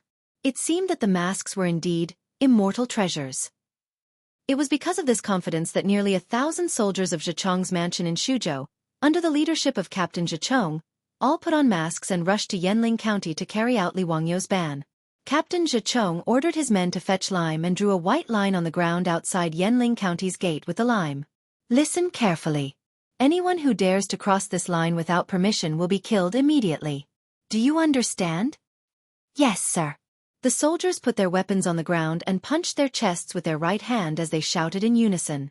This aura immediately forced the officials of Yanling County, as well as the noisy citizens in the city, to subconsciously take a few steps back. However, there were still some people who did not believe it.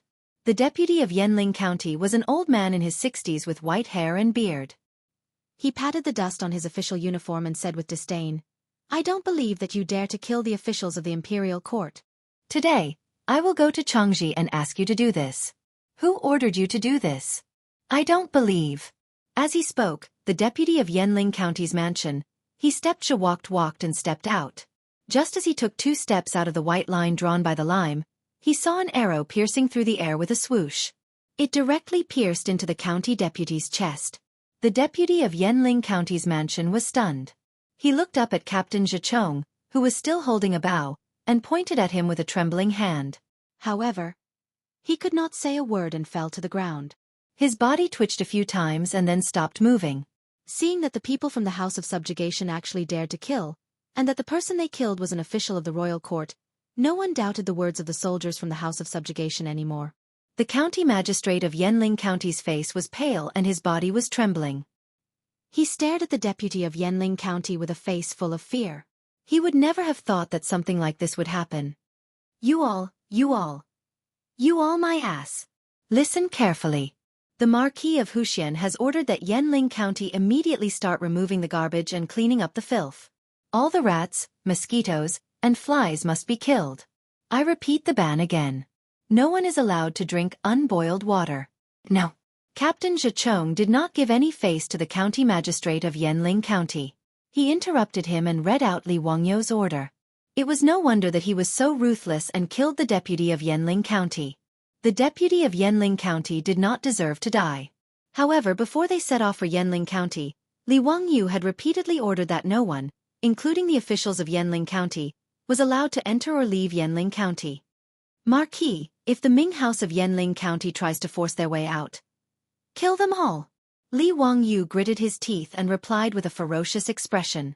It was no wonder that Li Wangyou was so ruthless. If he did not do so, the epidemic could not be contained within Yanling County and spread everywhere. That would be an unimaginable loss. This was the arrow that defeated the commandant and killed the deputy county magistrate of Yanling County. It destroyed the last bit of wishful thinking of everyone in Yanling County. The county magistrate of Yanling County did not dare to say anything more about this matter. He could only lead the officials and bailiffs back and finally started to seriously carry out the hygiene ban that Li Wangyou had ordered. Fortunately, Su Chongqing had transported a large number of masks. Within a few days, she had gathered all the female workers and worked day and night to make tens of thousands of masks. These masks were also sent into Yanling County by the soldiers. After they were taught how to wear them, they were forced to wear masks at all times without any mistakes. After 2 days of hard work, the county magistrate of Yanling County finally made up for it. He led the bailiffs and drove the officials of each square to force the people and victims of the disaster to clean up Yanling County from top to bottom. The filth that was cleaned up was transported out of the county under the supervision of the soldiers. They dug a hole and buried it. A large amount of lime was splashed inside to disinfect it. As for Yanling County, the air was also filled with the smell of lime water. Li Wangyou, Su Chongqing, and the wastrels had already arrived outside Yanling County. However, they were not in a hurry to enter. Li Wangyou could not be blamed for being timid. With the current level of epidemic prevention, he could not be too careful.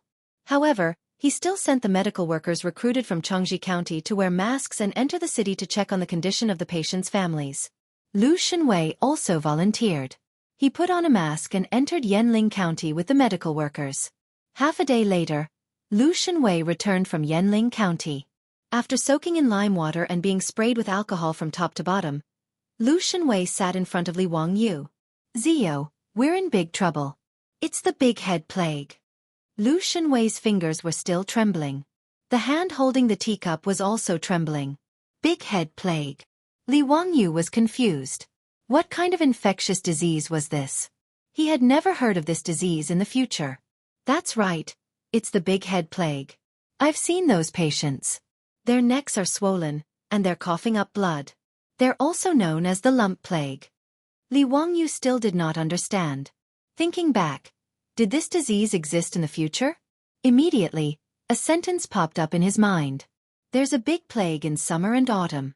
Once a person grows a lump of fat, they die immediately. It's known as the lump plague.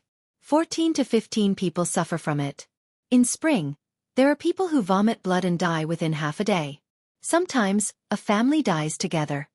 Li Wangyou's body could not help but tremble. Plague. Chapter 843. Since those infected with the plague would cause their lymph nodes to swell, they were the names of the plague in ancient China. According to historical records, when the epidemic broke out, people with swollen necks would die in 1 or 2 days. It was known as the big head epidemic. People with the disease would first develop nuclei under their armpits or between their thighs or die after vomiting blood. The reason why Li Wangyu panicked when he found out that the plague in Yanling County was the plague was because he knew how contagious the plague was. The plague recorded in China's history had brought about huge disasters. In the 14th and 16th year of Chongzhen in the Ming Dynasty, the plague broke out in the capital twice. Many scholars even believe that it was the plague that reduced the number of soldiers in the capital by 200,000, laying the groundwork for the fall of the Great Ming Dynasty.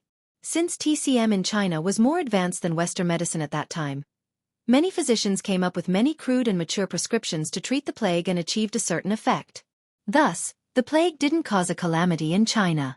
The plague spread in Europe was even more terrifying. The Black Death in the Middle Ages was actually the plague. Due to the lack of scientific protection and treatment, the Black Death killed 25 million people in Europe, which was roughly 1/3 of the European population at that time. Many villages, towns, and even countries in Europe were wiped out because of the plague. Su Chongqing didn't understand what kind of infectious disease the big head disease Lu Shenwei mentioned was, but seeing Li Wangyu's face instantly turn pale from fright, he understood that this disease must be quite serious. Wangyu, what kind of disease is this big head plague? Li Wangyu squeezed out 2 words from the gaps of his teeth. Plague. When Su Chongqing heard that it was a plague, he was also scared out of his wits. He covered his mouth with his hand in disbelief, and his face was full of fear. She naturally knew how terrifying the plague was. Even in the future, the plague had a mortality rate of 5 to 10% with antibiotic treatment. Wangyu, what do we do now? Don't panic. Fortunately, I've already sealed off Yanling County. As long as the plague doesn't spread, there's still hope. At this moment, Li Wangyu could only harden his heart. If the plague in Yanling County really couldn't be controlled, even if they had to sacrifice tens of thousands of people in the city, they couldn't let the virus spread in Xuzhou. Even though he wasn't a doctor, he had a general understanding of the spread of the plague through mosquito and flea bites, respiratory droplets, and the damaged skin of healthy people coming into contact with the pus and blood of the sick. Respiratory droplets could be effectively prevented by masks. The most important thing now was to exterminate the fleas, mosquitoes, and rats in Yanling County.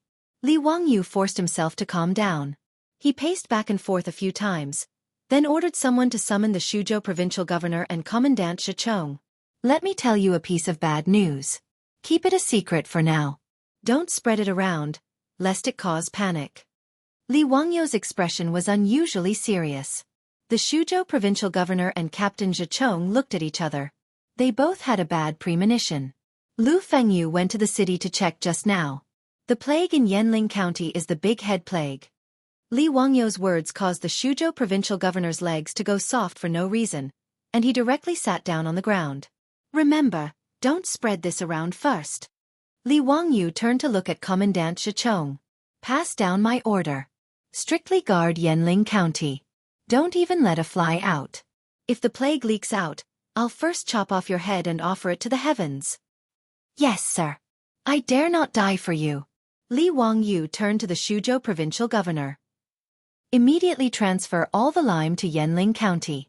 Order the city to splash lime water 3 times a day to kill the plague. Also, order the Ming House in Yanling County to gather all the patients with fever and cough in one place. Other than the medical workers, no one else is allowed to enter. In the current Tang Dynasty, there was no special medicine for the plague.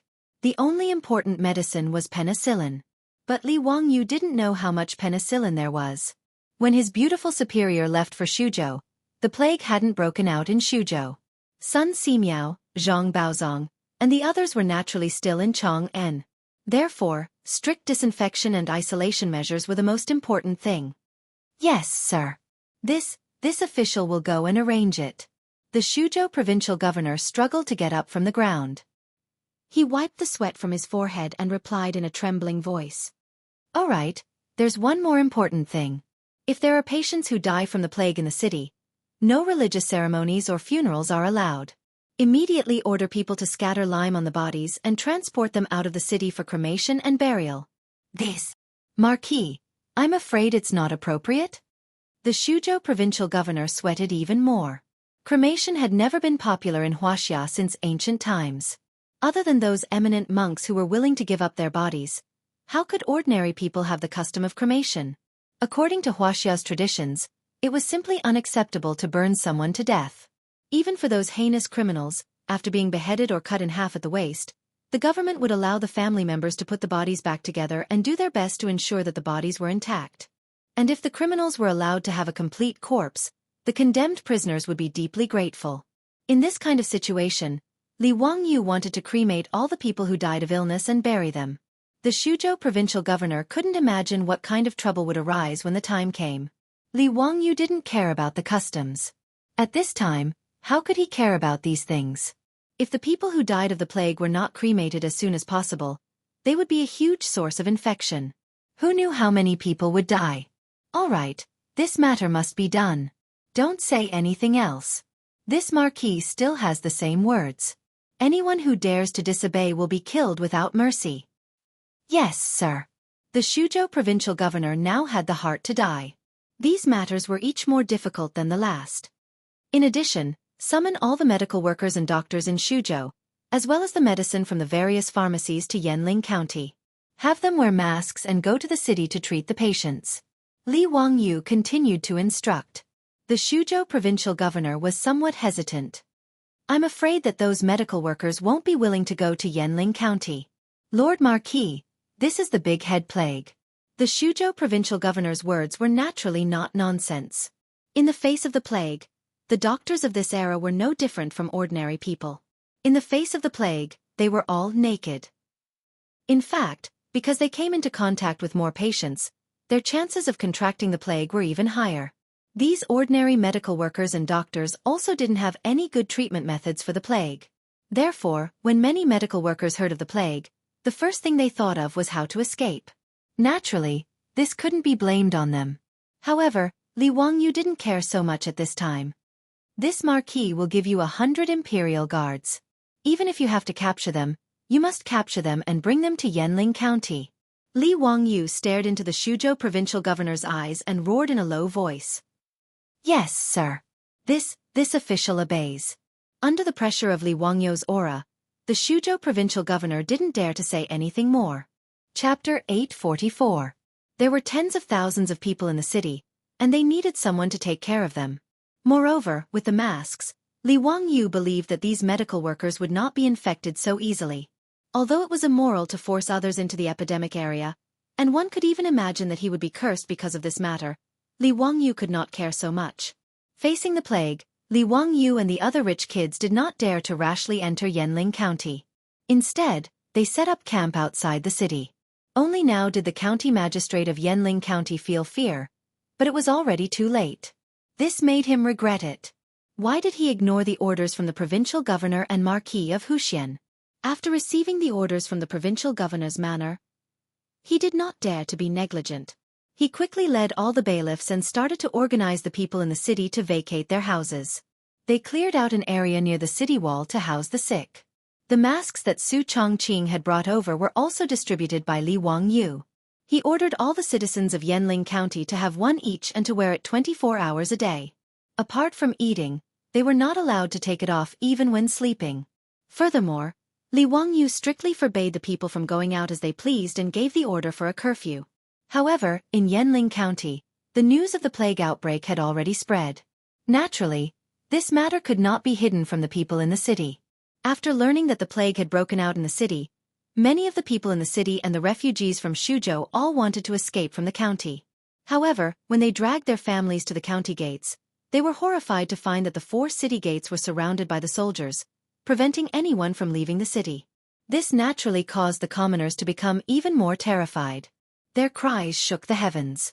Many people knelt and begged the soldiers who sealed the city gates, begging them to let them live. However, no matter how they begged, no one dared to let them go. There were also some fearless people who fanned the crowd. If the people all rushed out of the city, the soldiers would not dare to use their weapons. All of a sudden, the 4 city gates of Yanling County were in chaos. It looked like a bloody conflict was about to break out. After Li Wangyu received the report, he hurriedly led Niu Wu and the others to the city gate. Seeing that another large group of people had arrived, the citizens who were clamoring to rush out of the city quietened down a little. They no longer pushed and shoved their way out of the city. Instead, they raised their eyes to look at Li Wangyu and the others. When Li Wangyu was about 10 paces away from the crowd, he pulled on the reins of his horse. Gathering his qi in his dantian, He loudly shouted at the common people. This marquis is the founding county marquis of Hu County, Hunan's Taoist envoy. Why are you not obeying the order and making a ruckus here? There was a commotion among the crowd at the city gate when they heard this. An elderly man walked out and bowed to Li Wangyu from afar.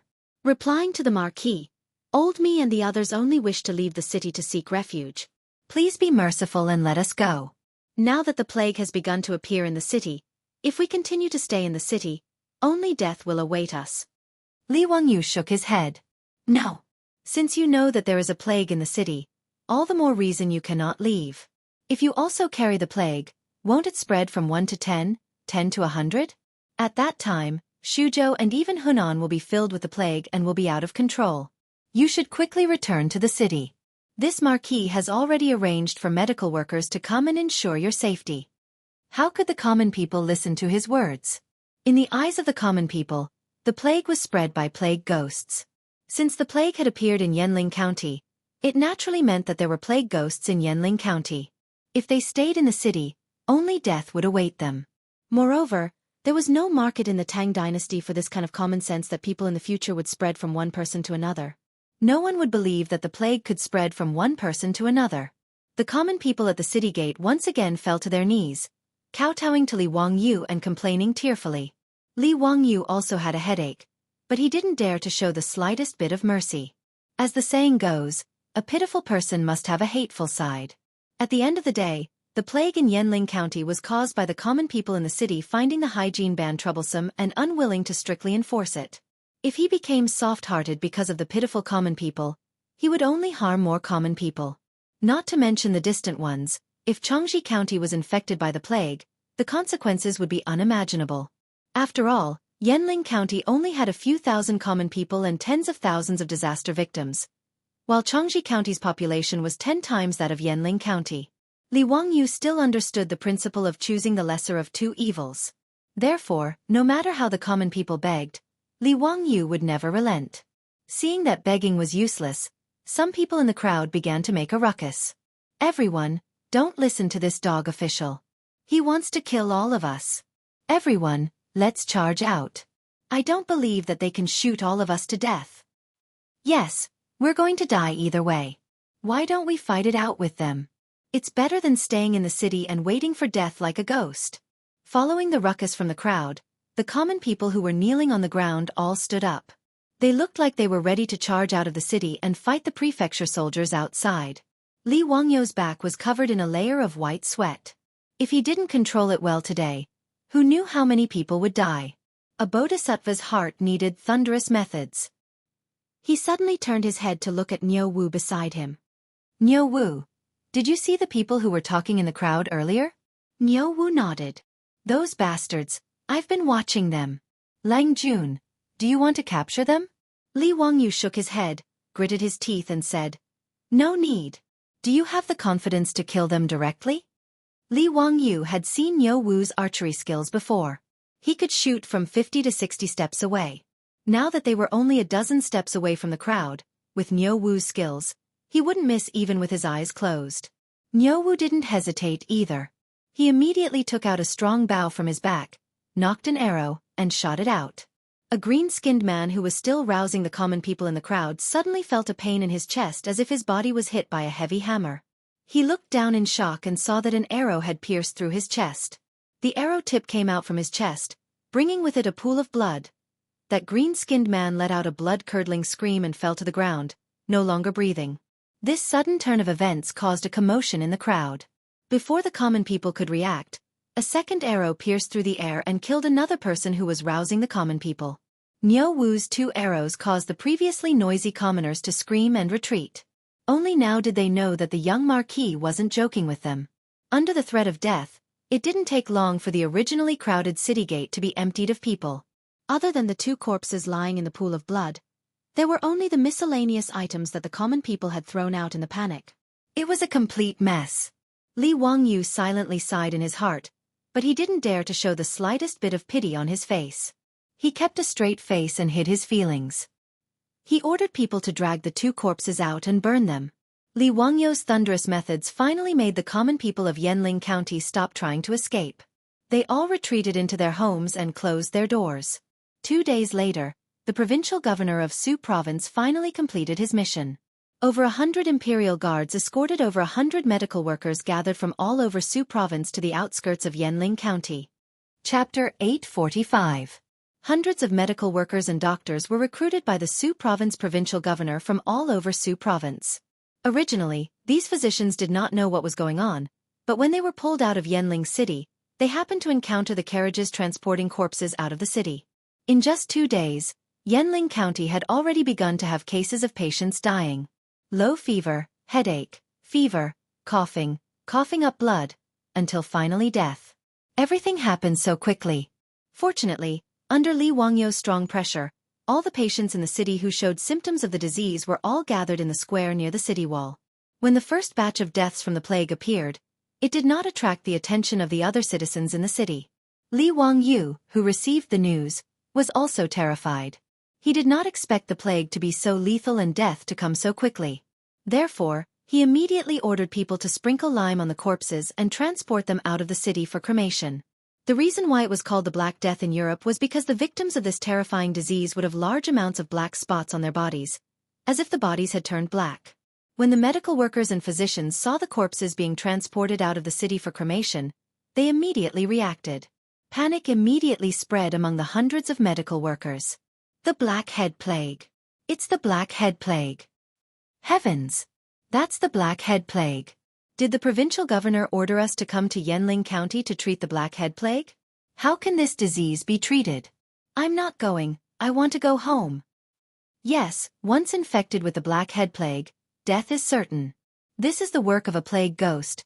What's the use of having us come? Is this forcing us to die? When the blackhead plague appears, they should find Taoist priests and monks to drive it away. What's the use of having us come here? The medical workers and physicians, who had been at a loss, immediately became terrified after learning that the plague had broken out in Yanling County. Many of them turned around and wanted to escape. If not for the deterrence of the hundreds of armed imperial guards on war horses, these hundreds of medical workers would have immediately scattered and fled like birds and beasts. Even so, the medical team of hundreds of people was in chaos. Cries and begging for mercy could be heard everywhere. Li Wangyou and the others who had received the news also rushed over at this time. Seeing this situation, they couldn't help but frown. Shut up! If he dares to make any more noise, I'll chop him up. Seeing the medical workers making a ruckus, the Imperial Army captain in charge of escorting them couldn't help but feel annoyed. He pulled out a shiny saber from his waist and waved it around to threaten the medical workers.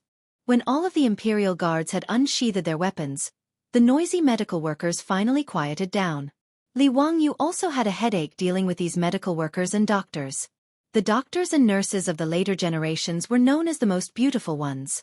Regardless of whether it was an epidemic or a disaster, they would rush to the front line to save people without hesitation. How could they be as unbearable as the doctors of the Tang Dynasty? Of course, the medical workers couldn't be blamed. After all, the status of medical workers and doctors today was too low. Medicine was one of the middle 9 paths, a level lower than scholars, farmers, workers, and merchants.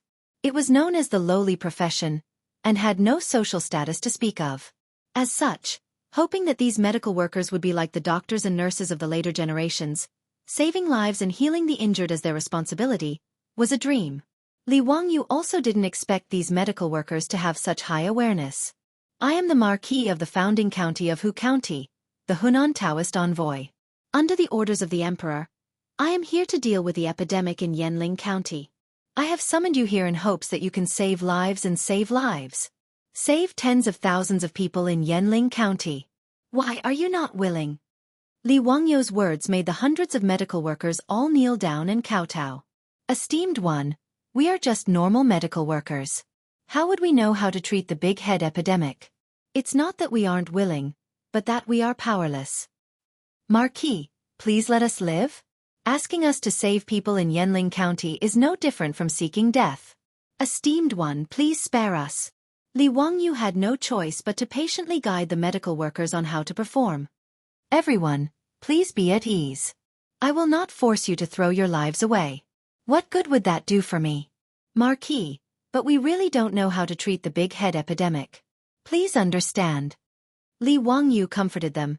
Don't worry, as long as you listen to my arrangements, it will be fine. Once the epidemic is over, I will reward you handsomely. Everyone will be rewarded with 100 strings of copper coins. 100 strings of copper coins wasn't a small sum to these medical workers. Under normal circumstances, they could only earn 7 or 8 strings of copper coins a year. 100 strings of copper coins was equivalent to more than 10 years of their income. But the fear of the big head plague suppressed the medical workers' greed for money.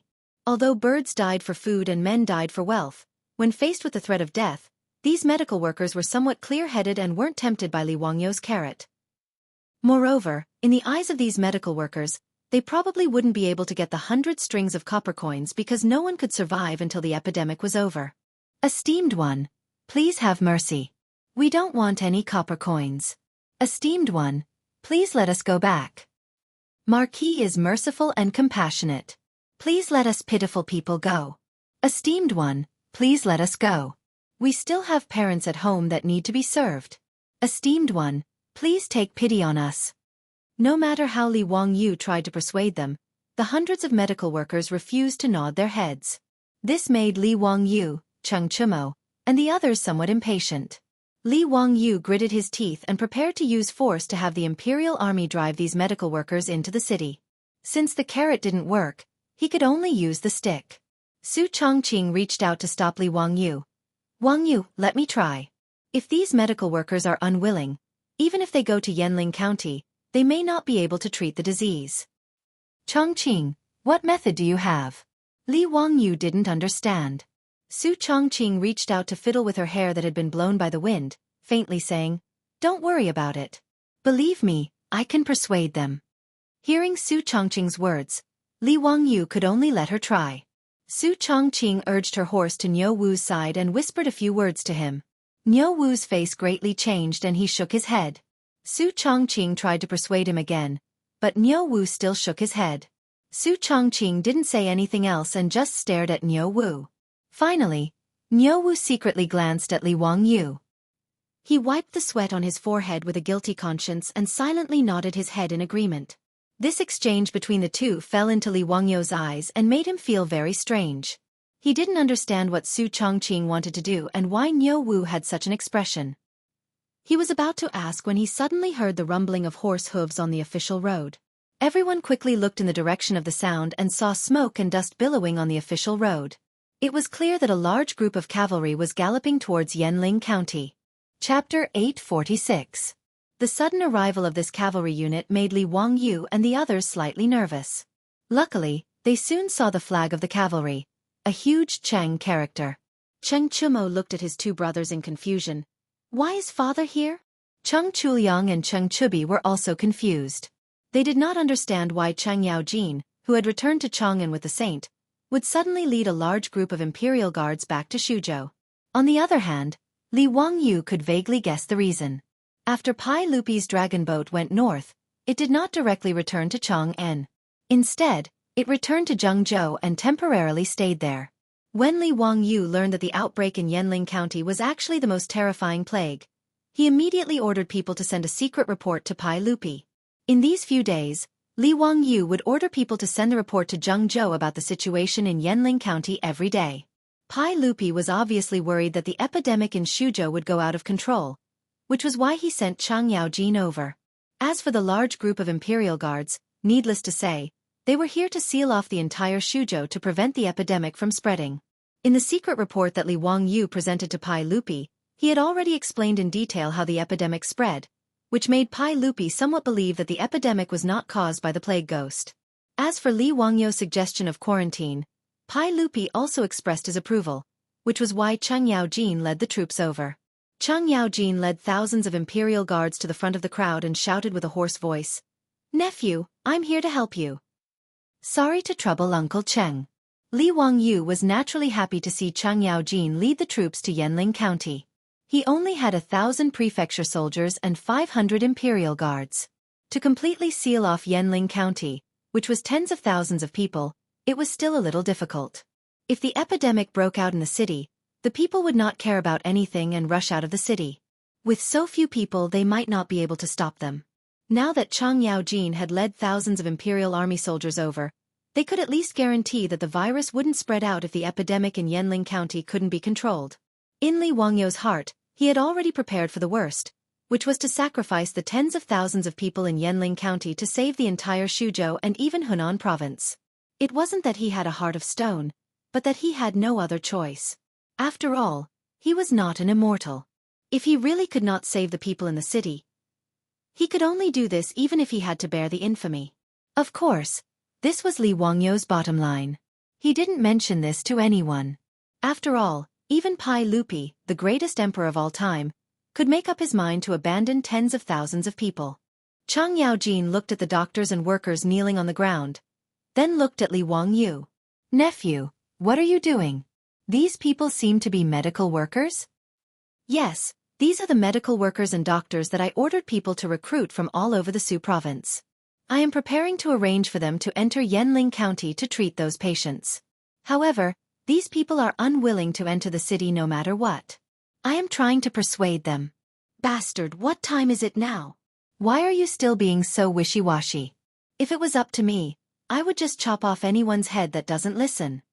Chang Yaojin was indeed a devil incarnate. When his words fell into the ears of those doctors, it made them cry even louder. "Even if the noble orders the military to kill us, we have nothing to say. However, we can really go to Yanling County. Why are you so pitiful? Please spare us. We have not done anything that offends the heavens and reason. Why is the Marquis forcing us? Rather than going to Yanling County, becoming neither human nor ghost, and finally being burned to ashes, it is better to die now." The words of the medical workers gave Li Wangyou a headache. This had become, the people are not afraid of death, so why use death to scare them? These medical workers were not even afraid of death, so how could they be forced? Moreover, as the beautiful superior had said, if these medical workers were not willing to enter the city to treat the patients, even if they were forced to enter Yanling County with swords and knives, it would not be of much use. Instead, it would spread panic in the city. Therefore, he had promised them great rewards, thinking that there would be brave men under such rewards. However, this big head plague was too terrifying in the eyes of these medical workers. Even the carrot that Li Wangyou had thrown out had no effect. No matter how Li Wangyou persuaded them, they were unwilling to enter Yanling County. Many medical workers would rather be killed by the Imperial Army than go to the epidemic area. After all, in their opinion, if they were killed by the Imperial Army, at least their corpses would be left intact. If they were unfortunate enough to contract the disease in Yanling County, not only would their bodies turn black after death, they would also be dragged out and burned to ashes by the Marquis. As a result, there were even fewer medical workers willing to enter the city. Chang Yaojin looked at these crying medical workers and felt a headache. These medical workers were not even afraid of death, so how could they be forced? Even Chang Yaojin knew that there was no use in dispersing the disease. They still had to rely on these medical workers to treat the disease. When everyone was in a dilemma, they saw their beautiful superior dismount and walk in front of the medical workers. "Everyone, can you listen to me?" The medical workers looked up at the beautiful young woman in front of them. In front of a real woman, they did not have the nerve to continue crying. A white-haired old man walked out of the medical workers and cupped his hands towards Su Chongqing. "This lady, what can I do for you?"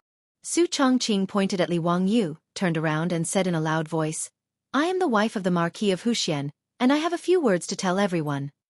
The medical workers did not feel that there was anything wrong with her words, but Cheng Yaojin was stunned. Cheng Chimo and the other rich playboys winked at Li Wangyou, meaning to ask Li Wangyou when he married Lady Su and why they did not know. The beautiful superior claimed to be his wife. Li Wangyou naturally did not have any objections, but he was also a little surprised. He did not understand why the beautiful superior would say this in front of everyone. Su Chongqing continued, "Everyone here is a medical worker, so you should know that the big head epidemic is not a plague, but a disease. Since it is a disease, it can be cured. How can you doctors bear to watch the tens of thousands of people in Yanling County die of illness because of a lack of medicine? Won't you doctors have a conscience?" Her words naturally made the group of medical workers somewhat ashamed, but there were still people who argued, "Marquise, it's not that we don't have empathy, but we don't know how to treat that big-headed plague. Even if we go, it won't help." "That's right, it is not that we do not want to save the patients, but that we are also helpless." Su Chongqing smiled sweetly. I naturally have a treatment method to pass on to you doctors. How about it? Are you doctors willing to go into the city to save people? This. Su Chongqing's words made the medical workers speechless. They did not know how to answer. Marquis, don't make fun of us. How can there be a cure for the big head epidemic? We have read all the medical books and classics, but there is no record of it. Su Chongqing saw that everyone did not believe her, so she pointed at Lu Shenwei. I naturally would not joke about this matter. If you do not believe me, you can ask Lu Fengyu. Lu Fengyu is the Fengyu of the Medicine Bureau. How is his medical skill compared to yours? Chapter 847. After hearing Su Chongqing's introduction, the group of medical workers and doctors hurriedly bowed to Lu Shenwei. In the medical profession, the saying, "the one with the most experience is first," was still very important. This was especially true in an era where knowledge was passed down from master to disciple through word of mouth. Many of the medical school's secret prescriptions were only passed down to sons and not daughters, and they would not easily show it to others. In this era, doctors would not write prescriptions for patients because they were worried that their secret prescriptions would be leaked. Therefore, most of them would just grab the medicine directly from the medicine store and boil it for the patient to take. The purpose was to keep it a secret. Therefore, the medical school respected famous doctors and divine doctors more than ordinary people. Their purpose was self-evident. They hoped to get some guidance from them so that they could enjoy it for the rest of their lives. The reason why Sun Simiao was famous in the later generations and was crowned with the title of Medicine King was because Sun Simiao wrote 1,000 gold prescriptions, Ming Tang acupuncture chart, 1,000 gold wings prescriptions, and other medical techniques. He also made them public, so he was respected by people. In the eyes of the medical school, as the Fengyu of the Xianxia Bureau, Lu Shenwei's standard was self-evident. Su Chongqing waited for everyone to greet Lu Shenwei before continuing. If everyone is willing to enter the city to save the people, since Lu Fengyu is willing to teach everyone how to treat the big head plague, what do you think? Her words naturally caused the medical school to hesitate. If they could receive guidance from the Fengyu of the Xianxia Bureau, it would naturally be a good thing. However, this was the big head plague. If it was said that Lu Shenwei definitely knew how to treat it, these medical school might not believe it. Seeing that they were not speaking, Su Chongqing took out a mask and continued. Everyone, this item is called a mask. It is a protective device created by the Marquis of Wuxia with his immortal skills. Wearing this mask to cover your mouth and nose can prevent you from being infected by the big head plague. You also don't have to worry about being infected by the big head plague after entering the city. She raised her voice again and said, Everyone, with this mask, you can protect yourself from getting infected. You can also receive the reward of 100 strings of coins from the Marquis of Wuxia and Lu Shenwei's medical skills. Where else can you find such a good thing? Why are you still hesitating? Don't tell me that I have to wait until the blade and axe come down on me before it's too late for regrets? Su Chongqing's words caused the group of doctors to immediately discuss. Some people felt that what she said was reasonable, but more people did not believe her at all. They thought that she was just fooling everyone. After all, whether it was the mask or the so-called cure of the big head plague, they were all unheard of. How could they be convinced by Su Chongqing's empty words? Marquise, it's not that we don't want to believe your words, it's just that this matter is too outrageous. This small piece of cloth covering the mouth and nose was enough to ward off the big head plague? We really can't believe it. That's right. How can we prove this? What kind of mask is this? It has never been recorded in any medical records. It's easy for the nobles to say, but if we catch the big head plague, we'll be the ones to die. What kind of mask is this? Can it defend against the big head plague? I don't believe it. Su Chongqing suddenly laughed and turned to look at Li Wangyu. She then turned to the group of doctors and shouted, If you don't believe me, I'll enter the city with you. As the wife of the Marquis of Wuxia, I even dare to enter the city. Don't tell me you're still worried? If I catch the big head plague, I won't be able to avoid it either. When she said this, the hundreds of doctors and workers were all stunned. No one spoke at the scene. Only Li Wangyu was stunned when he heard this. He then shouted, No! This can't be done. I don't agree. In Li Wangyu's opinion, even if all the people in Yanling County died, he would not let his beautiful superior take the risk. This was not Li Wangyu being selfish, but human nature. Letting his woman take the risk for a group of people he had never met before, Li Wangyu would not do such a Virgin Mary bitch even if he was beaten to death.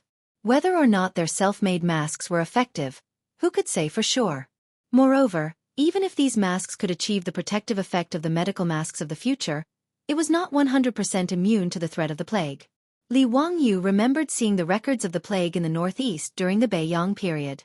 The chief professor of the Beiyang Medical School, the Frenchman Mini, went to the epidemic area to check the situation. He wore a white robe, a white hat, and rubber gloves to isolate all parts of his body that might come into contact with the rats. Of course, unfortunately, he did not believe what the Chinese medical officials said, that the plague could be transmitted through breathing and saliva. Therefore, he did not wear a mask. Only 9 days later, the chief professor of the Beiyang government died of the plague.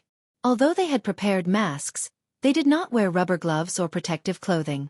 Under such circumstances, how could Li Wangyu let his beautiful superior enter Yanling County?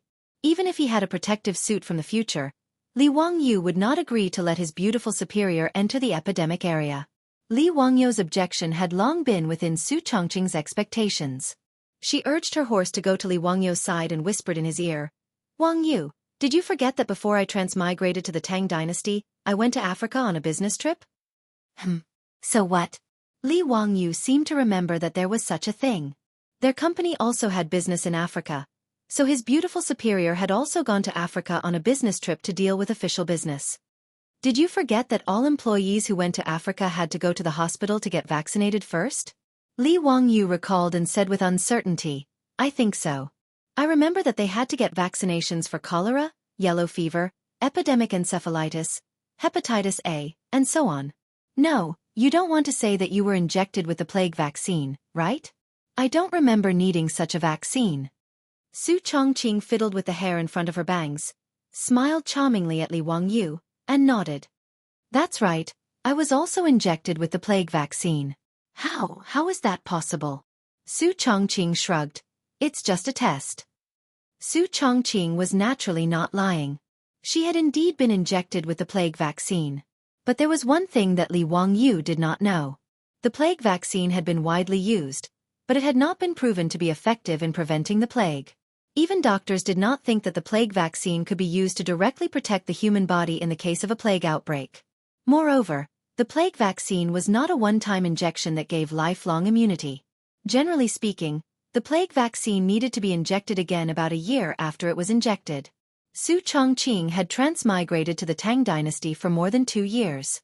Even if the plague vaccine she had been injected with was effective, it had already reached the expiration date of her immunity. Li Wangyu did not know about these things, but Su Chongqing was well aware. As early as when she was vaccinated, the doctor had already explained these things to her. The reason Su Chongqing used this as an excuse to deceive Li Wangyu was naturally to save the tens of thousands of people in Yanling County. She was not a saint, but she also could not watch as the people in the city all died because of the disease. At least, she could not be as cold-hearted as Li Wangyu. This was perhaps the difference between a woman's sensibility and a man's rationality. Therefore, when Su Chongqing saw that the medical workers and doctors were unwilling to enter the city to save the patients, she decided to step forward and personally enter the city to lead the medical workers to save the patients. In order to increase her persuasiveness, she deliberately announced in front of everyone that she was Li Wangyu's wife, using her identity as the Marquise to express her attitude. Chapter 848. But Su Chongqing's words moved the group of medical workers and doctors. What kind of noble status did the Marquis Madam have? She actually wanted to enter the city with them? At this time, Lu Shenwei also stood out. "I will also enter the city with you to treat the patients. How about it? Do you all dare?" The Marquis Madam, a woman, dares to enter Yanling City to treat the patients. As doctors, are you all so cowardly? If this matter were to spread out, would you still have the face to enter your ancestral tombs? Su Chongqing and Lu Shenwei's words caused the hundreds of doctors to be speechless. Each and every one of them was so embarrassed that their faces turned red. Li Wangyu pulled Su Chongqing and growled in a low voice, "Chongqing, don't mess around. That's the plague. You can't joke about it. No, I definitely won't agree to let you enter Yanling County." Su Chongqing's beautiful eyes glanced at him. She didn't care about shocking the world. She leaned over and gently kissed Li Wangyu's face. "Be good, be obedient, it's fine." "You." Li Wangyu's heart was filled with anger, but his beautiful superior's kiss made it disappear. He simply swung his horsewhip. "All right, since you want to enter the city, then I'll go with you." "Don't mess around. You haven't been injected with the plague vaccine. Why would you enter the city?" Su Chongqing wouldn't allow Li Wangyu to enter Yanling County and immediately rejected him. "I don't care about this. Chongqing, if you want to enter Yanling County, then I must enter as well. I'm a man, watching my woman take risks while I hide outside the city. Do you think I'm that kind of person? This matter is settled. If you want to enter Yanling County, then I'll go with you. If we get infected with the plague, then we'll die together. Who knows, we might even be able to travel back to the modern world together." Li Wangyu didn't care what Su Chongqing said. Naturally, he wouldn't relent. Li Wangyu would never do something as despicable as to let him stay in the safe zone outside the city and watch his beautiful boss enter the infected area. Su Chongqing helplessly reached out his hand and touched Li Wangyu's face. With a doting expression, he said, "Hey, what should I do with you?" After she finished speaking, her eyes looked behind Li Wangyu. She met Niu Wu's eyes and nodded slightly. Niu Wu hesitated for a moment. In the end, he clenched his teeth and extended his palm, which was as large as a palm leaf fan, and slapped down towards the back of Li Wangyu's neck.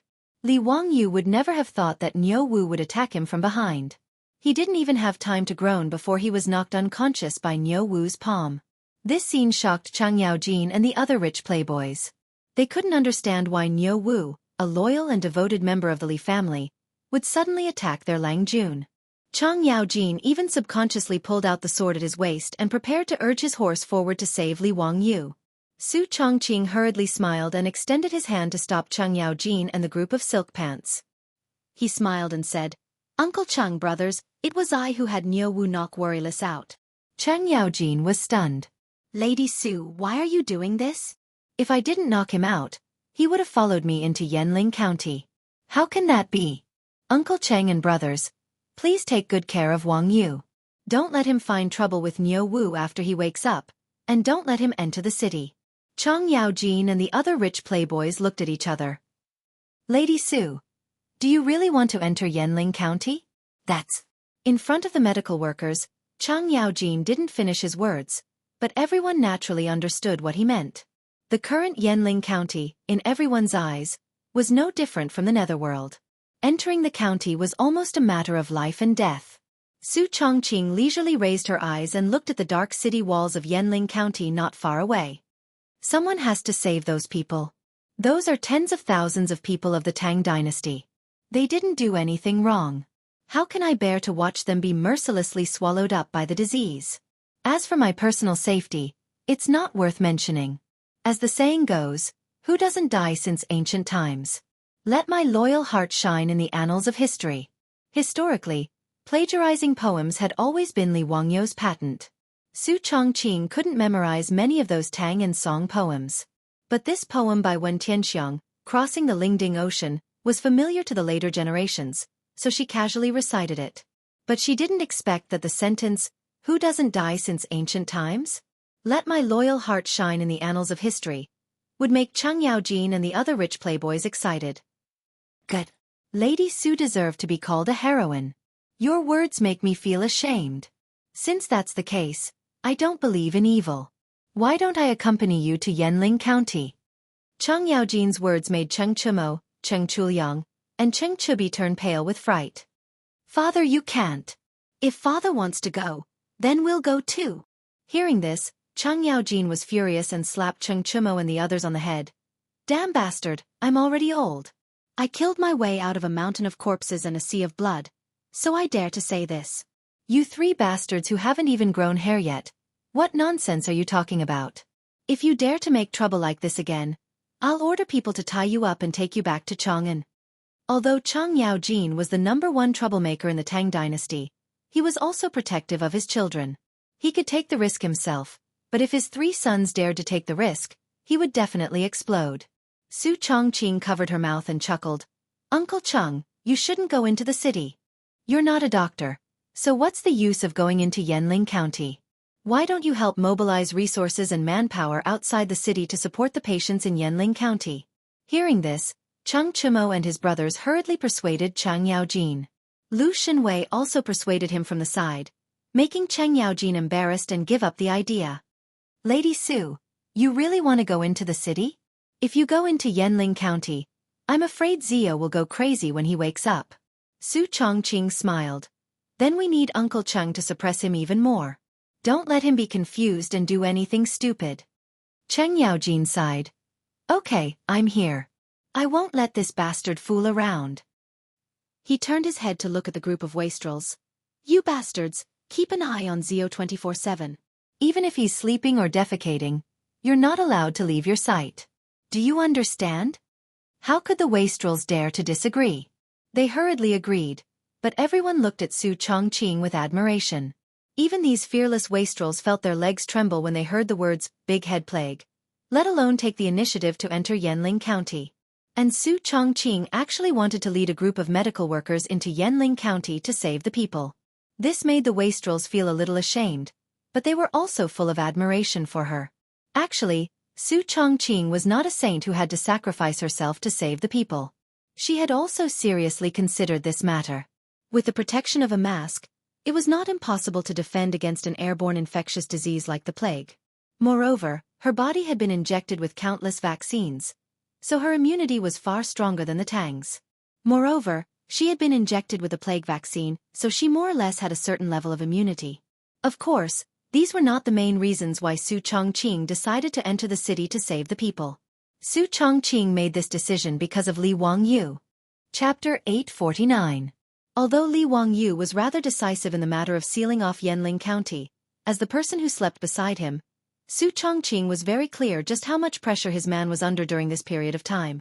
Although Li Wangyu was now in a high position in the Tang Dynasty, in his bones, whether it was Li Wangyu or Su Chongqing, they were just ordinary modern people. When faced with such a matter of life and death, how could he really be at ease and not feel any pressure? At least, Su Chongqing knew that Li Wangyu had been waking up in the middle of the night many times in the past few days, sweating profusely in his dreams. Even though he was only 18 years old, Su Chongqing could see a strand of white hair on his head. If he ignored it, or even because the people in the city lacked medical treatment and no one taught them how to isolate and fight the epidemic, causing countless people to die of disease, Su Chongqing suspected that Li Wangyu would really collapse because of this. Li Wangyu naturally did not tell anyone about the pressure in his heart, but how could he hide it from Su Chongqing? Therefore, Su Chongqing made this decision after thinking about it from left to right. She knew that Li Wangyu would definitely not agree to let her enter Yanling County, so she forced Niu Wu to agree to knock Li Wangyu out. She planned to do what was done and forcefully enter Yanling County before Li Wangyu woke up. With Su Chongqing's statement, the group of medical workers and doctors could not refuse anymore. Chang Yaojin stared at the group of medical workers with a ferocious expression. Damn it, you bunch of bastards. Give me a straightforward answer.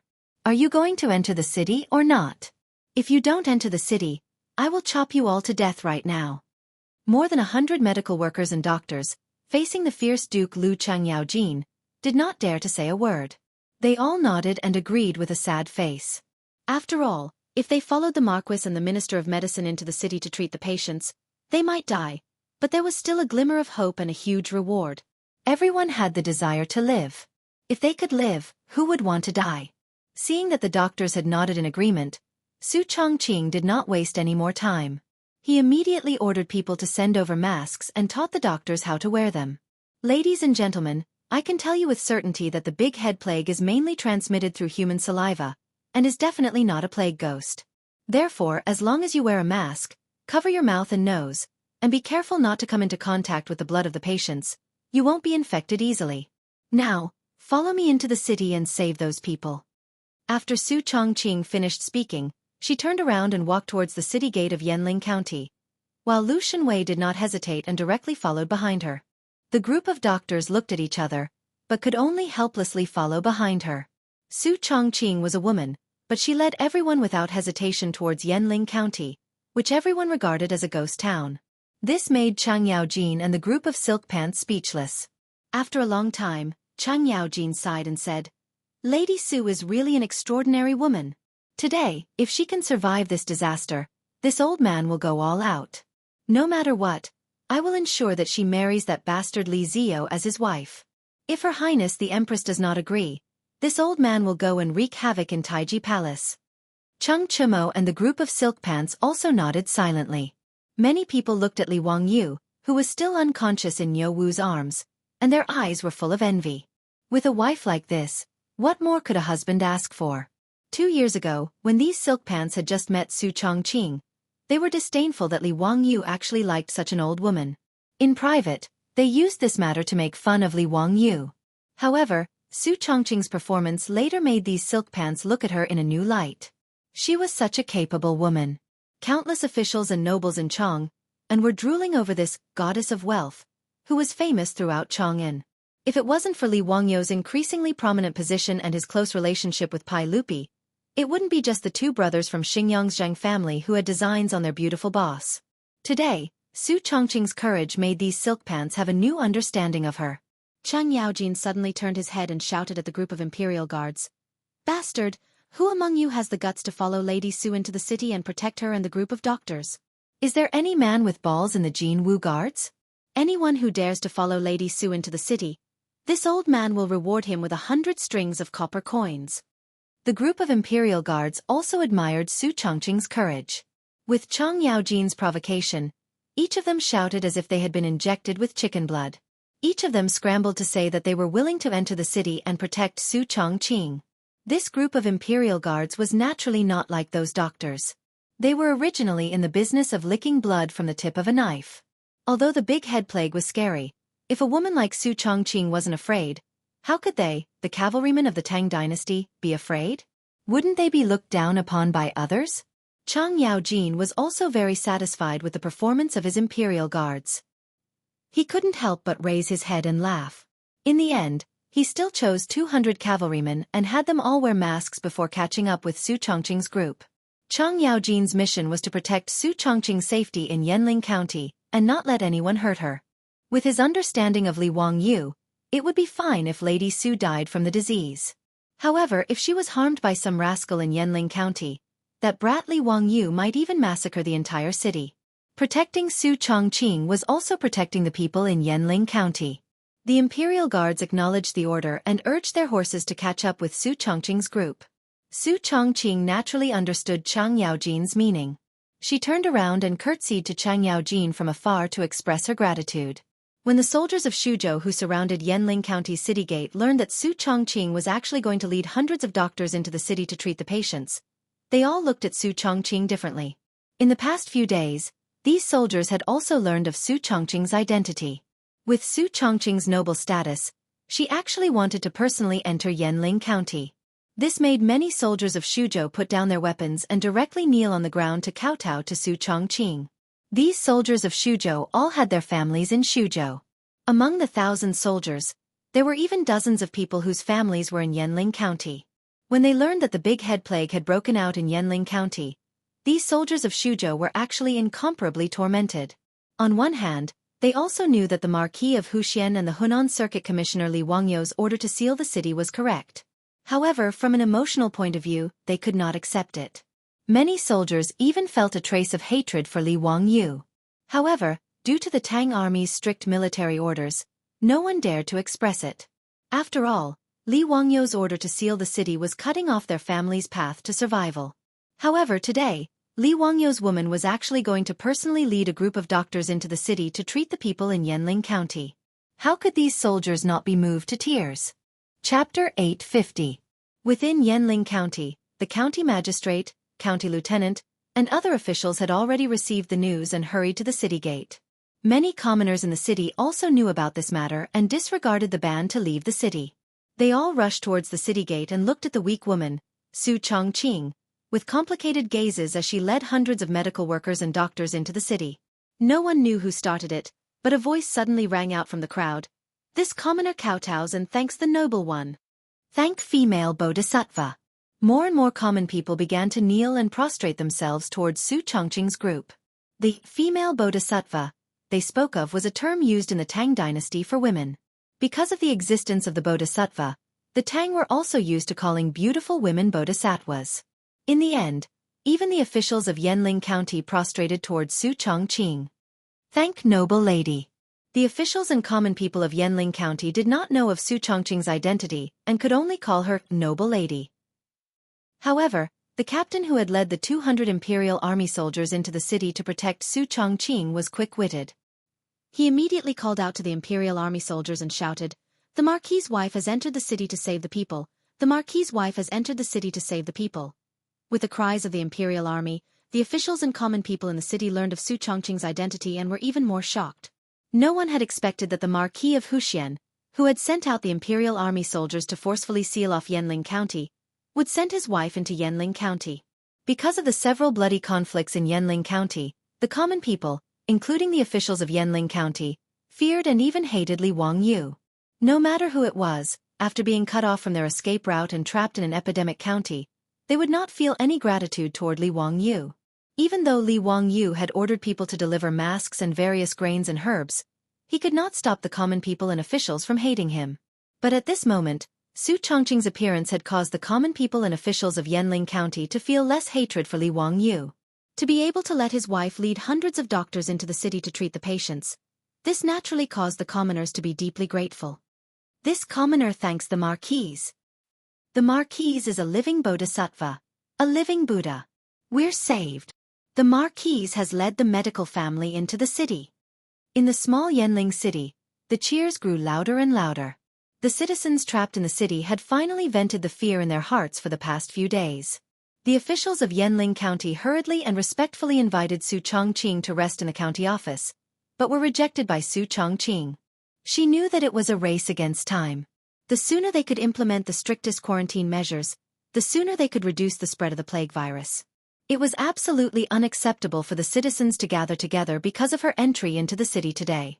As Su Chongqing's order was passed down, the commoners who had run out to watch the commotion were driven back to their own houses by the bailiffs and imperial guards. In order to control the epidemic, Su Chongqing divided the entire Yanling County into 4 areas for quarantine and monitoring. He sent the hundreds of medical workers and doctors to the various workshops to treat the patients. Patients with fever, cough, or swollen necks had to be sent to special quarantine houses once they were diagnosed with the big head plague. No one was allowed to visit them. Apart from the bailiffs and the 200 imperial guards who had risked their lives to patrol the streets, no one was allowed to walk on the streets. When Su Chongqing began to deploy anti-plague measures in the city, Li Wangyu finally woke up outside the city. Niu Wu naturally had a sense of propriety in his actions and did not harm Li Wangyu. He only fainted for a little over 2 hours. When Li Wangyu woke up, the first thing he did was to look for traces of his beautiful superior. Niu Wu naturally did not dare to say it, while the other wastrels also hesitated. No one dared to tell Li Wangyu that his woman had led hundreds of doctors into Yanling County. What exactly happened? Niu Wu, tell me honestly, where did Chongqing go? Li Wangyu could not help but be anxious as he could vaguely guess the result. Did she go to Yanling County? Tell me. Lang Junai. Niu Wu opened his mouth but did not know how to reply. On the other hand, Chang Yaojin strode over and slapped Li Wangyu's shoulder. All right, lad. Your woman has entered Yanling County. Amazing. Other than the sage's sister, Princess Pingyang, I have never seen such an amazing woman in my life. When Li Wangyu heard this, his eyes widened and he looked like he was about to swallow someone whole. Niu Wu, why didn't you stop Chongqing? Before he could finish his words, Chang Yaojin slapped him on the shoulder again. Lad, since things have come to this, don't let your woman take the risk to enter Yanling County for nothing. What kind of ruckus is this?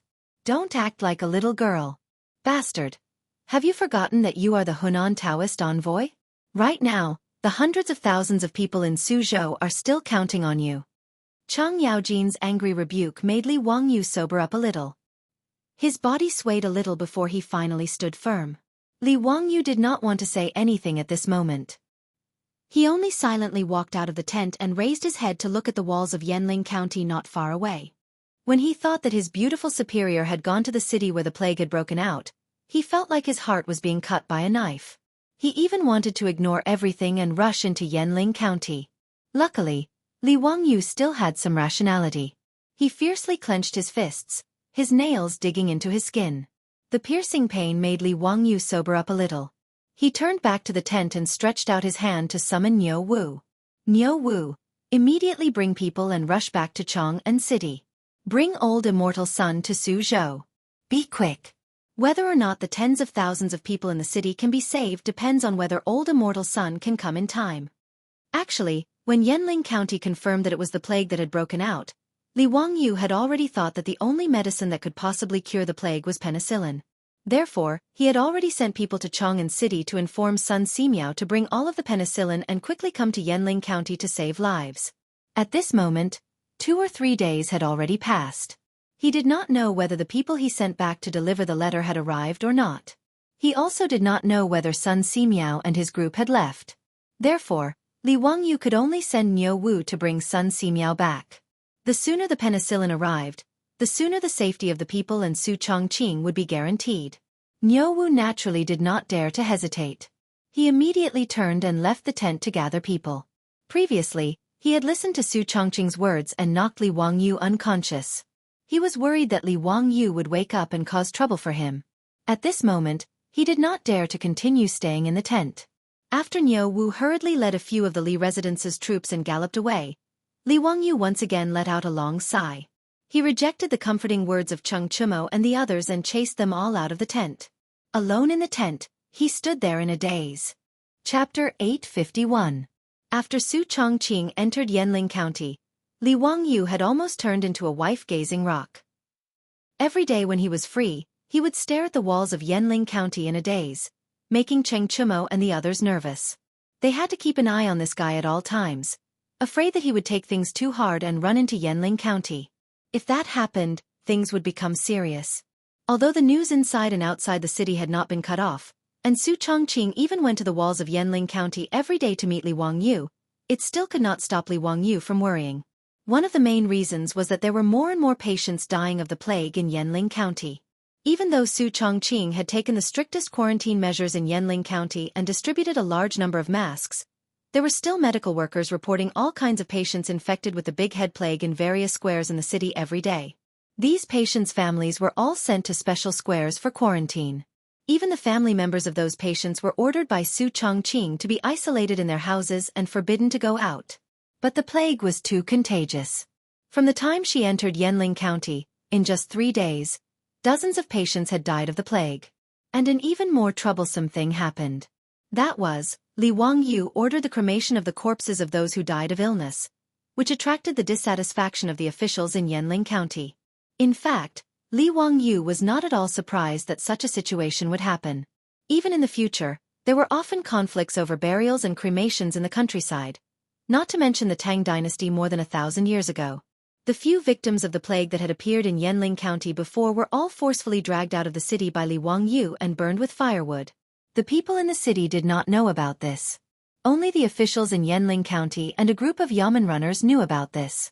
Although the people did not understand Li Wangyu's order at all, they did not dare to publicize this matter due to the pressure of Li Wangyu, the county marquis who founded the country and the Henan province's envoy.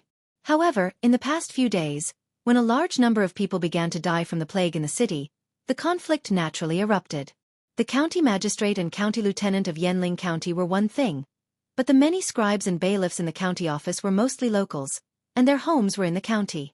Of course, some of their relatives were also unlucky enough to be infected by the plague.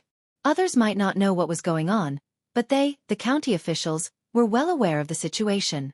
Thus, when the father of a county clerk died of an illness and was about to be transported out of the city, the clerk refused no matter what. He found someone to bring the old man's longevity coffin. After putting his father inside the coffin, he wanted to bring the old man's body back to his own home. He wanted to wait for the disease to pass before sending him out of the city for a proper burial. The bailiffs in Yanling County naturally wouldn't stop him. They were all colleagues in the county yamen. Besides, their relatives were also in the city, and some of them were also infected. Who would want their relatives to be burned to ashes after they died? However, in Yanling County, there weren't only the bailiffs. There were also the 200 imperial guards who had escorted Su Chongqing into the city. The county clerk wanted to bring the coffin home, but he was naturally stopped by the imperial guards on the main street. The imperial guards didn't care whether he was a county clerk or not. Since the Marquis and Marquis had given a strict order that the families of those who died from the plague must be transported out of the city for cremation, they had to strictly carry it out. The imperial guards wanted to bring the coffin out of the city, but the county clerk and bailiffs naturally didn't agree. The two sides instantly entered a stalemate on the main street. The Imperial Guard captain was very angry about this. Just as he wanted to disregard everything and forcefully order the Imperial Guards to disperse the bailiffs, Su Chongqing, who had received the news, hurried over. "Everyone stop! Don't gather here and make a ruckus." Su Chongqing displayed the aura of a strong woman and shouted from the back of the horse. In these few days, Su Chongqing had already built up her prestige in Yanling County. After all, her identity was special. As the Marquis that everyone knew, in addition to the 200 fully armed Imperial Guards around her, no one dared to ignore her presence. Even the Grade 7 County Magistrate of Yanling County didn't dare to be rude in front of Su Chongqing and followed Su Chongqing's lead. Secondly, Su Chongqing had taken the risk to enter the city and lead 100 School of Medicine into Yanling County. The people in the city had already treated her like a living bodhisattva. There were even people who set up a Marquis memorial tablet in their homes and prayed to her every day. Seeing Su Chongqing appear, the two sides that were arguing shut up. The Imperial Guard captain, Su Chongqing, cupped her fists and reported, "Madam, in this coffin is a family with the plague who had just passed away. I noticed that they were preparing to bring the coffin back to my residence, so I stopped them and requested them to bring the coffin out of the city and burn it. Not only did they not agree, they even dared to insult us. Madam, please be clear about this." Su Chongqing's brows were tightly knitted. She and Li Wangyu had already expected such a thing to happen, but she still felt that it was troublesome when facing it. Su Chongqing looked at the family of the deceased and advised, "Everyone, the dead can't be brought back to life, so please restrain your grief. But this plague cannot be neglected and the corpse must be brought out of the city to be cremated." Since Su Chongqing had spoken, the scribes and bailiffs in the county office didn't dare to go against her and knelt on the ground. "Marquis, how can this person be cremated? Even those heinous criminals were allowed to be buried.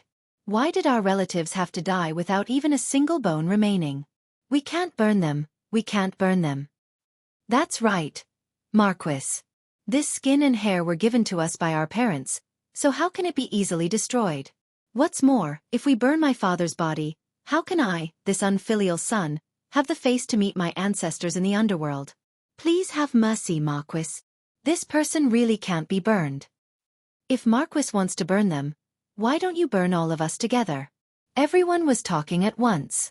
Some were pleading for mercy, some were threatening, which made Su Chongqing's head hurt. "Everyone, burning the corpse is a last resort. If we don't burn the corpse as soon as possible, the plague will spread and no one in Yanling County will be able to survive." Su Chongqing tried to persuade them, but no one was willing to listen. "Marquis, don't deceive us. This plague is caused by the plague ghost. What does it have to do with the corpses of our family members?" "That's right. What plague is Marquis talking about? Who has seen it before? How can these corpses cause disease?" "The plague ghost is causing trouble. Marquis, please arrange for people to come to Yanling County as soon as possible. We have asked those doctors. They don't know how to treat the plague. Marquis, don't deceive us anymore." It turned out that in these few days, the bailiffs and scribes of Yanling County had come into contact with the hundreds of doctors. They already knew that these people didn't know how to treat the plague. In fact, Li Wangyu and Su Chongqing didn't expect these doctors to treat the disease and save people. They only used them as nurses. After all, compared to ordinary people, these doctors more or less knew medical knowledge and were familiar with taking care of patients. They didn't expect that these bailiffs and scribes would bring up this matter. Su Chongqing didn't know how to explain for a moment. Chapter 852. In order to prevent the conflict from intensifying, as well as the fact that there were many things in Yanling County that needed the bailiffs and scribes to handle, Su Chongqing could only temporarily put the matter aside after a few failed attempts. She planned to discuss with Li Wangyu how to deal with it. However, she did not allow the scribes to bring the coffin back to her residence as it was too dangerous. In the end, Su Chongqing agreed to temporarily not bring the coffin out of the city as a condition. She allowed the scribes and bailiffs to bring the coffin back to the square that was used to isolate the sick. However, this matter had to be resolved as soon as possible. Otherwise, if more and more people died of the plague in the city and the corpses were not dealt with as soon as possible, more people would die. Furthermore, due to the conflict between the bailiffs and the Imperial Army on the streets today, the matter of cremating the corpses probably could not be hidden in Yanling County anymore. If the tens of thousands of people in the city also made a ruckus because of this matter, it would be even more difficult to deal with it. Although Su Chongqing was a strong woman, she could not be as cold-hearted as Li Wangyu to order the imperial army to cremate the corpses. Stuck between a rock and a hard place, Su Chongqing could only ask Li Wangyu for help. Li Wangyu, who received the notice, hurried to the outskirts of Yanling County. Ever since Su Chongqing entered Yanling County, Li Wangyu, in order to make it easier to communicate with her, took out the copper wire and bamboo tube phone that he had used to trick Zhang Konghua in the Eastern Market. A copper wire was stretched from the top of the city walls to the outside of the city, and a bamboo tube was fixed at the two ends for communication. After all, he and Su Chongqing only shared their thoughts. There were some things that he was embarrassed to say in front of everyone, right? Even if Li Wangyu was thick-skinned, he still had to consider the face of his beautiful superior. Li Wangyu couldn't help but feel a lump in his throat as he looked at his beautiful superior's increasingly thin figure on the city wall. He said to Bamboo Tube, "Chongqing, are you all right?" "I'm fine, Wangyu. Listen to me. There's a bit of trouble in the city right now. How are we going to deal with the corpses of the people who died from the plague today?" Su Chongqing was not in the mood to ask about Li Wangyu's well-being. He directly told him about the trouble caused by cremation in the city. When Li Wangyu heard this, he frowned. This matter was really quite troublesome. If he forcefully ordered people to transport all the corpses out of the city for cremation, under the pressure, it was hard to guarantee that there would not be a mass uprising in Yanling County. The dead should be respected, and the dead should be buried in peace. This was the most fundamental ethic of the Tang Dynasty. In fact, not to mention the Tang Dynasty, even in later generations, there were still many obstacles in the process of cremation, and even bloody conflicts broke out. If Li Wangyu ordered people to forcibly cremate the corpses, this matter might even be brought to the court, and it was very likely that he would be impeached. Of course, due to the urgency of the matter, although Li Wangyu had reported this matter to Pai Lupi, he did not receive a clear answer. Obviously, Pai Lupi, Feng Xianling, and the other big shots also had quite a headache about this matter. However, Li Wangyu could not just let it happen. The corpses of the victims who died from the plague were placed in Yanling County, which would only cause more serious consequences. He was also very angry about the problem Su Chongqing was facing. It was already early summer, and the weather was gradually getting hotter. Those corpses definitely could not be stored in the city for a long time. "Chongqing, if it doesn't work, I'll send troops into the city and forcibly transport those corpses out of the city for cremation." "No, that will only continue to provoke conflicts. If tens of thousands of people in the city make a fuss, things will get even more out of hand." Su Chongqing immediately rejected his proposal. Unless it was a last resort, Su Chongqing was not willing to send the imperial army to do such a thing. "Wangyu, think of another way. It's best if you can persuade the people, but don't use violence directly." Li Wangyu angrily scratched his hair. "How can I persuade them? This virus can't be seen or touched. Not to mention that there is no microscope. Even if there is, can those country bumpkins understand that what is under the microscope is the virus?" How could Su Chongqing not know this logic, but he could only let out a long sigh. "Is there no other way? Even if it's just to scare them, didn't you pretend to be a ghost in Chang'an City and fool those ministers? Why don't you think of another way to scare the people in the city?" Li Wangyu thought that this was also a way. Anyway, the people were ignorant, and sometimes it was a way to scare them. But how to scare the tens of thousands of people and officials in the city was a difficult problem. It would be difficult for Li Wangyu to come up with such a big scam. He was not a magician like David Copperfield, who could play a magic trick that could fool tens of thousands of people in the city. Monk Wenzai's trick could only fool a portion of the people. It was too difficult to convince the people in the city to agree to cremate their relatives who died of the plague. For a moment, both Su Chongqing on the city wall and Li Wangyu outside the city had no idea. The two of them stared at each other speechlessly. Li Wangyu was speechless and looked up at the sky in a daze. The early summer sun was already a little glaring, and he could not help but raise his head to block the sunlight. Suddenly, Li Wangyu thought of something. He turned his head and shouted to the foppish sons behind him, "Brothers, what day is it today?" The foppish sons looked at each other, not understanding why Li Wangyu would suddenly ask about this. 4th year of Zhenguan, 27th of the 4th month. "Ziyu, why are you asking about this? Have you become muddle-headed?" Li Wangyu ignored the foppish sons and turned his head to Su Chongqing, who was on the city wall, and grinned. Chongqing, I have an idea, haha. What idea? Tell me. The two of them whispered for a long time on the phone, making the foppish sons very curious. When Su Chongqing returned to the city, he immediately summoned the captain of the Imperial Guard and had him immediately order the Imperial Guard to announce something to the entire city. Due to the plague ghosts causing havoc in Yanling County, the big head plague had broken out. However, the plague ghosts were rampant. After killing the families of the victims, they hid their filthy energy in the corpses of the victims. This was also why the corpses of the victims of the big head plague were black. The filth of the plague ghost could only be cleansed by burning it with fire. If the filthy energy left in the corpses of the plague ghosts wasn't burned, the plague ghosts would use this filthy energy to pollute the earth and eventually devour the sun. The commoners in the city, including the yamen runners and scribes, naturally didn't believe these words. Although the corpses of the victims of the big head plague had large amounts of black spots, they didn't believe that it was the filthy energy left behind by the plague ghosts. The yamen runners and scribes of the Yochi County Yamen even suspected that the Marquis was using this excuse to deceive them. Her goal was to force them to burn the corpses of the victims. However, on the second day, the Imperial Guard in the city sounded the gong again and rode fast horses around the city to announce that the plague ghosts were causing havoc in Yanling County. If the corpses were not burned and the filthy energy removed, the heavens would be furious and a great disaster would soon descend. Naturally, no one believed these words. On the third day, the Imperial Guard in the city was out on the streets again. Chapter 853. This time, the Imperial Army was beating gongs and drums all over the city. Their words caused the commoners, bailiffs, and scribes to be slightly shocked. Originally, they didn't believe the words of the Imperial Army and felt that the Marquise was just fooling them. The Yochi County Yamen scribes and bailiffs were afraid that they couldn't win against the Marquise, so they simply spread the news that the bodies of the victims of the plague were going to be burned. They wanted to incite the commoners to oppose this matter and cause them to panic. In this day and age, no one was willing to see the bodies of their family members being burned. If someone dared to do this, they would even fight with their lives on the line. Thus, 2 days ago, when the Imperial Army was beating gongs and drums to announce that the bodies were contaminated by the plague ghosts, no one believed it. They even snorted in disdain, feeling that the Marquise was playing them like fools.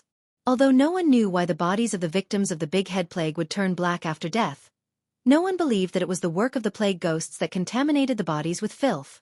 However, early in the morning, the 200 Imperial Army soldiers were on the streets again. After beating the gongs to attract everyone's attention, they loudly shouted, "Everyone, listen well." The Dao ancestor asked the Marquis of Huxian County to inform him that because the plague ghosts are causing trouble in Yanling County, the corpses have been contaminated by filth and have not been dealt with quickly. Thus, the sun in the sky will be swallowed by the plague ghosts for some time because of this matter. Although the Dao ancestor's magic power is great and can quickly disperse the plague ghosts, if the contaminated corpses are not quickly burned, the world will fall into chaos. The plague ghosts will take this opportunity to wreak havoc in the world. When that time comes, even the gods and Dao ancestors in the heavens will be helpless. Over and over again, the Imperial Army announced loudly in the city, but the commoners all frowned when they heard it. Plague ghosts swallowing the sun? How was this possible? Many people subconsciously raised their heads to look at the rising sun and couldn't help but silently say, "Dao ancestor bless us, Dao ancestor bless us." Regardless of whether the commoners believed it or not, there was a large question mark in their hearts. This was because if the Marquis of Huxian and the Marquise were still trying to trick them, it would be too easy to expose them. If the plague ghosts did not appear today, wouldn't that mean that this was all a scam? Since that was the case, what was the point of the Marquis of Huxian ordering people to spread the news? Yanling County instantly became lively because of the Imperial Army's announcement. Although everyone was strictly forbidden from leaving the square, the people in the square still could not suppress the shock in their hearts. They all walked out of their own houses and discussed with their neighbors in low voices. "Dalong, do you think this is true? Could it be that the corpses of the people who died because of the plague ghost were really contaminated by the filth?" "Bah, I don't believe such nonsense. In my opinion, this is definitely something that the Huxian Marquis is saying to trick us. None of these officials are good. Everyone, you still don't know, right? A few days ago, many people had died in the inner square beside the city wall that was specially used to house the sick. The Marquis had ordered his men to drag them out of the city and burn them. Because of this, many family members of the patients are crying at the county yamen. TSK, do you think that the Marquis is crazy? He actually wants us to burn the corpse. This is something that has never been heard of since ancient times. If this corpse is burned to ashes, I'm afraid it will be even more torturous down there, right? Isn't that right? We are not the eminent monks in the Buddha's gate who can be led to the Western paradise after death. If this corpse is burned, our ancestors won't even receive incense offerings in the future. In my opinion, what plague ghost swallowing the sun? It's just nonsense. The yamen runners and scribes also gathered in the county yamen and whispered to each other about this matter. But no matter what, almost no one believed the imperial army in the city, even though their throats were about to break from shouting. What the imperial army had been spreading in the city for the past 2 days was naturally what Li Wangyu had taught Su Chongqing. At that time, his mind was full of how to trick the people in the city, but his eyes were blinded by the sunlight in the sky. When Li Wangyu covered the sun with his hands, a sentence suddenly popped up in his mind. In the 4th month of the 4th lunar month, there will be a solar eclipse. This was recorded in the Comprehensive Mirror for Aid of Governance, about the solar eclipse that occurred in the Tang Dynasty in the 4th year of Zhengguan. The 1st lunar month of the 4th lunar month was April Fool's Day in the future. After Li Wangyu asked the wastrels and found out that it was March 27th of the 4th year of Zhengguan, he immediately thought of using the solar eclipse to trick the tens of thousands of people in the city. In the future, even elementary school students could clearly explain the principles behind solar eclipses. But in China, it was an ominous sign since ancient times. Under normal circumstances, people called solar eclipses the heavenly dog eclipse. The sun represented the emperor of heaven, and the emperor was the son of heaven. If there was a solar eclipse, it would be an ominous sign of a demon invading the emperor's rule. Solar eclipses were not only ominous, but also extremely ominous. In fact, it was not only China that was like this.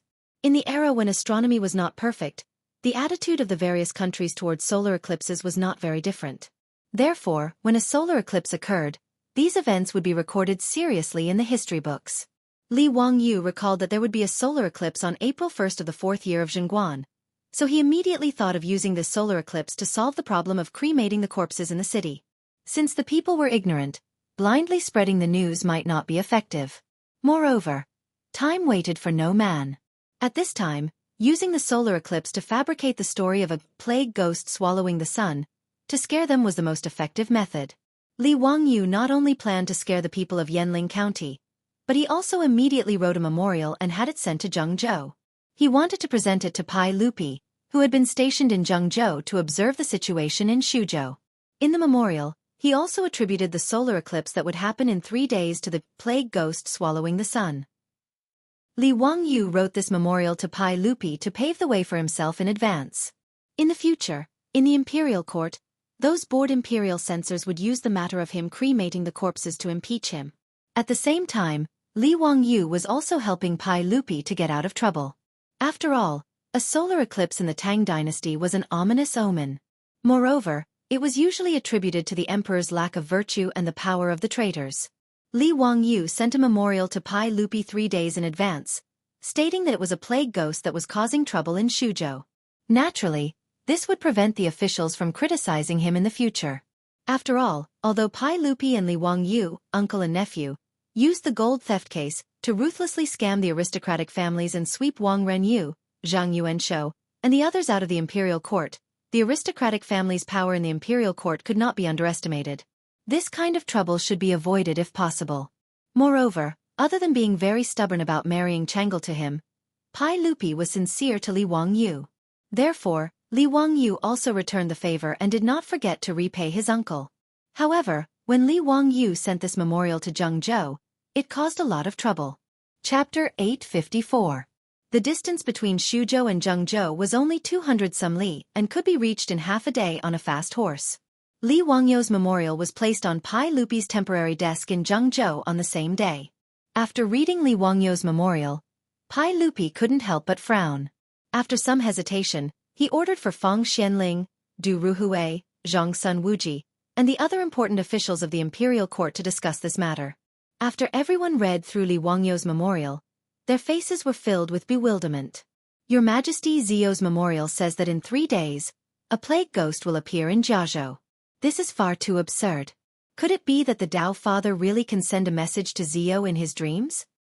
I do believe Zio's words to a certain extent. Although this matter seems absurd, given this old man's understanding of Zio, he would never joke around like this with your Majesty. That's right. Although I don't know where the Marquis of Wuxia learned that a plague ghost will appear, the Marquis of Wuxia is not a reckless person. Since he dared to submit a memorial to your Majesty, he must have some assurance. Although the important officials found the contents of the memorial hard to believe, out of their trust in Li Wangyu, they reluctantly believed it.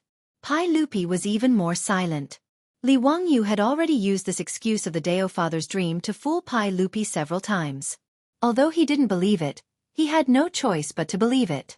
What left Pai Lupi somewhat speechless was that Li Wangyu had confidently stated that the plague in Shuzhou was not the work of a plague ghost, but an epidemic caused by a virus. But in just a few days, this fellow had changed his tune? Not only had he declared in his memorial that it was the work of a plague ghost, he had even dared to predict that in 3 days, a plague ghost would appear and devour the sun. This was no small matter. Although Li Wangyu cleverly changed the heavenly dog eating the sun to the plague spirit swallowing the sun, it was hard to convince the masses. Your Majesty, if what Ziyu reported is true, we need to inform the officials of this matter as soon as possible, in case the heavenly dog eats the sun and causes waves in the court. This subject agrees. Regardless of whether this matter is true or false, Your Majesty should still inform the world of the Marquis of Wuxia's memorial to reassure the people.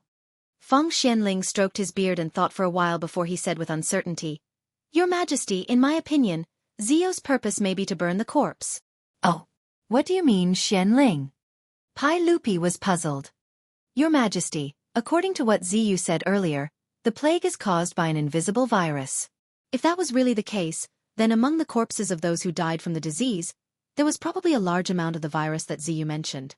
Therefore, Ziyu gave the order to burn the corpses to prevent the virus from harming the people. However, Your Majesty also knows that it is extremely difficult to get the people to burn the corpses. Therefore, in my opinion, Ziyu is using this matter to scare the people and make them agree to burn the corpses of those who died from the plague.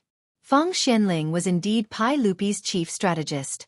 He quickly guessed Li Wangyu's true thoughts from his memorial. When Pai Lupi heard this, he nodded slightly, agreeing with Feng Xianling's guess. However, the crux of the matter was whether what Li Wangyu said in his memorial was true or false. In 3 days, a plague ghost would appear in Jianghu and devour the sun. Your Majesty, regardless of whether this matter is true or false, we can only treat it as if it is true. Otherwise, if Your Majesty does not inform the officials of this matter, if the plague spirit really appears in 3 days, it will be even more troublesome. Zhang Sun Wuji's words also received the approval of Feng Xianling and Du Ruhui. Although they did not understand why Li Wangyu was so certain that there would be a solar eclipse in 3 days, since Li Wangyu presented the memorial solemnly, they could not pretend that they did not know about this matter. Pai Lupi hesitated slightly, but if there is no plague spirit appearing in 3 days, his meaning was very clear, but he was also worried that his disobedient nephew would be attacked because of this matter. Feng Xianling and the others looked at each other, then bowed to Pai Lupi and said, Your Majesty, it seems that Ziyu is confident. Otherwise, why would he present this memorial? If there is no plague spirit appearing in 3 days, then Ziyu can only take responsibility for this matter. Your Majesty, after all, Ziyu is the founding county marquis and the Henan circuit envoy. It is natural for him to take responsibility for his words and actions. Pai Lupi hesitated for a moment, but in the end, he nodded in agreement with Feng Xianling and the others. He ordered people to gather the officials who had accompanied him to Jianghu, and read out Li Wangyu's memorial in front of everyone. When the officials heard that Li Wangyu dared to say that there would be a plague spirit appearing in 3 days, they were all in an uproar. Tai Chongqing Wang Ying immediately spoke out. Your Majesty, the Marquis of Wuxia's words are truly bewitching. How can he be so sure that there will be a plague spirit appearing in 3 days? Even the Imperial Historian Bureau did not send any information about a solar eclipse, so how could the Marquis of Wuxia know? In this old subject's opinion, this is utter nonsense. The Imperial Historian Bureau that Wang Ying spoke of was the imperial astronomer of the later generations. Its job was to observe the heavens, calculate the solar terms, and set the calendar. During the Qin and Han dynasties, it became the Imperial Historian Bureau. During the Tang Dynasty, it was renamed the Imperial Historian Bureau. Later, it was renamed the Secretarial Pavilion, the Armillary Sphere Overwatch Council, the Armillary Sphere Bureau, and the Directorate of Astronomy. Predicting solar eclipses was naturally the responsibility of the Imperial Historian Bureau. However, in an era where astronomy had not been perfected, predicting solar eclipses, especially accurately predicting solar eclipses, was extremely difficult. The Imperial Historian Bureau did not dare to carelessly predict the appearance of a solar eclipse. After all, if the prediction was wrong, they would lose their heads. This was also why Li Wangyou's memorial had made Pai Lupi very hesitant. Even if Li Wangyou's prediction was wrong, Pai Lupi would not cut off his head, but he would definitely be punished with a reduction of his title and a fine of copper. As for his position as the Henan Circuit envoy, he would not be able to continue. Before Pai Lupi could speak, Yuqi Jingda jumped out and pointed at Wang Ying's nose. How do you know that there won't be a solar eclipse in 3 days? If there really is a plague spirit appearing, what will you say? Do you dare to write a contract that if there is a solar eclipse, you will apologize and resign? Wang Ying didn't know how to respond to Yuqi Jingda's words. How would he know if there would be a solar eclipse in 3 days? He wouldn't bet his future on something like that with Yuqi Jingda. Pai Lupi slapped the armrest of the throne and stood up, looking around at the officials. Okay, let's not talk about this anymore. I believe that County Marquis Huxian will not joke about this. Pass down the decree, quickly inform Chang'an of this matter, announce it to the world, to pacify the hearts of the people, so as to avoid any mischief caused by the plague. Pai Lupi's actions could be considered to be supporting Li Wangyou. If this matter was made public and the solar eclipse did not appear in 3 days, then the one who would be attacked would not only be Li Wangyou. Feng Xianling, Du Ruhui, and Zhang Sun Wuji looked at each other, but they did not try to persuade him and bowed. 3 days later, Zhengguan's 4th year, 4th month. Early in the morning, Li Er changed into a plain robe and hid in the side hall. He began to anxiously wait with the other officials.